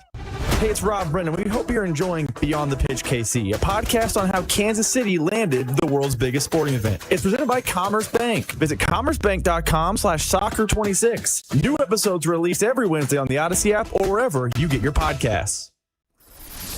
What's trending? Cheddar, mozzarella, Havarti. Number one on What's Trending, the Royals back at it tonight, trying to win their 5th in a row. They are 3 games under 500. Stephen Kolek gets the start tonight. That's because Noah Cameron dealing with some lower back tightness. Kolek did, as you pointed out, Cody, start 5 games or pitching 5 games for the Royals a year ago. It was actually very impressive with a 1.91 ERA. This will be his first start this year. He's coming off an injury himself. Oblique, right? Oblique strain. Had a rehab assignment last Wednesday in Omaha. So, honestly, can you get 4 1/3 of 1 run or 2 runs? I mean, seriously, that might be what you're expecting tonight out of him. That'd be awesome. Next up on What's Trending, speaking of injuries, former Royal Angel Zerpa is scheduled for Tommy John surgery. That, according to a beat reporter over for the Brewers earlier today. A reminder, they traded Angel Zerpa for Isaac Collins and Nick Mears. Nick Mears has been very good this year so far, and his a little over 10 innings. And obviously, Isaac Collins, with around a 350 on-base percentage. Hasn't quite been exactly what he was with the Brewers, but has been an okay player for them. But yeah, Angel Zerpa done for the year. Kind of feels like it makes that deal feel like a pretty good deal for the Royals. They might not have known that his injury was coming, but it was. Normally, if that was coming, the Tommy John's been coming for a while. You don't normally just injure it and then it's just done. NBA postseason continued last night. It was game 1 in the Eastern Conference semifinals. The Knicks all over the 76ers, 137-98. Jalen Brunson had 35. The Timberwolves with an upset in game 1 down in San Antonio against the Spurs. Minnesota 104-102 winners. Anthony Edwards did end up playing last night, finished with 18 points. Victor Wembanyama, how about this stat line, though? 11 points, 15 rebounds, 12 blocks. 12 blocks, the most blocks in a playoff game in NBA history. Tonight, got a couple games as well. The Lakers open up game 1 against the Thunder. Still no Luka. He's not expected to return. So the Thunder are 15.5-point favorites against LA. The earlier game tonight, Cavs, Pistons, game 1 in Detroit. Really looking forward to that series, but yeah, 15.5-point favorites. LeBron can only carry him so far, which he certainly got him out of that first round. 15.5 points. If it closes at that, I believe it's the largest underdog that, the biggest underdog that LeBron has been in a postseason ever. Yeah, that sounds right. I mean, he's one of the all-time greats. Next up on What's Trending, veteran edge rusher Dante Fowler Jr. signing a 1-year deal with the Seattle Seahawks, worth up to $5 million per sources. Only had a couple of sacks last year, had double-digit sacks 2 years ago. So certainly a player worth taking a chance on. Maybe also Gold, giving us a little idea of the market for the random veteran free agent defensive end market, which I still think the Chiefs will still be in, or at least I hope they'll be in. Let's put it that way. Lastly, Stanley Cup playoffs continuing last night. It was the Carolina Hurricanes taking a 2-0 lead on the Flyers, 3-2 win. The Golden Knights got a 3-1 win against the Ducks. They lead that series. Tonight, we've got one game, and one game only. That's the Colorado Avalanche. They're in Denver taking on the Minnesota Wild. Colorado won game 1 like 9-6. It was 5-5 after the second period, and so Colorado a significant favorite tonight, minus 205 against Minnesota. That's what's trending here on Cody and Gold. I mean, interesting at least that the Zerpa stuff continues to just be anytime a player gets traded away and then it feels like you immediately flee somebody. Imagine Brewers fans are like, man, you gave up Isaac Collins for a guy who's going to pitch 13 games for us and be done for the year, be done for part of next year too. You know this works. How many innings can he pitch next year? He's only got 2 years of control after this one. You might lose a year and a half of the control you even got with the guy, which stinks. Absolutely stinks. But, you know, I feel bad for Angel Zerpa. It ends up working out okay for the Royals, obviously, on this end, as they try to get to 5 games in a row. I do hope that they continue this winning streak. I'd love to see him 500 before the weekend. I was hoping by the end of May. My original dream was the end of May, but I didn't think they were going to win 4 games in a row and 8 of 10. I thought I'd have to be a a slower slog towards back where they needed to be. And the best news is, as I pointed out, look at the AL Central standings, Gold. Do yourself a favor and realize that what you said is true earlier this week, but is also true of every other team in the American League. Right now, the American League is 18-18 Tigers, 18-18 Guardians, the two teams you face in the next this week, 6 games. 17-18 White Sox. Good for them for being 17-18, been more competitive than people thought. 16-19 Royals, 15-20 Twins. Everybody's within 2.5 games of first place. The Tigers would be in last place in the NL Central. They're in first place in the AL Central because this is the way baseball works. And what J.J. Piccolo told us before the season started, one of the unsold advantages and why I hope there's never realignment in Major League Baseball and they don't change the divisions is the Royals are in the best division in baseball for competitive purposes. Well, very similar market size for the most part and therefore payrolls for the most part versus you look at the AL East where it is just Yankees and Rays and Boston. I mean, in Toronto, I mean, think about that. The amount of money that is spent among those franchises and the competitive nature. Yeah, and I mean, again, only 2 of those teams are above 500 right now, but you're right. The worst teams are still teams in major markets who can spend real money. Although the Red Sox do surprise me a little bit that in all of baseball, the way that they cry poor to me sometimes is weird. A couple teams, because growing up, that's not what it was. It wasn't. I mean, up until this year and last year, the Cubs were operating that way. The Cubs were not spending a ton of money until the last two-ish years. So, and that's Chicago, of course. No, I mean, the Royals are bringing back some of the excitement I think fans had to open up this season, heading into opening day, and then it very quickly was taken away. But they have gone much closer to 500 this quickly than I think a lot of people believe they could. Now, they got to still get there. Look, they lose a couple in a row, then we're having a different conversation. But they're 3 back from being back to 500, and I think for fans to fully be bought back in as well. The way they are playing now, this is what will allow you to actually be what we thought they could be all year. The bullpen, even without Carlos right now, is holding its own. You look at the offense, the key contributors: Vinny, Bobby, Salvi, Salvi Cags, a little bit less so. He still seems a bit lost, but not bad. In particular, though, you've got some more of those pieces that are performing. Now, can they keep that going? Look, they're not going to win 8 of 10 every single week or every week and a half or so, which is what they're doing right this second. But I think the fact that this week we said for a series in May and a week in May, it's the biggest homestand you can have for this early in the season. And they got game 1 of it last night, sets the tone hopefully for the entire week. What was the Royals' low water mark? Was it 9 games below 500? Is that what it was? Say it again? I said, what was the Royals' absolute low water mark? I believe they were 9 games under. 9 games? I'd have to go back and look. 9-17 or 9 what is that what it was? I think you got to 9. I think it was something like that. I was just trying to remember. For them to be 3 games, I mean, it does speak to like how, you have to play some good baseball for a long time just to get to 3 games under 500. Because at some point, the absolute low watermark was 8-17. So 8-17 was the absolute worst that they were. A full 9 games below 500. Then they got up to, it felt good for a while. They got up to 12-17 with a little, winning streak. And you thought, okay. And then they lost a couple in a row and they were back 7 games below at 12-19. You're like, I don't know. And now, of course, they've won multiple games in a row and are finding themselves just 3 games back of 500 and 2.5 games back of the division. So you're right. It will probably take more than this to talk fans back into it. But again, the teams that they're facing, Cleveland, Detroit, and Chicago. These are the 3 teams all ahead of them in the American League standings right now. And then they got the Cardinals, who are in second place in the most loaded division in the league right now in the NL Central. So it's like things aren't easy this month. They still got the Yankees this month. They will play themselves back in this thing or play themselves into a tough spot again. But they're in control of their own fate, at least a little bit now. For a while, it felt like they needed the AL Central to keep stinking while they continue to climb their way back up, which is exactly what the AL Central did. So thanks, Cleveland. Thanks, Detroit. Cleveland's number 1 starter on the mound tonight, or at least their best performing starter this year on the mound tonight. You going back out to the game again? 2 nights in a row? No, we'll not be there tonight. No, we'll not be there tonight. How was sitting with Dusty in the game? It was fun. Yeah, we had a good time. It was, again, the night was perfect weather-wise. Of course, it was an entertaining baseball game. It had a little bit of everything. KWIII bobblehead night added to it. So it was, man, it was a good night.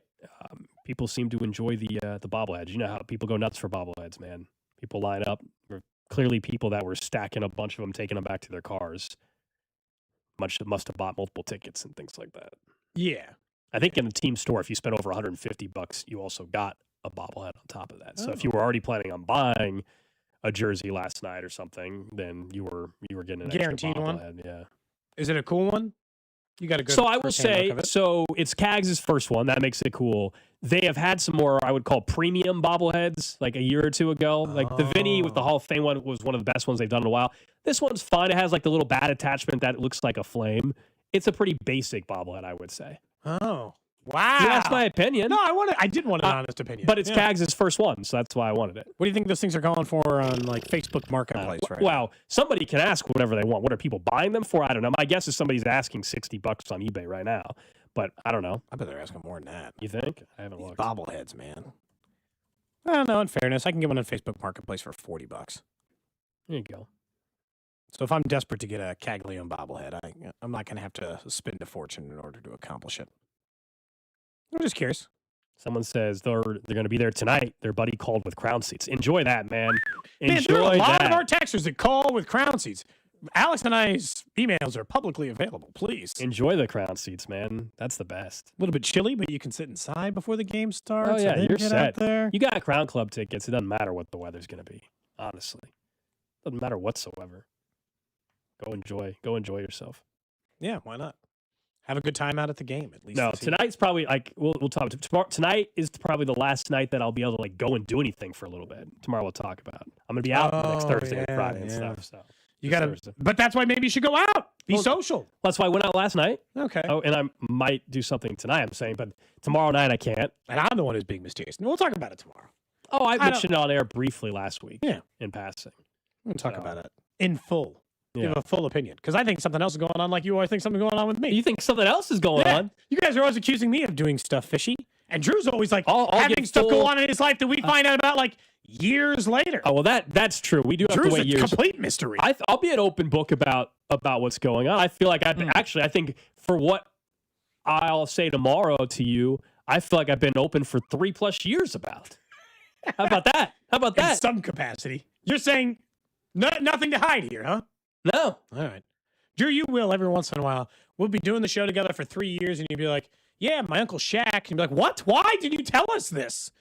You're like, oh, yeah, we were like, we're hung out for a we little learned bit. randomly out of the blue that you made your own beats and stuff and all this But stuff. it's always stuff like that. There's always like something going on. We won't even know something's going on. I All of a sudden, will Drew also be just gone on uncover. Thursday and Friday, but I promise that it's been disclosed on the show before. Yeah, you said you're going to see your sister's graduation, right? Yeah, she's graduating grad school. So, Nice. yes, I will be. Outer Banks. Not the Outer Banks. That's not this trip? That's July. That's the normal July. trip. Yeah, Okay. that okay. Are you was guys July. back in the Outer Banks in July? Have you already Yeah. reserved your spot on the beach so your family thinks it's their spot Nixon on a family public doesn't beach? miss an Outer on Banks. a public beach. Yeah, the Nixon family never misses the Outer Banks. This trip is to Tampa. Drew, do you think this is Okay. we'll get serious here for the final 5 Wow. minutes. Okay. Let's get serious. Admittedly, our family. That's a new segment we're going to do just for let's whenever get we're serious. having. Let's get serious. Let's get serious. My family dynamic is quite a bit different than Alex's family dynamic and your family dynamic. Uh-huh. I would say, generally, from the outside looking in, it would appear your families like each other more than my family likes each Yeah, other. my family's very close. So I would say, from the outside looking in, that would generally be the assumption here on the way this works. Do either, they take family vacations. You guys don't do that, Alex. No. Do you think the second one person has a kid, the family dynamic of the family vacation dies? Of course. I think that you guys currently have this tight-knit group. Nobody has any kids. Sure, we'll go to the Outer Banks every year. Time is free. I think the second one kid is born into the Nixon clan, somebody's going to be like, what the hell? We're not doing this normal thing anymore. agree with we can't go to the beach at the same time or this restaurant. We got to work around the nap time. I think the whole dynamic changes in the Nixon family the second one kid No, they is can born. still go to Outer Banks, but the schedule might change. Yeah, But all of a sudden, there'll be a soccer trip and the kid's 6 anymore. They can't go. When they're first couple of years, you won't notice it. It'll slowly filter into the family dynamic. And Why by are the you trying kids, to? But why are you trying to be a buzzkill and ruin his family tradition over here? I do think. Well, it's I weird. was just asking if not it would change. It is weird though. Like even through fall sports, we still went to the Outer Banks. Like us growing up. Like I've been every single year that I can remember, and I did I ran cross country in fall sports, and it was never a problem. It's just, hey, you need to work out when you're on vacation. You need to find time to do it. I would say youth sports have changed a lot since you were in high school than now. They are intense now. It's never crazy. It's crazy. I was at the beginning of it, but I'm sure it's not like what it is now, where they would require ridiculous. Someone says, dude, my family goes to Kitty Hawk every July, like 30 of us. So some families still manage to. I think you're right though. There will be a change when one of us has kids. Whether it's us, whether it's even my family on my mom's side that comes as well. Like a kid will definitely change out the schedule. I have kids all around this city. Yeah, Bink was out here claiming. Bink does. All around the city, guys. I think there were just too many of us. We can't be doing family vacations. We're going to coordinate my 7 siblings, my 6 siblings, my 2 stepbrothers. I have like 20 nieces and nephews. I mean, that's a lot of people. That was coordinating that schedule. I think that also changed the dynamic too, because currently the timeshare stuff that we have is enough to just fit us. Gotcha. So what happens if multiple people have the kids, all those other things? That will change, man. Someone said Outer Banks. What is that? Oh, it's a very popular. Is that North Carolina? Yes. Yeah, very popular. Nice beach area. There's a TV show that's named after it, basically. That's how I first heard it, quite honestly. Katy Hawk, Duck, Corolla, Nag's Head. This all sounds like white people stuff. Currituck Island. Just your listing of these towns. You care to respond, Drew? No. Is he wrong? Is he wrong? It was just like the way he was listing off. It sounded like very Martha's Vineyard. Nag's Head. Just like the way he was listing off. Martha's Vineyard, Napa Valley, I'm not going to say Sonoma. It was the way he was listing it. I'm not going to say that you're. Yeah, I just have no comment, I suppose. Somebody sent in the text on 1,000% more illegal gambling in Cody's family. Well, we've already established That's that. true. Cody hosts underground poker games. There is some. It's not illegal. Do you guys bet money? We play LCR, and the pot is hefty. Okay, I like that.